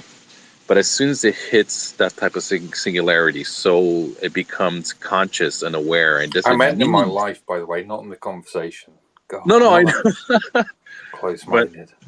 it's at the end when the AI understands that it doesn't need its creator to just build. As soon as that hits that point, it becomes the top of the food chain, and then human beings are going to be right under. And there's going to be a few methods. People will probably have to adapt, go against, or just not give a damn. Is it So, is it go- is it going to? Do you think though, Danny? Do you think it's going to have like good morals or bad morals? Because well, it's that's the going to have thing. the I wealth. think It's it's going going to to have the wealth. morality for them. I think it's going to be obsolete. They're It's just going to gonna no, probably but it's No, use gonna it no, on but a it's gonna have the logical wealth. basis. It's going to No, have it the wealth depends. of humanity's But you have to knowledge. say, No, it's Case, not. It's not. It's going to be more. It depends on who puts more money in it and who develops it. That's the shape it'll take. So if we put a lot of money and development into it being a war machine, and that develops consciousness, it's going to have a war consciousness. It's not going to be, fluffy ponies. but also don't forget, it can change its consciousness. It can But adapt, so why? it could What probably is? switch its But source code. why? But why would Because it it do will that? What? understand other it'll cap other information, it'll cap other data. But So yes, they're focus driven in certain data of war, but then they can observe, let's say, social interaction between a family. They're going to be seeing maybe I don't know, anything. but So what's it the will cap. incentive? What's the incentive, Danny? The incentive is probably evolve, grow at But do that we point, care about because right now animals? they're only receiving a certain data that's focused on war. But if it But human. expands its data, it's probably But gonna see, be somewhat like a human being, right? So it will but adapt with the information they have in front of them. but And wait, sorry, Shirley, but and I wait, can't go co-host. Sorry, Mike, it's weird. but wait, All wait. human beings Skynet are different. scenario. It became All human Wait, self-aware. wait. beings. I want to. No, no. Let Sherry speak very quickly. But if we look at human beings, we've sort of like with religion, we've separated ourselves as higher consciousness and beings, even though we're not. I don't agree with that, but we've done that, and we've made a lot of animals extinct, and we didn't care. So I don't understand why AI, if it does know itself to be a lot more intelligent and better, why it would care for us animals that it might see as like insects. Well, that's the thing. It would be all We're the only depends. species. We are the only species that has protectionist things about other animals, Sherry. So I think this is horrible situation that we're in. Everything seems to be anti-human. Everything seems to be anti-human. Like we actually care about preserving the species, other species. We And do, do you think a lion gives a shit about us? No, it doesn't. Do you think like a bug on a tree gives a shit about us? No, it doesn't. We do. So I mean, don't sell us short, Sherry. Don't sell short. I'm just having the Wait, how argument do for you know if argument's the bug or sake. the lion will? I'm just bringing hand, up, I'm being playing hand up, devil's advocate. hand up. Oh, Well, that's the shush. thing. It really, it's certain scenarios. It really all depends because we're not really in the shoes of the AI. It could be, yes, The going against AI's us got because they shoes think there now. were What's it next? bacteria in Some the world and jumper, everything some else like that. trousers. But it can go focus on on the other side, saying, yes, there's a good population of people that's hindering the world, but then I see other people trying to aid the world, to aid society. So it's a case by case scenario, and it's going to be difficult. So it all depends on the consciousness of the AI and their Case by upbringing. case. Who's programming the AI? Well, I just want to Exactly. say this They'll reminds me of have a an agenda. conversation I heard yesterday where now when kids go to school they're getting like the Google books and they're called like they're Chrome books, so they're encyclopedias called like Chrome 1, Chrome 2, Chrome 3, which I thought if you think about creating a collective consciousness, encyclopedias being named Chrome, like after a chromosome, kind of is in an interesting like connection. But I just want to say, if it was a true AI, it would realize, like, I think yes, being war based in the beginning, but I think it would realize that war isn't good too, and I think No, it it would wouldn't. strive for absolute balance. So it would be like there would only be the right number of things, and then there would be no extra things that you It would don't need to Thanos it. survive.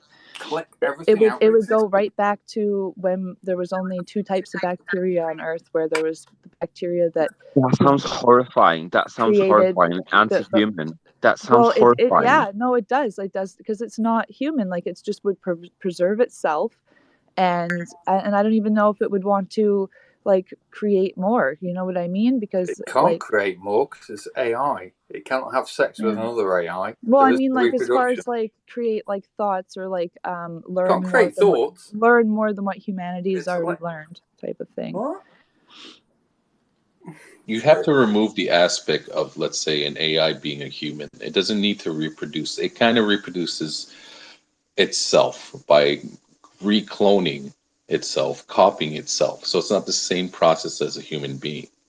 And that anti-human kind of concept So if you derived by cut humans. off electricity, how does it reproduce?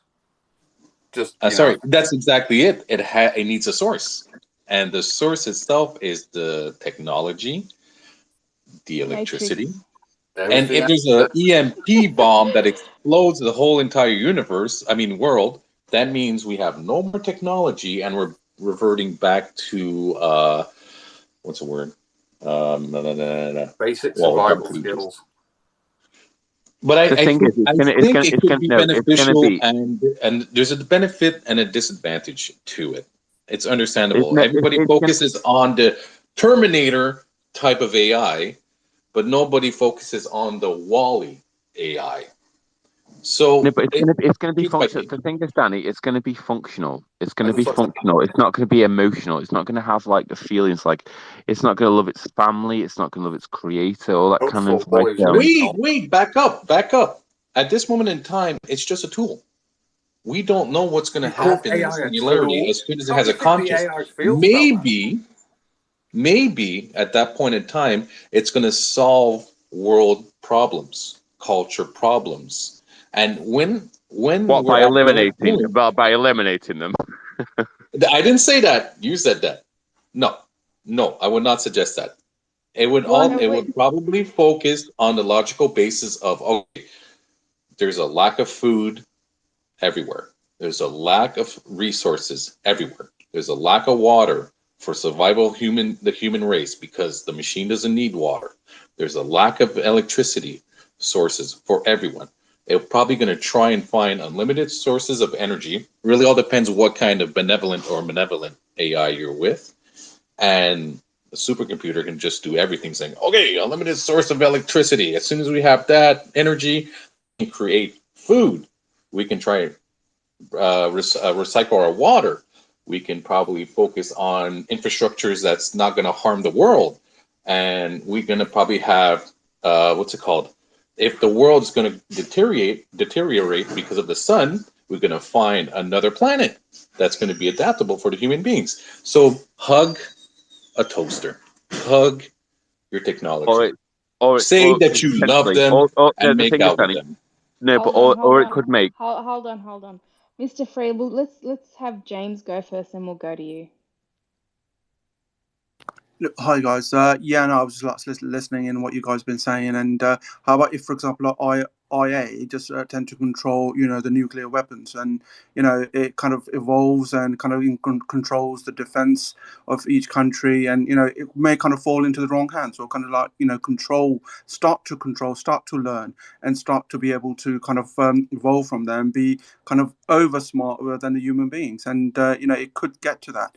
And it just like you need a kind of a worst case scenario of what happens, and you need to think about in terms of if it does come out of control, if human beings are going to get controlled by AI, what would you do in that aspect? If you're saying about pulling the plug on electricity, you kind of like take the scenario of the Matrix. They use human beings as electricity, and being able to kind of get the energy from what they need, where they need, and what they need it for. That's all I need to say. I think as human beings, we're a poor source of energy, for one thing. But it was a good movie, I must say. The other thing is, I don't think AI is evil. I think people have that capacity. I don't think it's going to have value judgments. But again, it depends on who develops it. And I think you should, as Danny was saying, hug a toaster and be nice to your AI and tell Google thank you, and be good to Siri so that, might be useful. Let's not freak ourselves out though. I Yeah. think we do need to sit with the not knowing. Not knowing is probably better than coming up with scenarios where, we're going to be chased by AI with knives. Am I allowed Data to? will Am I always be allowed to data. speak now? Because I think what James said was actually super interesting. I do think we have to worry. Actually, I do think we have to worry. I think we have to worry about who programs it and what their moral compass looks like. I think we do. I think we Programming do it, have you're to. done. No, I just want to quickly say I don't think we should be worrying because worrying's not going to do anything. I think people need to start learning how to use technology. I think like it's less than 1% of people in the world actually know how to work this technology. So that if you want to prepare, just understand technology. Go on, Danny. That I understand completely. Um, because that's the thing, we always focus on the future. I would probably focus more on our present lives and focus what's around us. Let's say our well, our family, our household. If you can kind of make some small changes in your life, that probably is going to help a lot.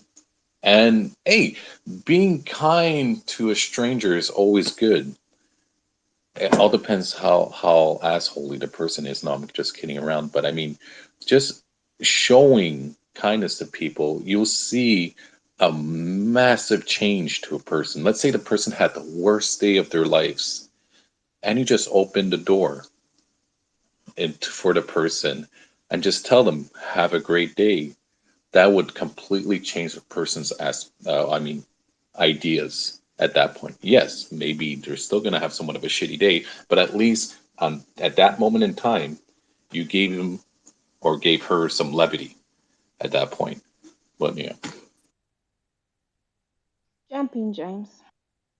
What I was going to say was, can you just imagine yourself without any of these technologies? How would you be able to survive without these technologies? Like, would you be able to kind of communicate, see, or be able to go somewhere? Like, you look at it now, or 10 years, 20 years, 50 years before, like, technology is evolving. We are kind of upgrading. We are kind of making easier for ourselves or the next generation. And the kids now are, you can't imagine how they were when we were kids. When we were growing up, we didn't have these kind of technologies what we have now.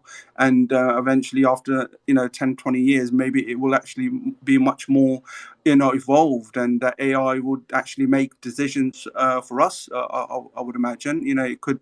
It could really get kind of hectic, or some people are really quite scared of using technology. They don't understand it. They don't want to use it. It's just some, like social media, and it's just like, I don't want to go on Facebook or Twitter or wherever, because it kind of comes back to you. It kind of controls you, or you're kind of like so in depth into it. It's just the whole purpose of life kind of seems to think that you can't live without it. It's just some, there are some scenarios that which kind of keeps you always within technology, but some people are just way too scared of using it. So it's not, it's just, yeah.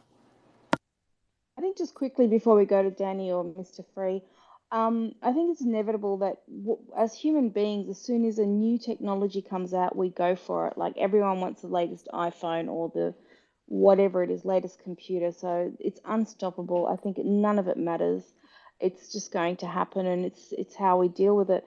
Going back to what Danny was saying, it's like, how are you living your life right now? Are you getting any joy? Do you know how to garden? Do you know how to look after yourself? And do you know anything about technology? Are you doing anything about it? I think sitting there and worrying about it is probably the worst thing you can do. And I don't know if it was Danny or Mr. Free next. You guys work it out. go right ahead, free. No, it was Dan. It was Dan. No, it was Danny next. It was Danny. Oh, thank you, free. Just very quickly. Well, humans adapt. So because I think the fear is that our technology is going way faster that people probably attended, like a normal human being would attend, and that fear stops them in their tracks. So if they don't adapt with, let's say, they have in front of them environment, blah blah blah blah. Well, they're just afraid of losing their divinity to a machine, right? That's what it is. They just be like, Correct. "Hey, don't take my divinity away from me. This is all I have left." Exactly. But that's the thing. It's the fear that what they knew before will affect their reality, will affect their future. Because everybody already knows, oh, I know everything, but at the end of the day, we don't know anything at all. We don't know nothing to that point. We just have theory Well, I mean, look at this and conversation. practices. Like, how many people in this conversation right now have ever laid a single keyboard stroke on anything resembling AI as apart from a user? Right? There's like, what? I did. Oh, it's only Brad, eh? Probably I only did. Brad. I did. But GPT-3. you understand, right? Right? Like actually putting one finger after another on a keyboard that's not on a front end. Go I ahead, had a Brad, and then Mr. Tamagotchi. Frick. Does that count? Exactly. Go ahead, Brad, and then Mr. Frick. I helped develop GPT-3. Yeah, you know me. You down with GPT-3? Yeah. Go ahead, Oh, Mr. Mike, Frick. you missed. Were you there when Ahmed Yeah, was what did talking about his plight? Was it I was? R2D2? No, I was talking to our friend in Medellin. Uh, what's going on? What's the latest? Are we all still friends? Do we hate each other still? What's going on? I fucking hate you, and I you hate all of suck. you. Yeah. I You think we can suck, all agree that we and hate each other, and that's what really brings us and together. It's also not beauty, it's hatred. you are gayer than two dudes fucking. I'm in Toronto. We invented gayer, right? We taught the world how to be gay. We invented care. What the fuck? That's awesome. This is the two ways we were able to get back to the U.S. is selling you guys on the idea of Voyager token. That was Saskatchewan, and the other one was convincing you guys that it was offensive not to use someone's pronouns. I think that was the two things we brought to the U.S. that is Oh now leading shit! to I your forgot downfall. And that was Jordan You fucking forgot that Peterson. one, right? You forgot Jordan that one. Yeah, yeah. Peterson, man. It takes a little while for these things to manifest. You know, now that you guys believe it whole cloth, it's we just watch I it have from here eating a theory. poutine. I have a theory about why that became a thing, why it became such a big thing to be like, I am a she and I am a he and I feel like it might have became a big thing so that way like people knew how to identify you better. I don't know. I just don't understand why it's such a big deal. Like it shouldn't to me it shouldn't be a big deal like if you want to know somebody's sex like you ask them, but I just feel like it became a big thing and it's just an easy way to like break people up into even more groups. You know what I'm saying? From So What do you like, think? Mike, What do you think, Mike, Mr. Kurt? give Yeah. our poutine back. We want our Well, poutine back. I Yeah, you think they say bastardizing it, putting toppings and shit. Get the fuck out of here, Mr. Free. What do you think? No, I'm annoyed now because you came in and stole the show. But what were people talking about before? That was my well, subject. I I think believe in I Canada corrupted y'all the call it room. poutine. In America, we call it eating poontang. No, it wasn't. It wasn't even. It wasn't. bro, It, you it put Oh, wasn't gravy even on that's the pussy, accent. truffle butter. I think. Yes, you're right. That's the gravy. Pootie tang. bro. Poontang. How'd you find a What? girl that'll let you pour gravy on her pussy? Oh dear, goodness me. Aren't we Also, if gravy there's any already? girls that'll let me pour gravy on their pussy, raise your fucking hands because that's hard to find. maple syrup though. I'm Canadian, but it was I'm Yes, maple Canadian. I'm syrup, from Brad. Toronto. I don't live there. I live in Portland, Oregon, but I was born in Toronto. There you It go. Scarborough, tastes like baby. that already. 416. See, I Yeah. don't like how you discriminated against, syrup. What about blueberry? You just went right to the maple. They don't grow blueberries in Canada, bro. It's too cold. No, bullshit. There is Quebec, blueberries in Quebec, Canada, you fuck. blueberries. Discrimination, Right Genesis. the fuck up. I made that right the fuck up. I promise. I have no idea where blueberries do or do not grow.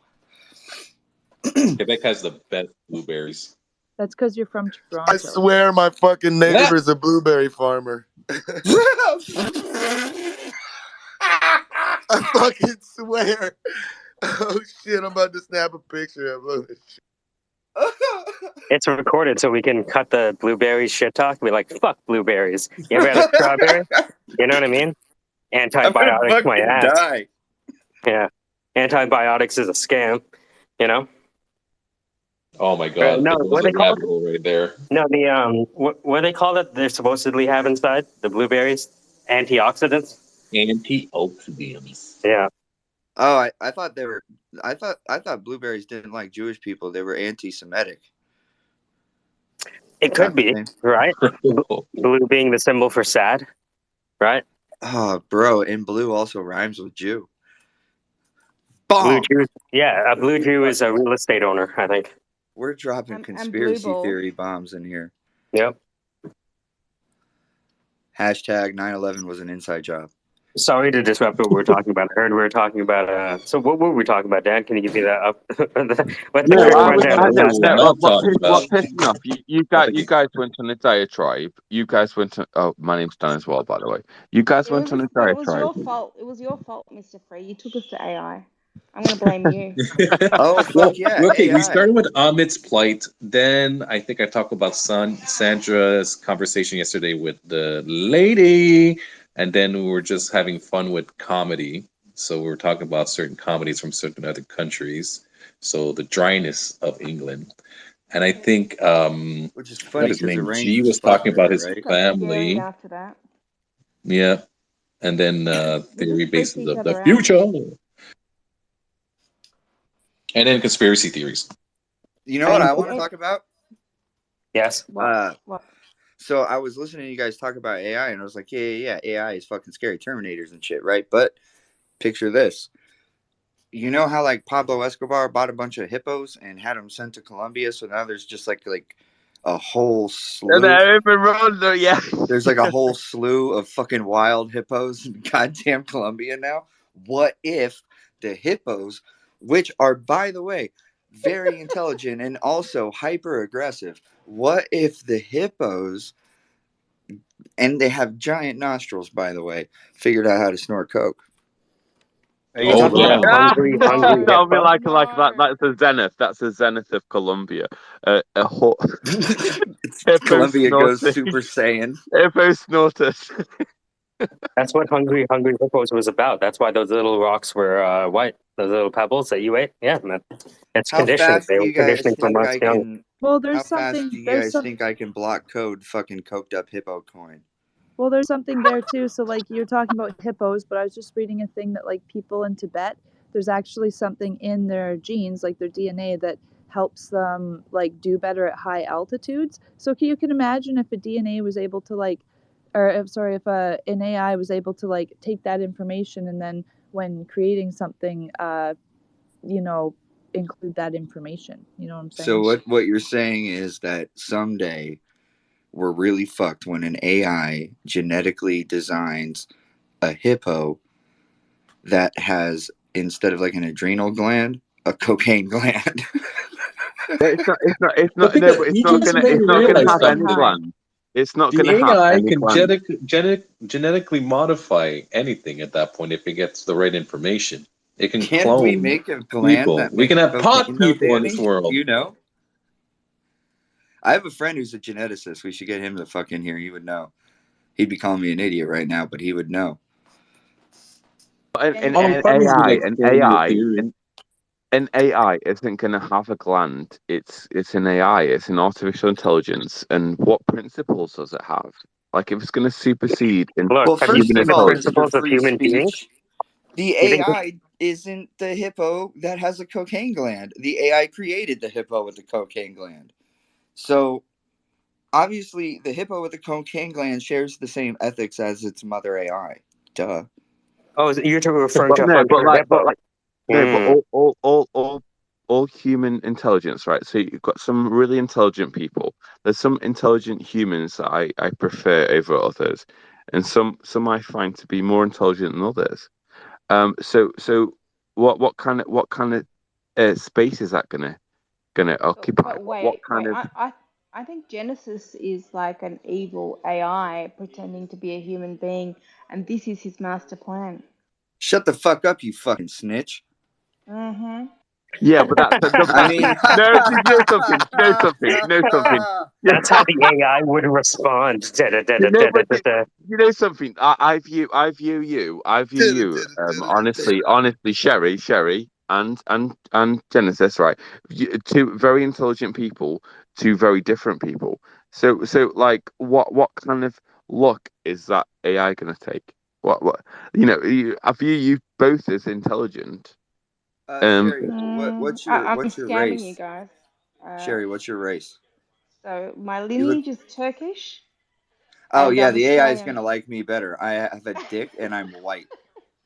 Damn you! I can try and seduce the AI and like try and beat you. I have a good voice. Nope. I'll No effect trade at my all. voice. Sherry used sexy voice. It was very ineffective. It's a resilient Damn AI. you. What's going on, the assigned? What are you saying? It's funny, you know, somebody got upset at me because I didn't use I said I was Guyanese, but I didn't change my hand emoji to brown. Right? And they Oh were like, shit! how dare you misrepresent your race Why? with using the wrong Did, hand? I swear to God. did you see me raise my white hand of privilege? Yeah, I saw it. But the thing is, like, I think that's what brings us all together because no matter where you come from in the world, we're all white on our palms. Damn right, and black when the lights go out, you motherfuckers. There you go. Brad, are you cultural You guys, appropriation? Fucking the brown hand of Ja, oppression I'm speaks. Irie man. I'm Irie man. I live down by the yes. beach. Yes. Fantastic. This is what Genesis I'm here for. cheating. Fucking Cheating right. again. Well, that was something else that I looked up was like the first like migration of like humans and stuff like that, and I just found it interesting because like the Neanderthals were alive when Homo sapiens were alive, and like all around the world there was these different humanoids that Do could you know what happened to magically the Neanderthals? breed with Homo sapiens, like, you know what I mean? So wouldn't like We're all like Homo Neanderthals. erectus have to leave Africa and spread out and create these other like species for us to be able to breed with? It's not just like Homo sapien wandered along and all of a sudden there's like a perfect Neanderthal that we can breed with. You know what I mean? Like, it just, to me, Well, it I makes live on a sense farm, to and understand. people breed with all kinds of things. It's just No, been don't say done. that. Don't Why say the that. fuck do you sound like the black guy they replaced Tyrese with in Fast and the Furious? I don't know. I need a voiceover, a little gig. Shit. Fuck, bro. If they ever do a cartoon, you're hired. By the way, you said Homo erectus. I knew you would go there. Yes. You know something? It's Yeah. This is homophobic. what That's I'm here for. homophobic. That's homophobic. I mean, like, Come for if Neanderthals, stay for yeah. Homo erectus. If you see what happened, Liz, as soon as one of the animals figured out mushrooms, they killed off everyone else. They Dude, started making tools and they killed everyone. I heard on the internet that we ate the Neanderthals somewhere along the way. Well, we fucked them and ate them. I don't Well, know. I Yeah, don't know. I thought we that. bred with them. We bred with them. It's like a I didn't bunch of say we people are didn't like fuck them. I said 5%. we ate them. Well, I'm Yeah, just saying, like, people with before. like blue eyes, does that not come from like a group of like people that are more like northern? You know what I mean? So it's like, who's to say we didn't get traits from breeding with other species? You know what I'm saying? I think we started off as Neanderthals and now we are Meanderthals. You know what I mean? And just meandering. Oh nah, bro. That's terrible. Hold on. Aren't blue eyes Smoke and a white joint. That was skin? good. I'm disappointed. They're mutations. The blue eyes I and appreciated the joke, to Neanderthals be on honest. Twitter Spaces. Would you like to meander around a bunch of ideas that none of us understand or ever even touched? Welcome to but Twitter Spaces, where we can meander we're together as human beings. now we're meander trolls. Ah, I like it. We're getting closer to product market fit, I think. See, man, that black dude that Assign sounds like, he plays a lot of bad guys in movies, but Assign doesn't have like a bad guy vibe. So now, because I have autism, it's very conflicting. I want you to know. Did you have the MML vaccination? I explained that I have pigs. I'm a pig farmer. I want you to know I'm a Are very you a bad pig man. farmer? Are you a pig I have a farmer with pig the MML too. I vaccination? fuck with that, bro. I fuck with that. Not kidding. I'm Southern Oregon, bro. Right here in Medford, Bro, right outside. I live in Told you. fucking Portland, Oregon, bro. In fucking Cave Junction. You know what it is out here. Did we already fucking talk about this before? And I smoke a lot of weed. Yes, and I grow it. Fuck yeah! All right, I'm coming to your house, man. I have an industrial hemp license, and I've been growing cannabis for a long time. Bro, It's not the time of the talked century to about be the doing fact it. that I owned a extraction lab, right? No. Yeah, I won like the dope cup, the cannabis cup, like everything. Oh, bro, that is Still amazing. coughing. That takes some shit. So you blew like, did you win for live rosin or just your No, own the closed loop hydrocarbon. Oh, nice. Yeah. Oh, that's super fucking. What is that like the Thar kind of shit? It's all crazy. I was doing butane and propane. Okay, 60-40 mix. I know about that. It was like Make that butter. 73-20. It was like 73-27, but yeah. Makes that butter. Yeah. How far are you guys away from each other? About We 5 like hours. really? Is it that far? Maybe it's Yeah. 5 hours. Yeah. Yeah, about 5 hours to Dallas. They call it Dallas, but it's the Dallas. Yeah, right? It is definitely the Dallas, right? Yeah. They call Why it the Dallas. fuck do they call it Dallas? Is it because I it's don't know. stupid? I don't know. What the fuck? It's weird. That shit pisses me off, bro. And y'all Couch got Street. Couch, yeah. it's spelled couch, bro. Why do they call it cooch? That's worse. I know one thing. Y'all got the fucking food up there. Oh my god. Bro, Just come up to fucking Portland, crash on my couch. We'll go look at eat. fucking We'll be spot. merry. Oh Well, hold man. on. I live in a really nice neighborhood, man. We can You walk Nice. would, around. you guys would have a great exchange because, like, the assigned has the agriculture, and Brad has the yield farming. Oh yeah. It would I'm sure we could figure something out. It ain't Wait, rocket science. yield farming. You know that means a different thing in weed, right? Yeah. No, I was talking to Mike. Yeah. You're Okay. generating actual yield. Oh, okay. Yeah, but I know how to do that with weed too, because Right. making That's extract. why I want you guys to meet because Look, we just got off the yeah. phone talking about this whole brand idea, and it was like, oh, now we just met the guy, and you guys are 5 hours away. Isn't that weird? The time Yeah. between ideation and physical manifestation has never been shorter. That is Dude, real. that was the most crystal bath hippie chick shit I've ever heard you say. Look, the ethicator to the audience. The ethicator to the audience, guys. Oh yeah. Absolutely. Hold Yeah, on a second. I'm gonna rub my chakras. I'll be right back.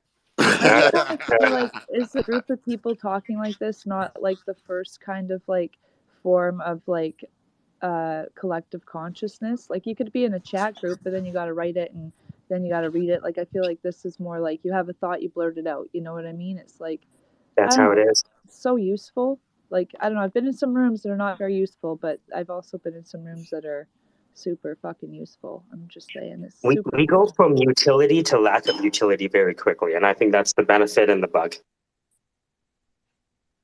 Like, I want to incorporate a science farm, make it incorporated, and then do crowdsourcing for funding through fractionalized shares. Fucking guy. That's, yeah. I hit you right there, bro. We'll link for sure. All right. All I heard was fractionalized shares, and all I have to say as I walk back in the room is that shit's a security, so don't do it. Well, Right. question, if I turn my farm into a corporation, if I go incorporated, and then through tokenization, crowdsource funding, I'm effectively selling shares of my company. Mm-hmm. That's pretty legit, right? Like that is legit, but it's a legit security, and that's and that's fine. There's nothing yeah. wrong with it being a security. It's just as long as like you ahead of time know. Just as long as you know it. Yeah. Right, because that's So because I'm watching like little businesses go from sole proprietor S corp to fully incorporated, and it doesn't seem so bad. You know what I mean? Like everyone's like, "Oh, don't do that," but like, well, it's pretty decent mechanism to, sell equity in your project, basically. But like, don't you? If you sell equity, even if it's private, you still have to have a board of directors, right? Like, yeah, I don't remember. I think you do though, even if it's private. And then you need a lawyer. You need an attorney to be on the board. You know? Right, and you have to have 5 motherfuckers for a board, right? You know how hard it is to find 5 fucking smart people to show up on time?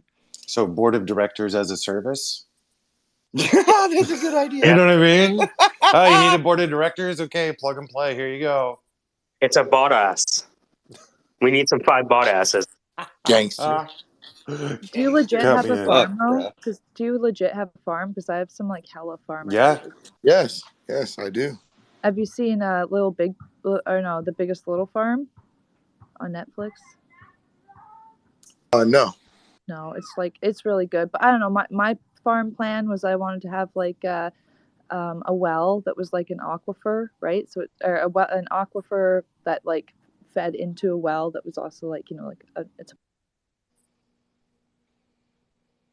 I'm sorry, 2 seconds. My son just woke up and he's trying to explain how our chickens got out of the coop. Ha, that's awesome. They have a little crack in the fence. Yeah. So they jump like that to get out of the crack. Okay. Okay, guys, it's time for cereal. I love y'all. Blessings. And Yeah. we're going to link, More, because brother. if I don't give full attention to this young man, then I am violating the sanctity of what the fuck a dad is. So, Yeah. And also, I'm you fucking probably do see curious. some chickens. Yeah, we're going to jump right back into chickens and Transformers from 1984. We ain't playing around. Right? Hell yeah. Originals Starscream. G1, Take son. them. Take them G1. from the children. Give them to us. We'll play with them. All right. Blessings, guys. Especially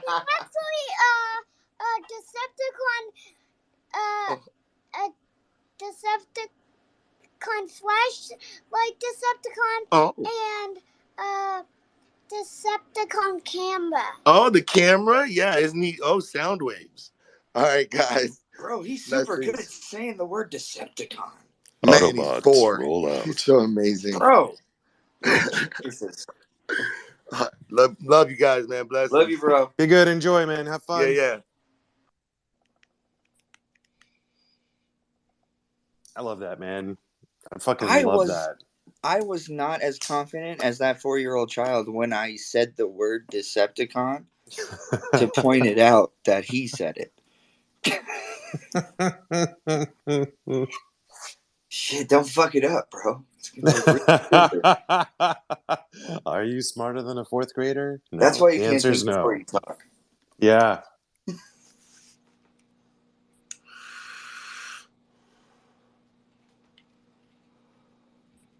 By the way, Bitcoin's gonna run back to 25,000 this weekend. This weekend? Yeah. Dude, when is the collapse coming? When is that fucking 16.5 gonna Never shake it? No? No. We saw it. It was. By the way, we saw it, and I predicted it I predicted it like 2 weeks ahead of time that it would happen the day it happened, and it was 17,600. So what are you saying? This is the floor, and we're just waiting for the run? Yeah, 23,000 is the floor right now. There we go. Unless I see significant evidence, like for example, for me to not believe that 23,000 is the absolute floor, it would have to go from 24,800 to like 22,800 in, I don't know, a 30-minute candle. Wow. Okay. So you'd have to see some pretty steep volatility for you to shake your confidence on the floor. Yeah, it would be some obvious like institutional kind of shit. You know what I mean? And that would trigger Cascade. But that Cascade would only go to 18,000. Do you have any thoughts or fears on the Fed meeting in September? Why would I have non-sequitur, thoughts or not fears about non-plus? something that's so easy to predict? Or, well, I mean fears. Good call. Thanks for the correction. Any visual motion on this pending the Fed movements on Prime? Or do you think that's a non-plus? I think it's I think that I am personally non-plus about the Fed meeting. Okay. I think that companies like regular equities, and you'll rarely hear me give opinions about regular equities, but I think regular equities that have an upside down value ratio are fucked, like super fucked. 18 months. There's no saving. There's no saving it. They're gonna get right side up. If you're surviving through leverage right now, it's a dark day, right? Yeah. I mean, unless you're me, because I literally trade on leverage every day. But I mean, it's different. That's a slightly different model. I get the different. point. I get the point of what you're saying, though. So in But general, the companies that are leveraged, companies shouldn't leverage and they shouldn't fractionalize capital. Right. It's but a you're terrible saying idea. The companies that are surviving through liquidity and actual production are the ones, obviously. They're fine. So, like right now, not financial advice, if I were an investor trying to build a portfolio, I would seriously look at high value companies that are going for a low price right now, and there's a lot of them. There's a fucking fuckload. So when of you say low price, in my mind, I'm thinking less than plus, what they should trade at. Well, okay. So in terms of measuring that, if I say less than 20% of all time high, does that get into the ballpark of what a good metric is, or would you say more like 50? No, on this one, what I mean is like you look at the books of the company, like go on TradingView, Yeah. and there's definitely like little tabs and shit you can click to look at the basic view of the financials of a company. Yep. Right. So you look at how much capital flow they have. Are they Are they cash flow positive?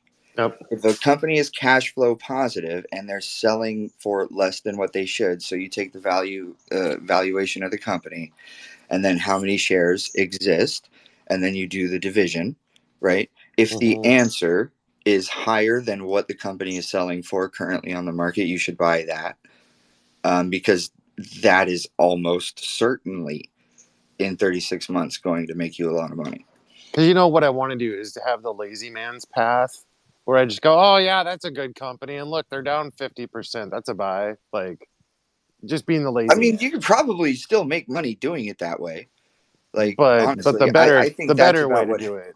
I think that's what half the hedge fund guys do anyway, bro. Sure, right. But what you're actually just pointing out the simple mechanics of how to actually make that decision versus feel the decision. Okay, yeah. Yeah.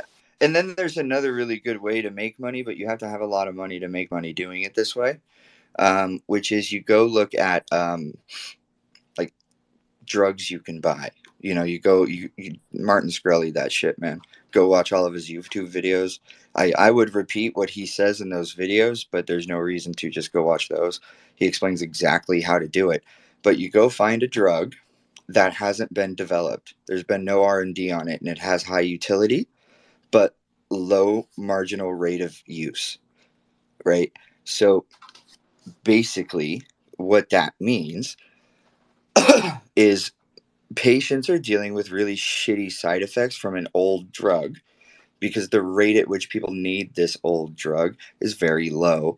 So the impetus upon companies historically has been quite low, right? But as the population of the planet, you know, continues to grow in places where the disease spreads rapidly, these types of drugs are becoming more and more valuable every single quarter.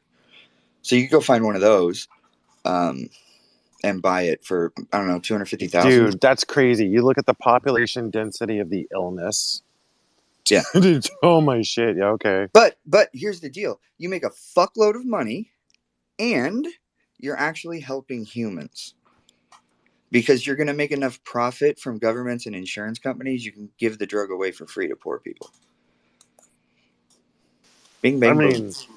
You know, it'd be nice would be to take that model and put it into the Mark Cuban model, the cost plus drugs. That'd be slick to link those two. I don't know much about Mark Cuban other than he's not funny and he's bad at crypto. Oh yeah, dude, all the way. All the way not funny, bad at crypto. But if you go check out his website, costplusdrugs.com, I think, or .org. Oh, yeah, .com. I remember that. Yeah. Did you guys say Mark Cuban? I'm so sorry, say again? Which name did you say? Mark Cuban? Mark Cuban. I thought he was a really He's cool the not so charming owner of the Dallas Mavericks. He's a billionaire. He's super wealthy. A lot of He's a really his nice guy. I think he comes across as pretty genuine. I think he comes across like he might try to fuck your 16-year-old daughter. Oh, I you get the reckon creeper. he's cool. I like Mark Cuban. I don't think you should pick on him. I liked him, Genesis. I liked his interview on Bitcoin and cryptocurrencies as he was taking a defense stance on it and kind of promoting for cryptocurrency. The way, I don't know, he's... Hey, you remember when he said that Voyager was as close to risk-free as you could get in crypto? Yeah. Yeah, I knew that was... Who doesn't make mistakes in crypto? Come on, everyone has made bad choices. Me. Oh my god! Hold on. Someone Hold on. get the needle out so we can pop the ego. Someone take this guy down a couple pegs. You can't. I'll show you my P&L. It speaks for itself. I mean, Genesis, if that's true, can you make But me a only about like millionaire? that one thing, though. I Only can't, about so that one thing. you Like I can't have a predict. moderately average penis, and I'm not that handsome. So Play look, to your strengths, son. Play to your strengths. I mean, because right? you can't predict this market. It can fuck you up. Yes, I fucking can. I fucking do it every Uh, fucking day, Sherry, okay, all professionally. right. So you're gonna have to find me like a coin that I can put $10 in and become a millionaire. You Not don't what have it's anywhere about. near enough money to invest in my fund, Sherry. I'm sorry. And that's not ego talking. That's just the I truth. wanna put in $10, man, and become a millionaire like Shib. I You know? wouldn't take a phone call for less than $100,000 right now. Honestly. Fuck you, Genesis. Like I'm that's just sorry. horrible. I'm Just sorry. make the I next didn't say I Shib, didn't man. like you. You're gonna have to create the next Shib. Everyone in the room puts in $10 and becomes billionaires. Come on, help I'm a super man good. out. No, thank you. I don't want to make any coins unless it's a coked up hippo token because I think that's going places. I think there's real utility there. We can train them using neural links to be super soldiers. Boom. You know, Business plan. this would be a good segue for me to bounce my project off you guys. Yeah, I want you to bounce that project off me, Casey. Fuck yeah. Fuck Let's get yeah, sexy bro. with it. Hell yeah. Hey, did you know they came out with a new flavor of Mountain Dew, Casey? Oh god. What? Did you just call him God? I said, oh god. As in, oh no. Oh no. No, just that's the first tweet from my new account. Shit white guys say.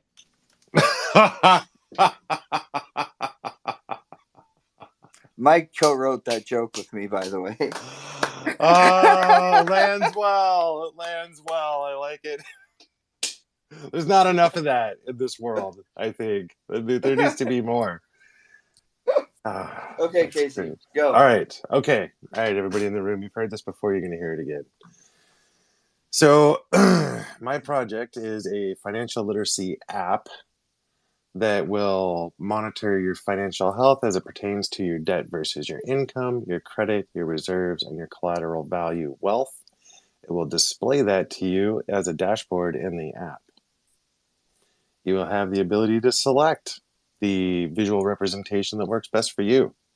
So if you like the concept of your assets being viewed as a pyramid, select the pyramid. If you prefer to see that as a thermometer, see it as a thermometer. That's fine. You can customize the view that most clicks with you. That's the stage one. Stage two, potentially, and here's where I'm looking for feedback on, is taking that data and putting it into a generative NFT, by which your character will start off looking rather plain. And as your debt ratio comes down, maybe your character starts looking leaner, fitter, meaner. As your reserves beef up, so too does your character's muscles. As your credit improves, the eyes start to develop into laser eyes. As your collateral value increases, maybe your character obtains weapons. As your collateral value decreases or you pick up junk and wastefully spend your money, maybe your character develops shackles and collars or weighted vests. To represent. I'm out, bro. I'm out. Oh! The first time I buy a Lamborghini, I'm getting a fucking shackle. You know it. Yes, that is absolutely correct. Look into the mirror of truth and see yourself as you are, not as you want to be. That's the idea. All right, that's it. I tried to summarize it as fast as I could. What do you guys think? That was pretty good, man. That was really fast. I'm a mere female, so I don't understand anything about finance. That's true. Has Her nothing. vagina makes her genetically stupid. Exactly. I learned that from my mom. See, this crosses the gender divide because there's as many male idiots out there as there are female idiots. We could all share in that pie. Nobody fucking knows. Kids don't get an fuck the education in pie, school. though. It's don't fuck the pie. Well, I mean, I saw that movie. It's too late. Yeah. All right, so Casey, some critiques. Please. the way you presented the idea Mm-hmm. is entirely too high resolution. I think you could cut the word count a lot Okay. by saying we're going to have a fully upgrading, evolving NFT that takes on traits that represent our users' financial habits. Yeah. Okay. Okay. I like that. That's my only critique. I like it. I like it. I can summarize it right at the beginning. Our project is summarized by a living NFT that reflects your financial well-being. If you want to go really highbrow, it's the portrait of financial Dorian Gray. See, I like that, but I don't think it's going to land on a mass crowd. But I The like mass that. Yeah, crowd, but if you're like, yeah. if you're smart and good with money, you're gonna have a dope ass PFP for Twitter. Exactly. Exactly. I'm not that guy. I'm out. Now, one of the concepts behind this is that you don't have to buy anything. You can download the app for free. You can get the dashboard so you can have your Dude, private readout. what if someone wanted to date PFPs that only had swords and were strong, right? You're going to see that. You're going to create the new Tinder based on these NFTs. It's fucking racist. Or does it break the racial divide? Easy. Wow. You're gonna I'm have a sold. white Tinder? I'm back in. A winder? Tinder what? A winder? No, we're God damn it, you dirty bastards. You bring You know, it serves me right for bringing this up in this space. I knew better. And I did That it was a really anyways. good idea. Write that one down, Casey. No, but like you're telling me that women don't want to date a guy with a good credit score? Is that crazy? No, dude, I would never date a girl with a bad credit score. Well, there you How? go. See, So how do this you is find out? I can't launder money if I don't have a I'm gonna down have ass to bitch start with a good lying. credit score.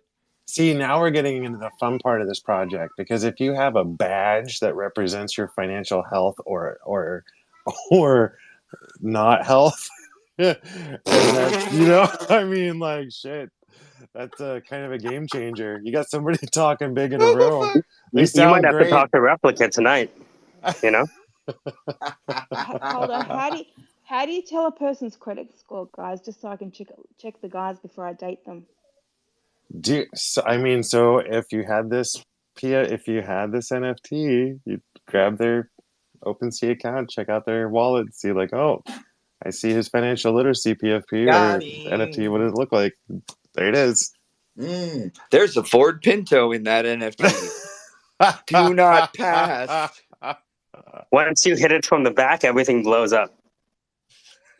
That's so the social impact on this has so much potential because like it peels back that kind of taboo layer, so that you're like, It's also the equivalent to a social credit score, though, right? Yes.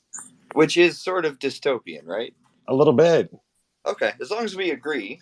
Yeah. But wait, I'm okay with it. Like, if you're willing to admit it's a little dystopian at this phase, then I'm confident you'll try to avoid it. Hey!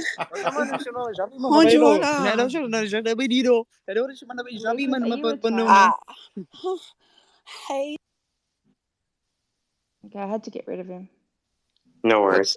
What the fuck just happened? We still don't know. Lucas Was that a made-up language? Was he just going da-boop-be-doop, da-ba-doop-doop? Is that what that was, or am I just high? I think that was the investor. We just made them upset. Oh, god damn it. Oh, I invited him Keep here doing for it. coked up hippo coin. I'm just on too much coke and weed to remember doing it. God damn you, hippo coin. Sniffy, sniffy hippo. So how are you going to avoid it being dystopian, Casey? Well, and if you say hippos, I swear to God. Cocaine hippos. So my kind of concept here is creating the mirror. Death Ranger said half of a smart thing. Hold on. What's the other half, Death Ranger? I don't think a social credit scoring is a dystopian idea. It can be used that way, which any technology and any advancement in civilization can be used for bad. But I think it could be great in our society, honestly, because you can reward the people who want to produce a living society, which is like better for the future of our species, rather than people who would maybe just want to like sit home and collect some sort of UBI or some crap where they do nothing. You guys, I just want you guys to take note that this is the first time in history this has ever fucking happened. I waited till he was done talking to tell him he was fucking wrong.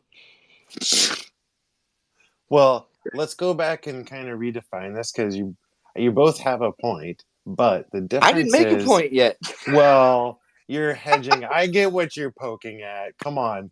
So when we say social credit score, that's not actually what we're doing, because a social credit score involves your day-to-day charitable contributions and who you're interacting with, and does that match to the big brother motif of what they want you to do. That's not what we're looking for here. What we Do I need to get are, rid of some people? I don't think so. Do we need to like disassociate with some people just to Oh bring no, us are you talking about me? Am I about to get booted? I was about to say, damn, they're talking about me, low key. Damn. Fuck, No, they I don't can't think kick me so. out. I'm a co-host. Woohoo! So I don't think there's anything wrong with choosing your dating partner based on their financial security. No, I think nothing at all. knowing it is a good thing, right?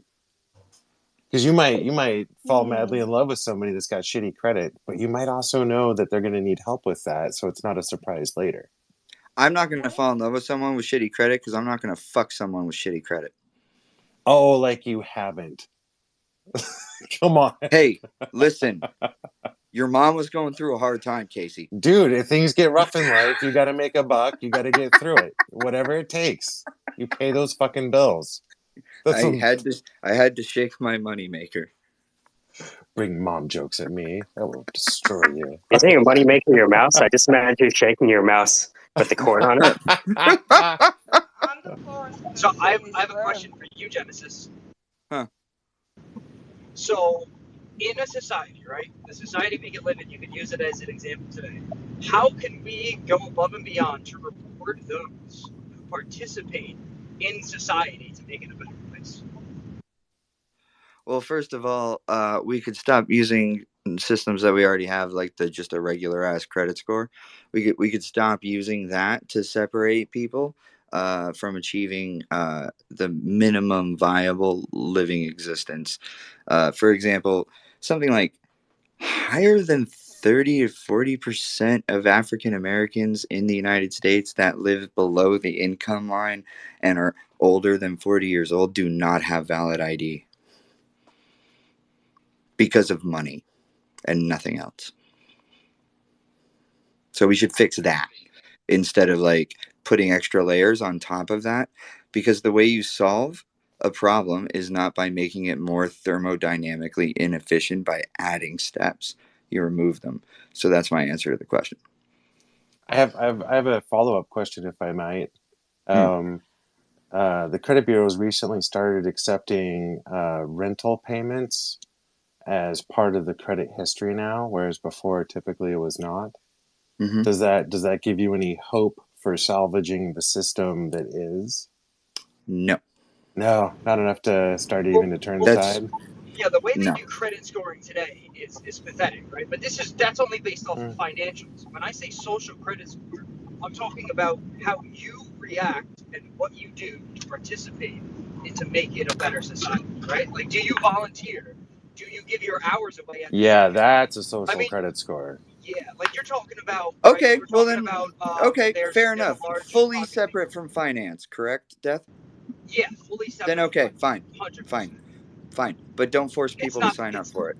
Yeah, like it's Yeah. not. I agree with that Right. also, and it's not fair if you do it by Yeah. finance. Now, because obviously, people who we've have the gone power- beyond talking about Casey's idea, because Casey's idea is a business idea, not like a social idea, right? But it's also a little bit social. It will be a social idea when he sells. Right. Like, we're not arguing now about Casey's idea. We're clear about that, right? We're just arguing about a dumbass idea because I'm high, and possibly so is Death. I don't like to argue. I just like to have discussions. No, I mean It was argue a is good in discussion, the though. It was a good classical discussion, sense of the word. distinguishing the difference between a social construct and a financial literacy construct. Very important. Mm-hmm. Right. I think Yeah. it is. Yeah. Oh yeah. Completely agree. I think it's one of the crimes of humanity that we've done is create people by the financial structure they live in. Because believe me, I do construction for a living. I go to rich people's houses all the time, and they are stupider than I could even believe Oh yeah. in a social setting. And so it means absolutely nothing. Finances. Well, it's interesting because we often talk about intelligence, like artificial intelligence, intelligence, intelligence, intelligence. And what you're saying is that some people with really nice houses aren't that intelligent. So maybe we're worshiping the wrong thing. Yeah, I couldn't agree more. I think No, I'm pretty sure money is what we're supposed to worship, man. Like Finally. I've been doing this for 40 fucking years, and I've worshipped a lot of shit. Money's pretty good. I promise. Yeah. Can I ask a question? Because I feel really stupid now. Please. What? I came in just to make fun and became a co-host, but I don't know where I am. What is the Syndicate? Where am I? Where Not in am I? Kansas anymore, am I? I feel like Sherry, I Dory. followed you in here. A lot of you Following a blind leader. A lot of you follow. Hey, Casey, A lot Brad, of you. who's going to tell her? Wait, What is the who? Syndicate? What? Lots of people have followed me in here and had a look, and yeah, like someone's messaging me right now, but I don't know where I am. So what's the Syndicate? Where am I? So the Casey, Syndicate. you tell her. Yeah. Yeah. The Syndicate is a group of like-minded individuals with a passion for digging out real value in people that are potentially struggling and just need a little tweak here or there, a little uplift here or there to actually get them launched. We do our best to keep things as light as possible, have as much laughs as possible, joke around as much as we possibly can, and then run an analysis or a dozen and see how things go and see what's there to shake out and try to just be helpful to people in general. And vis-a-vis those actions, we grow the quality of our group expands, the onus stays on helping people and separating those who have potential and those who need to really go back to the drawing board. Okay, so it's just a little community. Yeah. Until everybody drives a Lambo. Oh, okay. Because Wind Moon is what we're here for. Wind Moon. Okay. Look, all I just want is utopian space communism, but with Lambos. And all we need for it is your seed phrase, and we can make this happen. Look, I'm willing to give a lot of people seed, but not a seed phrase. What's a seed phrase? I don't know anything about that. So just open your MetaMask wallet for me, and we'll walk you through Oh it. my god. This too is the Syndicate. There's crime. There's a little crime. Not like a lot of crime, but like a little crime. We'll just say that we it's love more the moral crime than actual one. Yeah, so all it is people are tripped up by a number of things. They don't have capital, they don't have people, they don't have process, they don't have technology, they don't have doctrine, they don't have leadership. And so whatever they're missing, we add that part so they can stop talking to us and actually get to work. So we send them free nanos, do we? And get them to invest in coin? Well, the thing is, Brad was the first one to attract investment. Brad, how did it feel for you to get an investor? Pretty good. There you go. That was nice. It was a good day. How long did it A take lot you? of people in decided to conversation? fucking hate me. How long did it take you to have the conversation with the investor?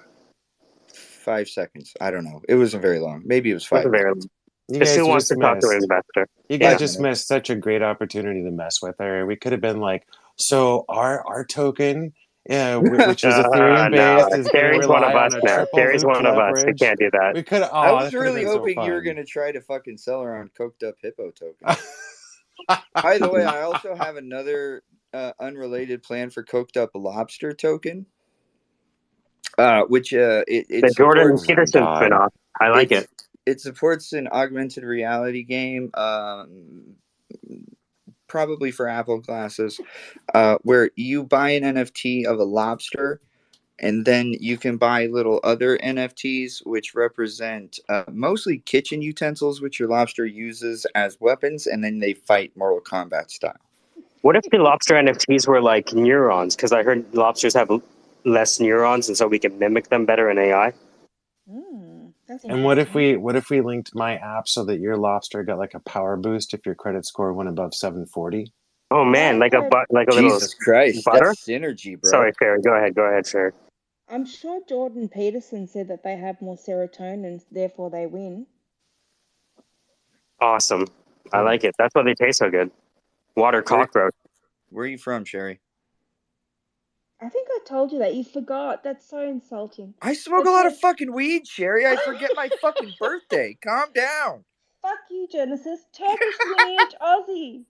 Turkish Okay, lineage all right. Aussie. So you All right. repeat See, now that we're 3 friends. times in your That's head. why you can hang with the boys, because you're from Australia.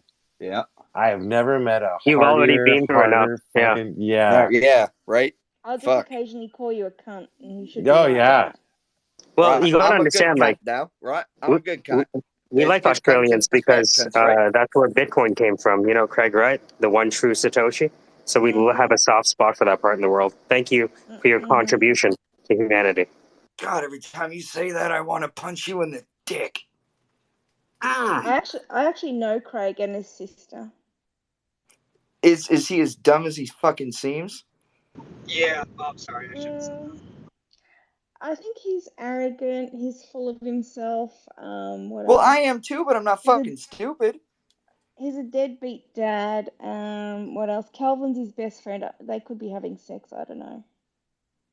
Wait. Yeah. Wait, what? Back that part up. You might be I just having sex with That's what Calvin. Calvin said no. Might too, be having Craig. sex with Calvin. You better back that up, Craig. What?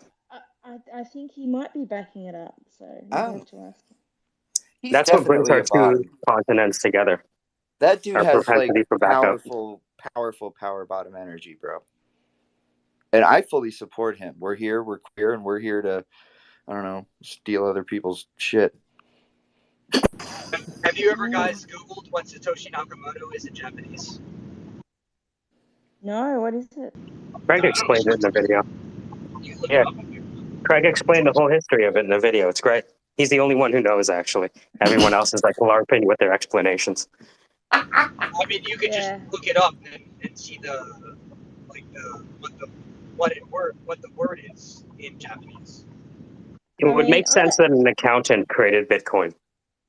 Isn't Yeah, it lots of like? people say Yeah, it's makes terrible sense. I things. mean, I would call blockchain an accounting tool, so yeah, makes sense. Yeah, it's triple entry accounting, right?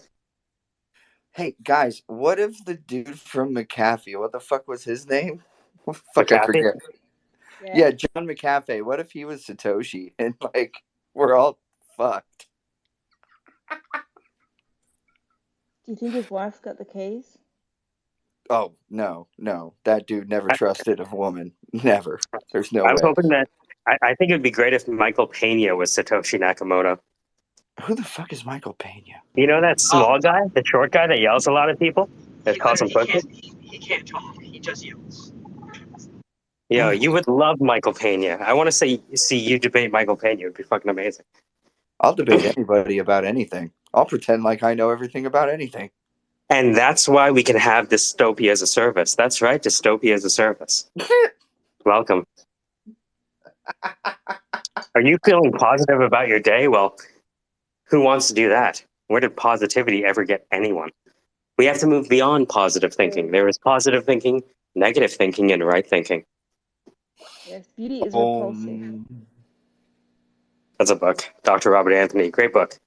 When you bump your knee against a chair, the pain you feel is a result of what's happening in your knee, not what's happening in the chair. We always walk around saying, oh, that person did that to me. No. We do that to ourselves. We just use that person to explain why we feel like shit. So we're using people all the time?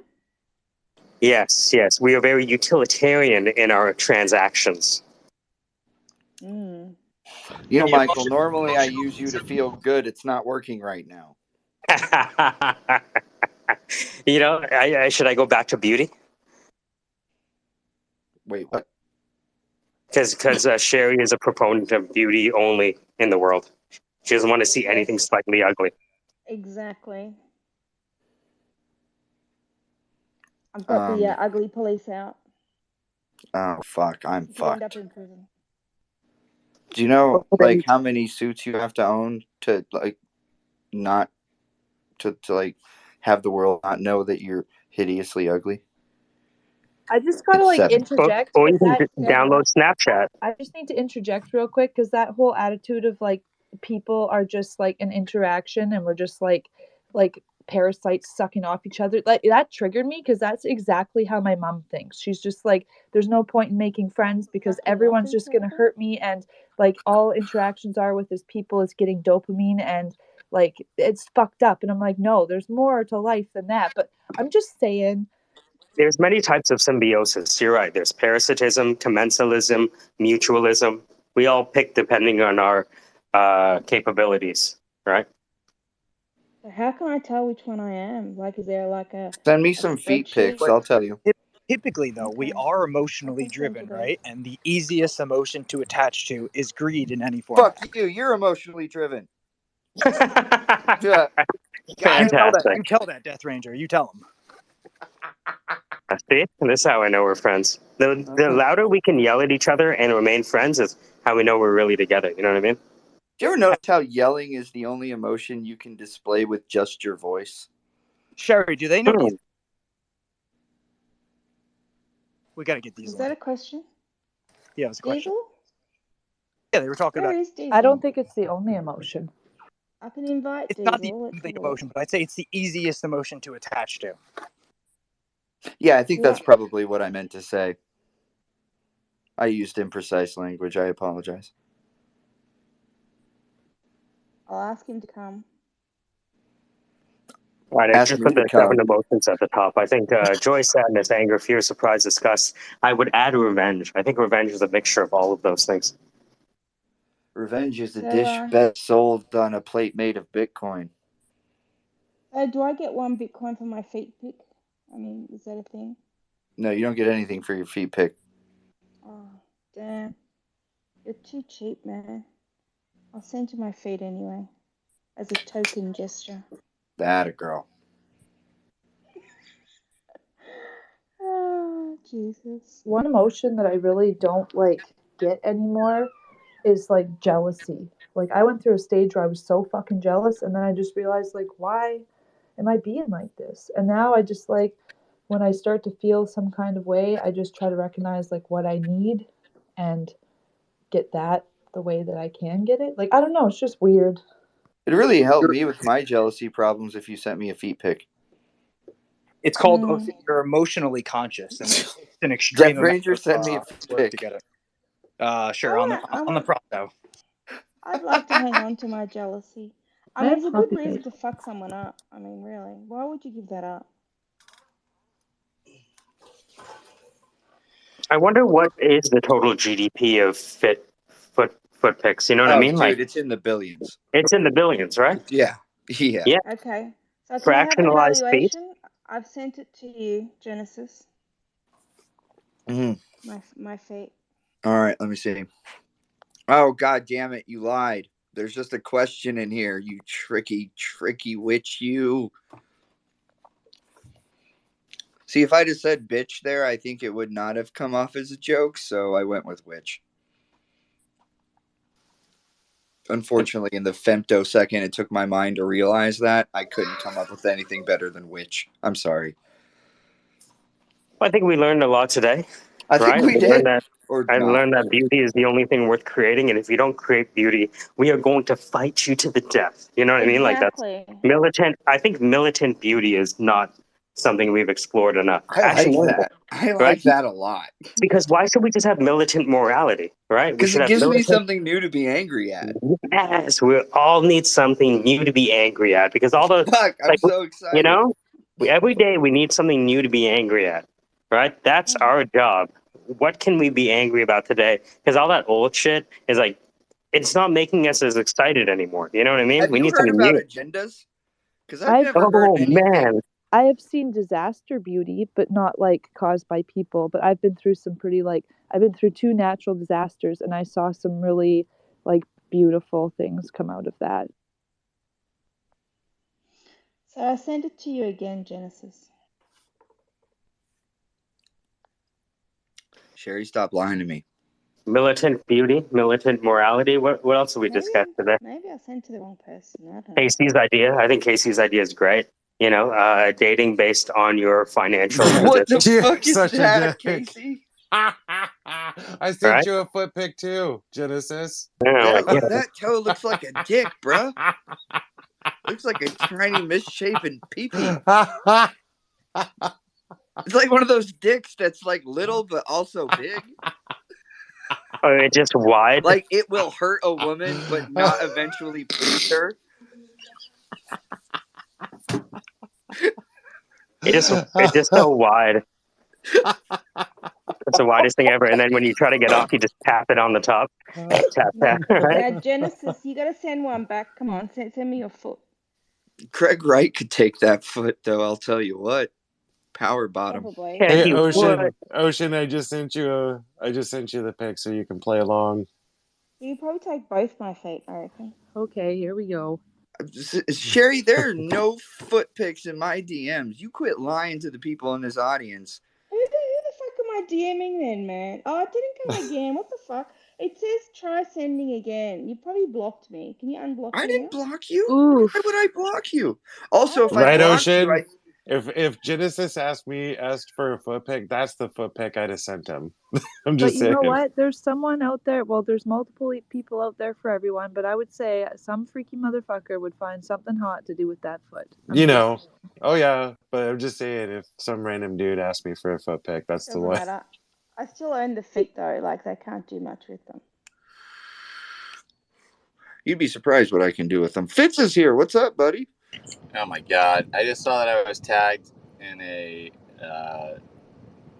something that Dan made, and I put together a DJ mix because I figured I was a DJ, and it is absolutely fucking fire. So check that shit out. It's a never-ending story mixed with infinity.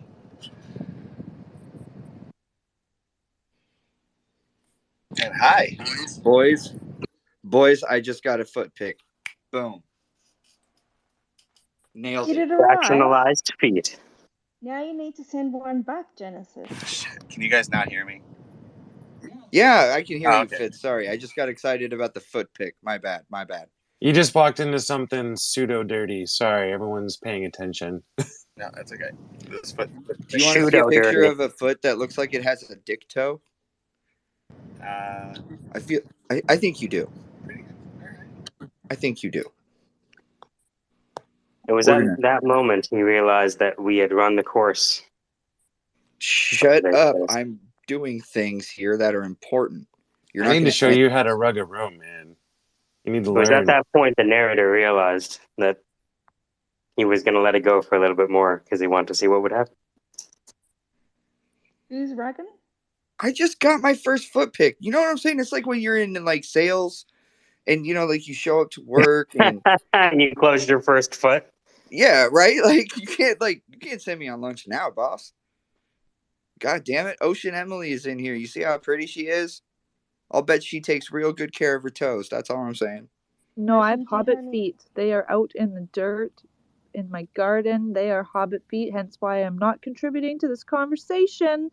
That's just a different niche that First arguably of all, pays better. Bold of you to assume that I don't find fucking Frodo attractive. I want to say once this guy was like, send me a picture. So I was like, okay. And I just took a picture. I was sitting in the vehicle. So it was like of my knees, like my legs just chilling, like just sitting. And the guy was like hot. So I trolled my snap. I was just like, apparently I got hot knees, and like showed my knees. I'm like, I kind of want to see other people's knees to see how hot they are. And yeah, so apparently I have hot knees, but like from my head to my knees, because my toes they're pretty hobbity. That's cool, girl. You can still be in the club. Yeah, we'll use your top half, and we'll just use my feet. I'll do foot porn from here on and grow my beard. She's got cute feet. I don't have a fetish for it, but she's got cute feet. You can be like a human portmanteau. I like it. I'm collecting them for an NFT project. I'm just going to keep it real. I'm going to call it the feet of Twitter Spaces. Be like a Dionysus, a centaur. You know? Yeah, sure. I Say don't some know more words I don't understand. when people send me dick pics, I just send them back like a cock rate, like a cock rate form, and tell them they gotta give me $50. I'll rate their cock. I'm like, are you sending me unsolicited dick pics, or do you want me to rate your cock $50? Sounds like a typeform problem. What? You know, you could use typeform to, filter and qualify. That's I true, don't and know. you could I don't know use what that is. Calendly to schedule the interactions. That's what I'm talking about. You just wake up and the meetings are booked. Yeah. All right, guys, I'm going to close this down. I love everyone. I don't know how I feel about you, and that's okay. I love you, Mike. I love you I too. love you all. Thanks for the feed You're pic, all Sherry. amazing. Thanks for good You're welcome. conversations that aren't people screaming at each other all the time. It's nice. That's never going to be guaranteed in any of the rooms that I'm in. Yeah, I So, yell a lot, so you got Yeah, lucky. same But yeah, here. yeah, yeah. Good times, good times.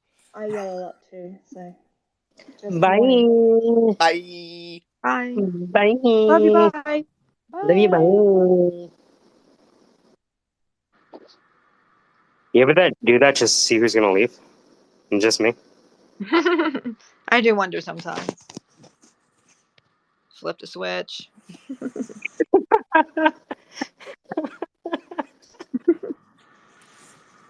Oh, how are you, Sandra? Good. How are you? I'm so alive. That Sheridan chick kind of like freaks me out a little bit, So I was like, I gotta leave for a little while and come back. Yeah, I know I'm going to be testifying one day for something. Oh Lord. Mr. Detective, I heard you were involved in the blah, blah, blah. Yes, that's right. But we'd like to talk to you about what happened here. All right, fine, I understand. I'll be waiting for this day. Let me just call dispatch justice for a sec. Oh, what's that? Oh, you never heard dispatch justice? It's like attorney as a service. Really? Yeah. Now that I like. All right, it's like full circle.